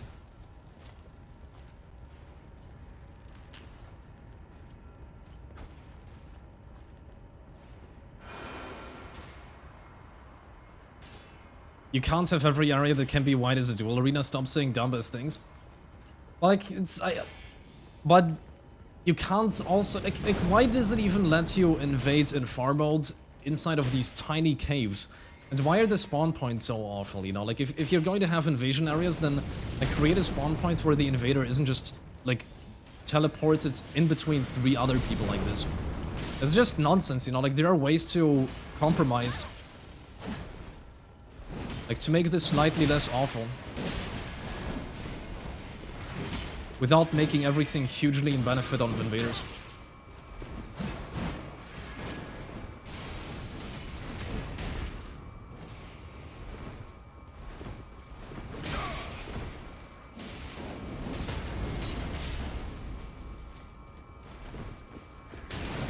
Well, the problem with 3 people like that is even... Okay, well now it's down to 2 people. I wanted to say the problem with 3 people is basically that even when I'm focusing one of them, as long as they have high enough latency, they can just mortality wall spam through everything. And the others are taking out PvE, which with 2 people is still very easy. But I guess the problem has, to some extent, solved itself now. Oh, I actually believe that I still have some PvE support if I just go backwards, right? Because they haven't taken this path. Okay,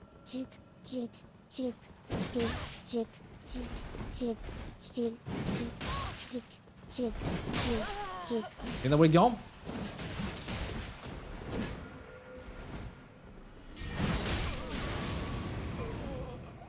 GG, GG, very fun fights, very nice builds. Alright, so Vikatan is asking, Eisen, I missed the PSGS versus 200 thrusting sword testing. What were the findings on the matchup? I've seen not KGL versus Bevna. The matchup seemed to be a coin toss of who gained advantage, stayed first, and they just rolled over the opponent. How did it play in Steel versus Space? Well, the conclusion was basically the 200 thrusting sword, no matter whether it was Steel versus Space, or no matter whether it was Space, you know, versus Steel, like, no matter who was using the 200 thrusting sword and who was using PSGS, it seemed to be in favor of the 200 thrusting sword, at least with the current restrictions. And Steelovsky, thanks to Stormstomp and thanks to Cragblade, was managed to actually draw a 20 versus 12. As an advantage too if you make your build/inventory more optimal. Invading is an art. Yeah, well, I mean, there's no inventory layout that is going to help you with being spawned in front of 3 people in like a tiny cave and stuff like that. Like, it doesn't matter what you really do. Like, you're just spawned inside of 3 people who are just going to blender you to death. If you have no place to go, then you really have no time to swap anything, even if you have an optimal inventory layout.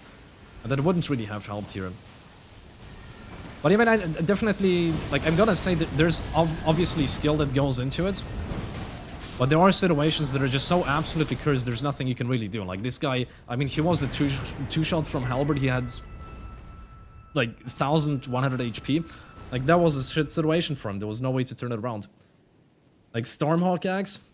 Well, Stormhawk Axe, unless you actually destroy them in just that single weapon art, it's not gonna finish it.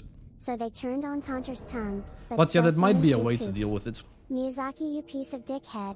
What's the point to have To be entirely fair. How can we get teammates when there's no spot for them? Yay yay yay, red min bad. 2022 can't optimize the game to run without brain-dead settings. Trash game indeed. Thanks for the follow, Vikatin. But yeah, I mean, it's even with Stormhawk Axe, it's a bit of a coin toss. I mean, it's like still 3 people stacked on top of you. It's probably one of the best ways to deal with that situation, but it's like there's no way to ensure victory there. It's so heavily stacked against you. Yeah, Waves of Darkness would probably require an in-strength build in order to really make sense. I think it relies a bit heavily on in-scaling. Not really a dex thing. Storm Stomp, Flaming Strike. Well, Storm Stomp doesn't accomplish anything when you just have so many people stacked on top of you. The problem with Storm Stomp is that it doesn't really deal any damage in itself, right? It just made stagger people for a moment. But there's no point in hyper-armoring through people's attacks when you get hit for like 1,500 damage and, you know, and 3 people hitting you simultaneously. Like, Storm Stomp doesn't help with that, but Storm Axe generally, yeah, that is actually a good option. Yo, and thank you so much for the gifted sub, man. Didn't have to do it, but thank you, man. So yeah, Matthias Burger, enjoy the sub emotes, man. Have fun. X21 says Waves of Darkness is kind of one-shot on an int build. Can you put Waves of Darkness on a halberd? I don't know, man. I mean, this is a dueling build. Obviously, I don't have optimal ashes or an optimal inventory layout. I'm just chilling here.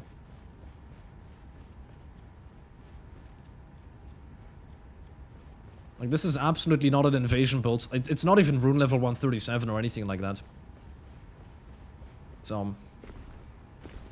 oh, he got the grace at least.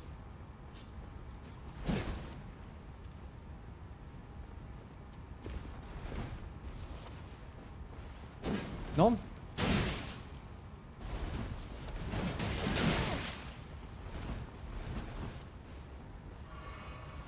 Fine.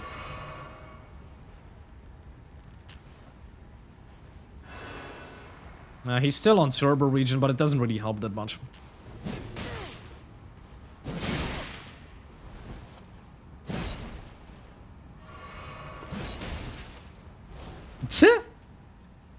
Wait, was that even a 2-minute disconnect? I'm not sure what that was. Was it like roll into Alt F4 combo? Yeah, that didn't seem like 2 minutes to me, man. Oh well. Yeah, X21 says you can't put Waves of Darkness on a halberd, but yeah, that would be a decent way to deal with people in a cave. It's not going to kill. Like, it's not going to one-shot people or anything. Like, maybe if you put it on a cold halberd, then you would have at least a little bit of intelligence scaling, but it's still not gonna kill anything. It really seems to be a strength ins-built thing. So Vikatin is asking, would you support 71 poise on PSGS at its current state, or would you want to see Tree Spear, Morrowind, Sacred, and Silurius gone? Well, I think people are just not giving 200 Thrusting Sword enough credit. I think the problem isn't so much with PSGS. I don't think that you need to increase the poise on PSGS. PSGS is still an insanely strong setup. The most reasonable suggestions that I've seen is basically to either restrict the poise on 200 Thrusting Sword so that it takes more damage from other stuff. Right, because right now it's very easy to just stack, you know, to just stack a huge amount of poise and just go full gold on it. But I mean, it's not even the poise restriction. No, like the thing is, even if you're restricted to 99 poise, then people can be running almost full gold and they would still be taking very little damage, but they would be hit by Storm Stomp, and that's kind of, I don't know, that's kind of artificial. So I don't think any poise limit or any armor limit or something like that makes sense for it. So the most reasonable conclusion is 200 Thrusting Sword is a little bit too strong, and maybe you can get it just in the perfect balancing spot by taking away Spear Talisman.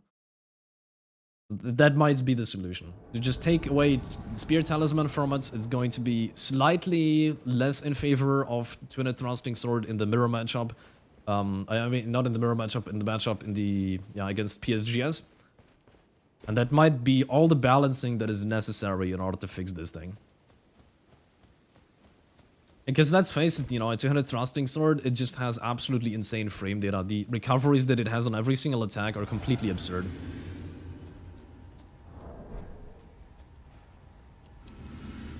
So it is inherently problematic, and it's not like it deals no damage either. It has completely insane frame data. It deals pretty solid damage. So it's a good weapon. Very good weapon. So maybe it doesn't deserve Spear Talisman. Maybe it's a little bit too strong to get that.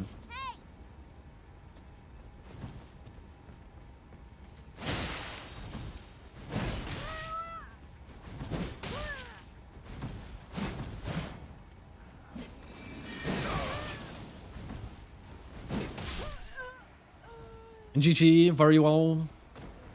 Very nice builds. Very well played. Very fun fight. Outstanding.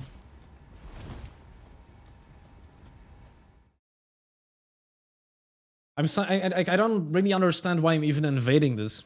Like, is this a situation where just a few seconds ago this dude had a co-operator and then he's now alone? I don't get this.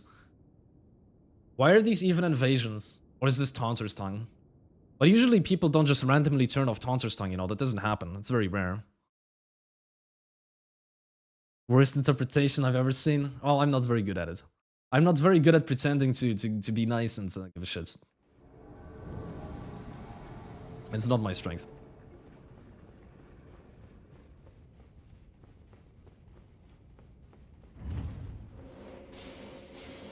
Yeah, I'm pretty sure this is the Dandans. Yeah, it is. You have to sound a bit more sarcastic when you're saying this. I guess I just sound depressed. I can't pull it off. Steelovsky can pull it off. Is this the one where you have double elevators? Yeah.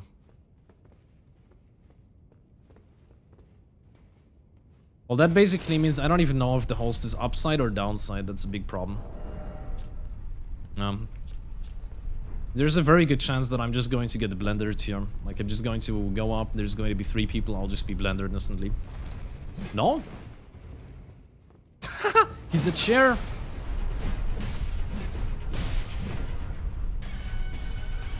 I'm pretty sure they're separated now, right?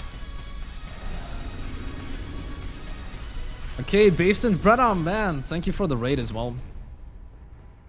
Wait, where's the host?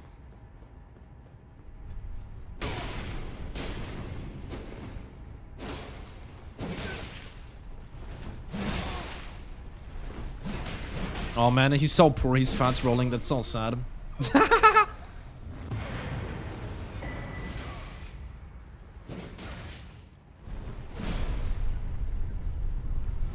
But yeah, thank you, man, thank you.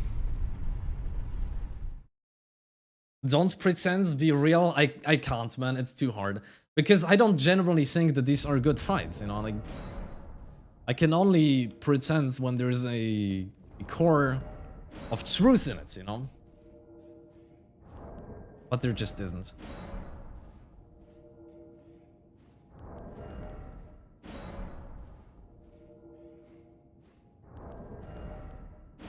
Yeah, Ice Run Hatchet, those guys probably haven't heard of patches at all. Yeah, they're still living in 1.00.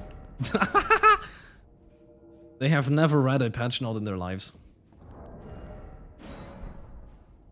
Matthias is asking, does Spear Talisman work on jump? No, it doesn't. Right, so it's just Power Stance Halberds naturally do so much damage on jump attacks, but I also have Claw Talisman. But yeah, it's not counter damage. Power Stance Great Spears are even worse in this regard. They actually do more damage if you get a counter hit at least. Yeah, I believe Power Stance Great Spears do less damage on a jump attack if you don't get a counter hit, but if you get a counter hit, then it's more damage than Power Stance Halberd. In that sense, Power Stance Halberd is very good for invasions because it has consistency, you know? Like, if you have a lot of dexterity, then you have massive AR on the sword spears. And so when people are chugging, right, so when people are healing themselves with a flask, then the jumper one is an excellent way of dealing with that, because you're obviously not getting a counter hit when people are just rolling away or when they're chugging. Right, so this gives you a consistent 1000 damage or something like that against people who are just running away. Amazing fight, gamer, love the fashion, great build, GG's, really cool playstyle. It's no. A short shafted hand scythe wielded by the Merkman who rise from the depths. Enveloped by a black dampness, and imbued with the strength of dark. Okay.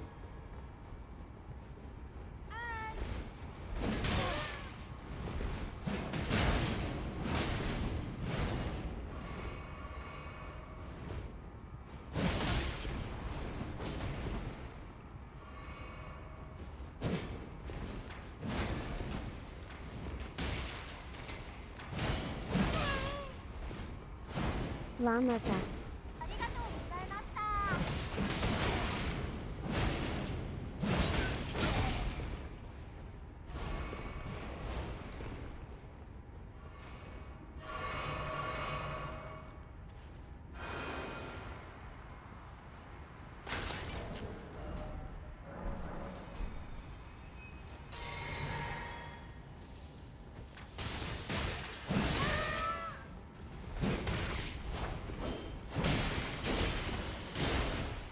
Oh, they're pulling out the big guns now. They're pulling out the cordeds, man.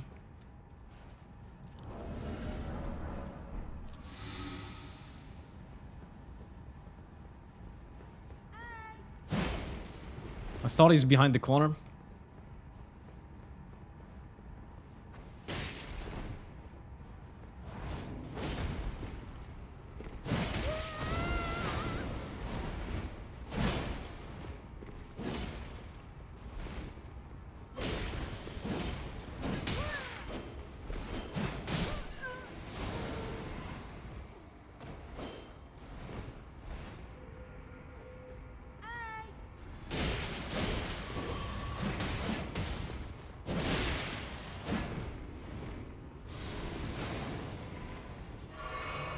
Not really sure what the host is waiting for. You could just join in, you know.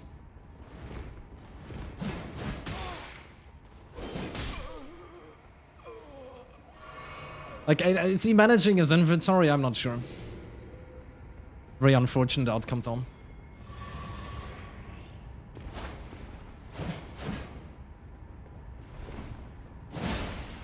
Okay, miraculous half it.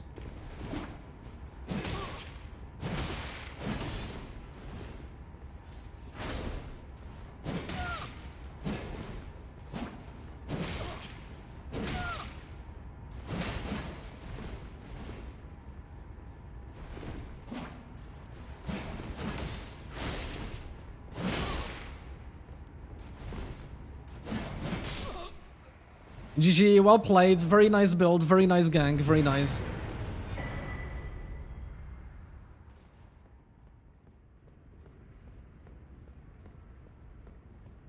Eisen fighting his own creation? What do you mean? Just because somebody was using a bomb and some other person was using katanas, it's not connected. I didn't create that. He's got the lantern equipped. He's an honorable duelist. Role player. Ah. I guess there is something to it. It is connected? No, it's like it's... But it's two separate people. One person was using bow, the other person was using katanas. It's not connected. And it wasn't even sleep bow, it was just poison bomb. Which isn't even a good bomb. But yeah, Hope SK, thank you for the follow, man. Oh man, very nice invasion. Game of the year, truly outstanding experience. Thank you so much, Miyazaki. Couldn't have experienced this without you.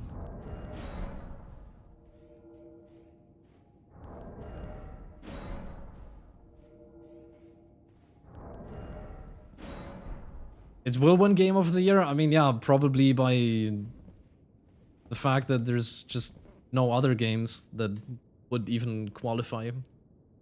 I mean, what other games have there even been in what's the release year? 2022, right? It's like what even what even is there?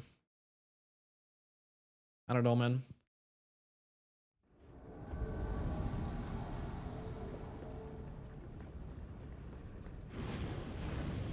Yeah, I think to remove that area entirely from invasions, I agree. Like, there's just no points in having certain areas in foreign invasions. I don't want to invade in, like, the 2 square inches in front of the fort gate.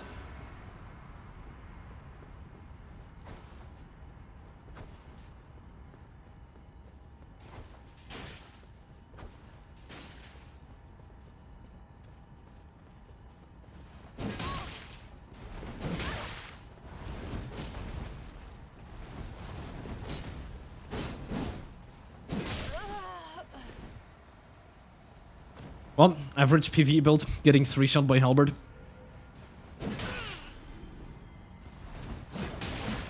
Yo!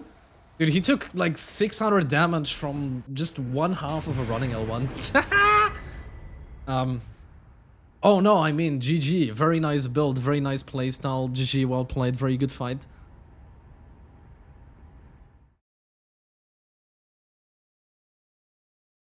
What level and weapon am I on? Rune level 125 and upgrade level 120. Yeah, upgrade level 25. It's just meta. So there's no reason why I should be three-shotting people with a halberd or something like that, but yeah, well, it is what it is. Possibly Sorcial Gaming, that might be true.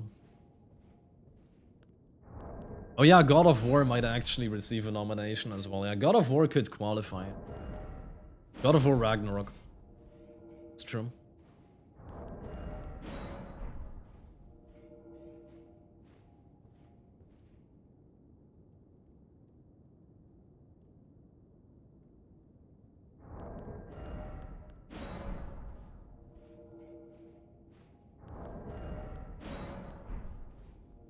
Pixonic says, I'm trying to snipe you for like an hour. What, are you trying to co-invade? That's easier said than done in this game.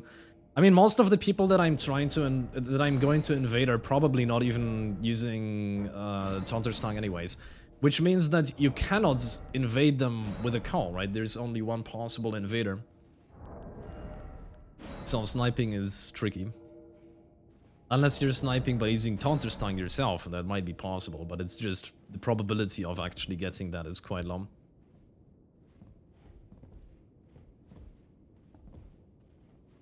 Matthias says the halberd jump attack half hit me with 2 points, with 2.1k HP. Yeah, it does a lot of damage. I mean, on a build that it's 55 dexterity, so that's hitting a soft cap and it's Claw Talisman. You don't really need that much for Sword Spears to do a lot of damage. You just need that talisman. You need a build that has decent dexterity. Yeah, it hits for something like 1000.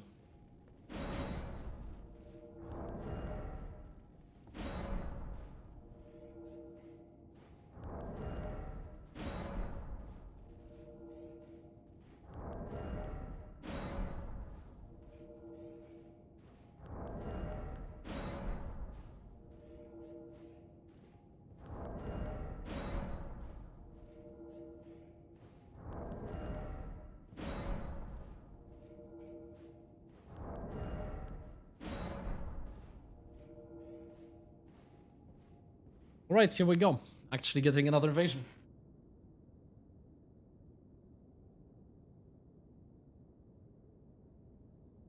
Oh yeah, right, Overwatch 2 has also been released. That's true. It's another candidate.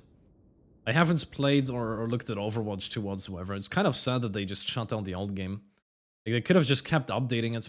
I don't really see the reason for why there's a new release. I'm not up to date on that.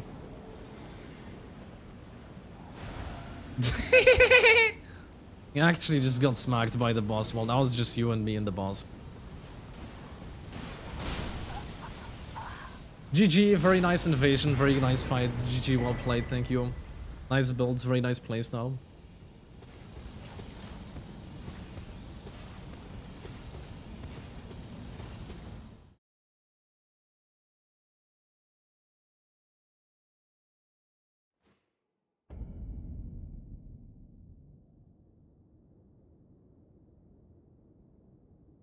Overwatch 2 is terrible and people hate it? Huh. Yeah, I should probably look up why. It's not a Game of the Year candidate? Unfortunate. I mean, the old Overwatch was great. But I mean, why would it be worse? Isn't that basically just a reskin of the old one with new heroes and stuff? I mean, in what ways would it be worse? What about the core formula that they change? Or is it just that people hate it because it feels unnecessary and they could have just kept playing the old one? Okay, so it's just more and worse microtransactions, and it is a reskin. Well, that's nasty. I like the monetization of the old Overwatch. I mean, it was basically just cosmetics. That stuff was great. If I recall correctly, it was just cosmetics. It was just like character poses and skins and all that stuff. Now also characters, yeah, it's definitely a step down in decency of monetization there. There's no progression outside of money. That's just sad, man. They had a great thing going with the old Overwatch.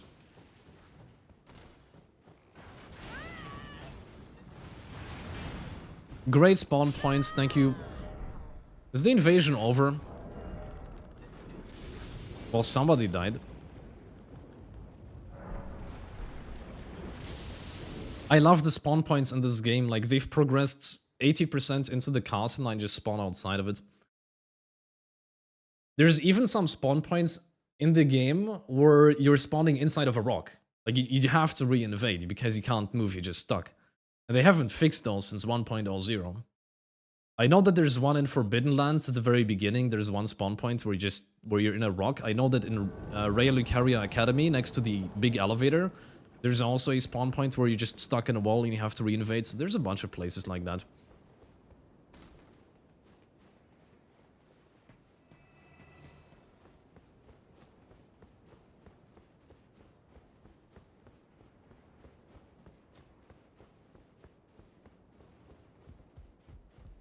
Imagine if, as an invader, you saw the world from a bird's eye view and you could actually choose your own spawn point. Imagine how much significance that would have.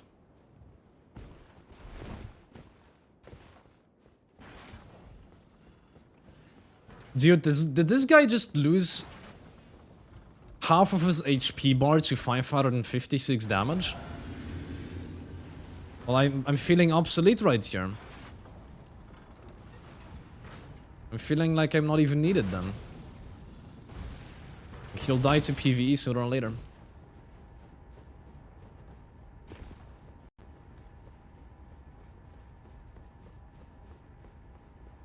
Steel once invaded Deeproot mid-air and had to fall for 50 meters. Oh yeah, Deeproot Depths has one spawn point that I know where you're spawning on a route, but it's like right on the edge. So basically, like, you're just spawning into two other people and you're just instantly dead, basically. Because they're just gonna push you off the edge.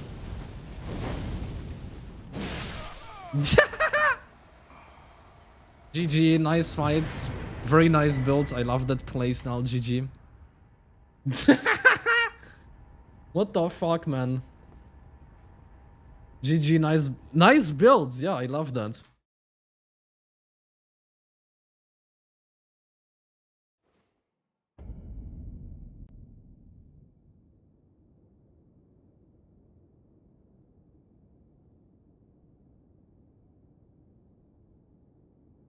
Yeah, I particularly enjoyed the moments where he just died to a single halberd attack. That was so great. What a nice build, man.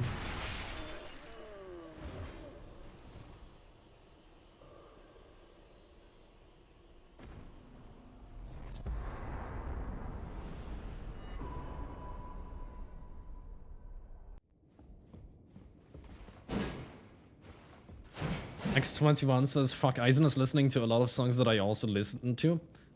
You're telling me you're a fellow man of culture and you listen to some weep shit. That's great, man. Hopeless Case says, Steel just jumped from the sky once, but he survived the fall due to spawn invincibility. Okay, well, I mean, that's even more bizarre. Wait, doesn't that mean that he could get into certain out-of-bounds areas? Yeah, that probably means you could use your invulnerability to get into certain out-of-bounds areas, to be honest.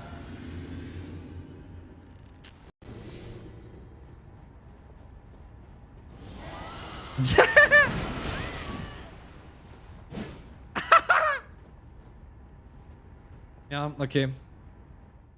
Dragon heads into Alta 4 combo. Love that.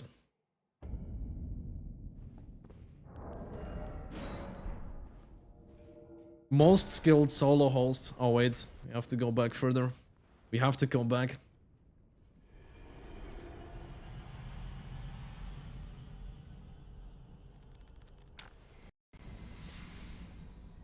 Getting all the clowns today? Yeah, I'm kind of feeling like that. Kind of feels like it.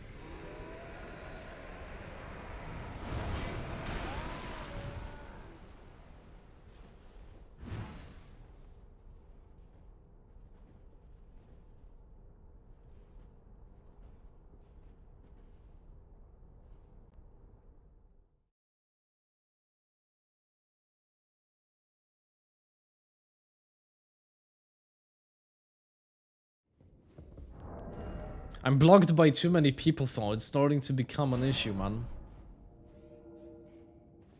It's making invasions hard. I mean, to be fair, there's many reasons why it could be fail to join session. Sometimes you fail to join a session mid-invasion because somebody dies the moment that's...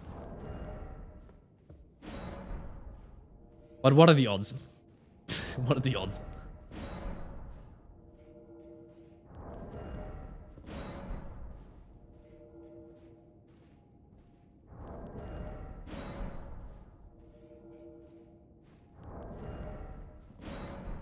Oh, Steam seems to be down. Ah, that might have actually been it. It might have not been Alt F4. It might actually be stay maintenance time. Yeah, don't they have something like that on Thursday nights? I guess they do. And thank you for the follow, Hope SK. I must have missed that one. It might have been an actual disconnect that is based on Steam. Yeah, that's true. Well, anyhow, it's been 4 hours and 26 minutes. I think it would be a good time to I think it would be a good time to end the stream anyways, unless we're going to get Steam back up in just 1 second. But I don't think, usually it takes a little bit. Let's try to find somebody to raid at this point. It's been a fun stream. It's been exhausting to do all of that commentary for the PSGS versus 200 Thrusting Sword matches. But it was also quite enjoyable, and it's good to see that all of these different, you know, all of these overlays are working and all that stuff, so that was pretty cool. Add this song to my playlist? Hold on, what is this?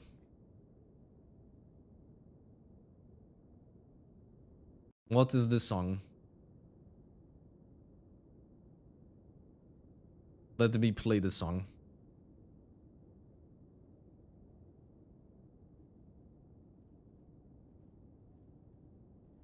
Okay. No, I like it.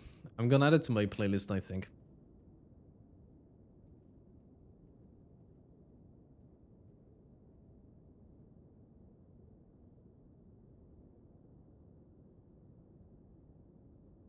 What's probably need a translation of the lyrics to get anything about it, but yeah, nice song, man. Thanks.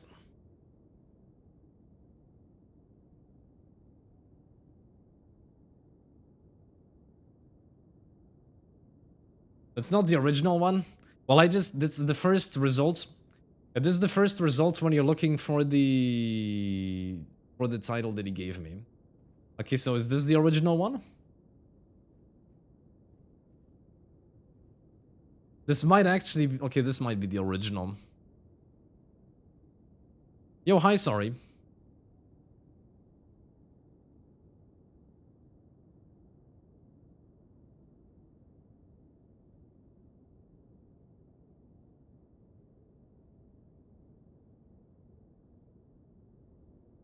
Bro, like you're just giving me fucking Japanese characters. I don't even know, man.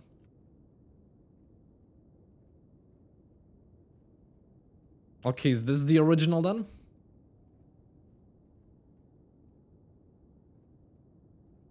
How do you know it's the original?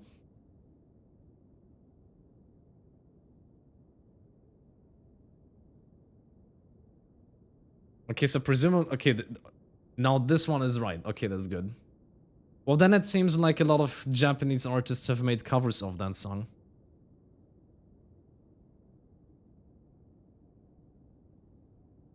Okay, well, anyhow, add it to the playlist. Thanks for the recommendation, man.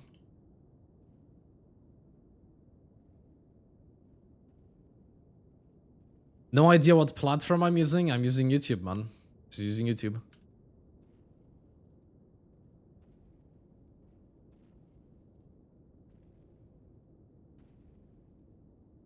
Okay, so whom to raid? Whom to raid? Whom to raid?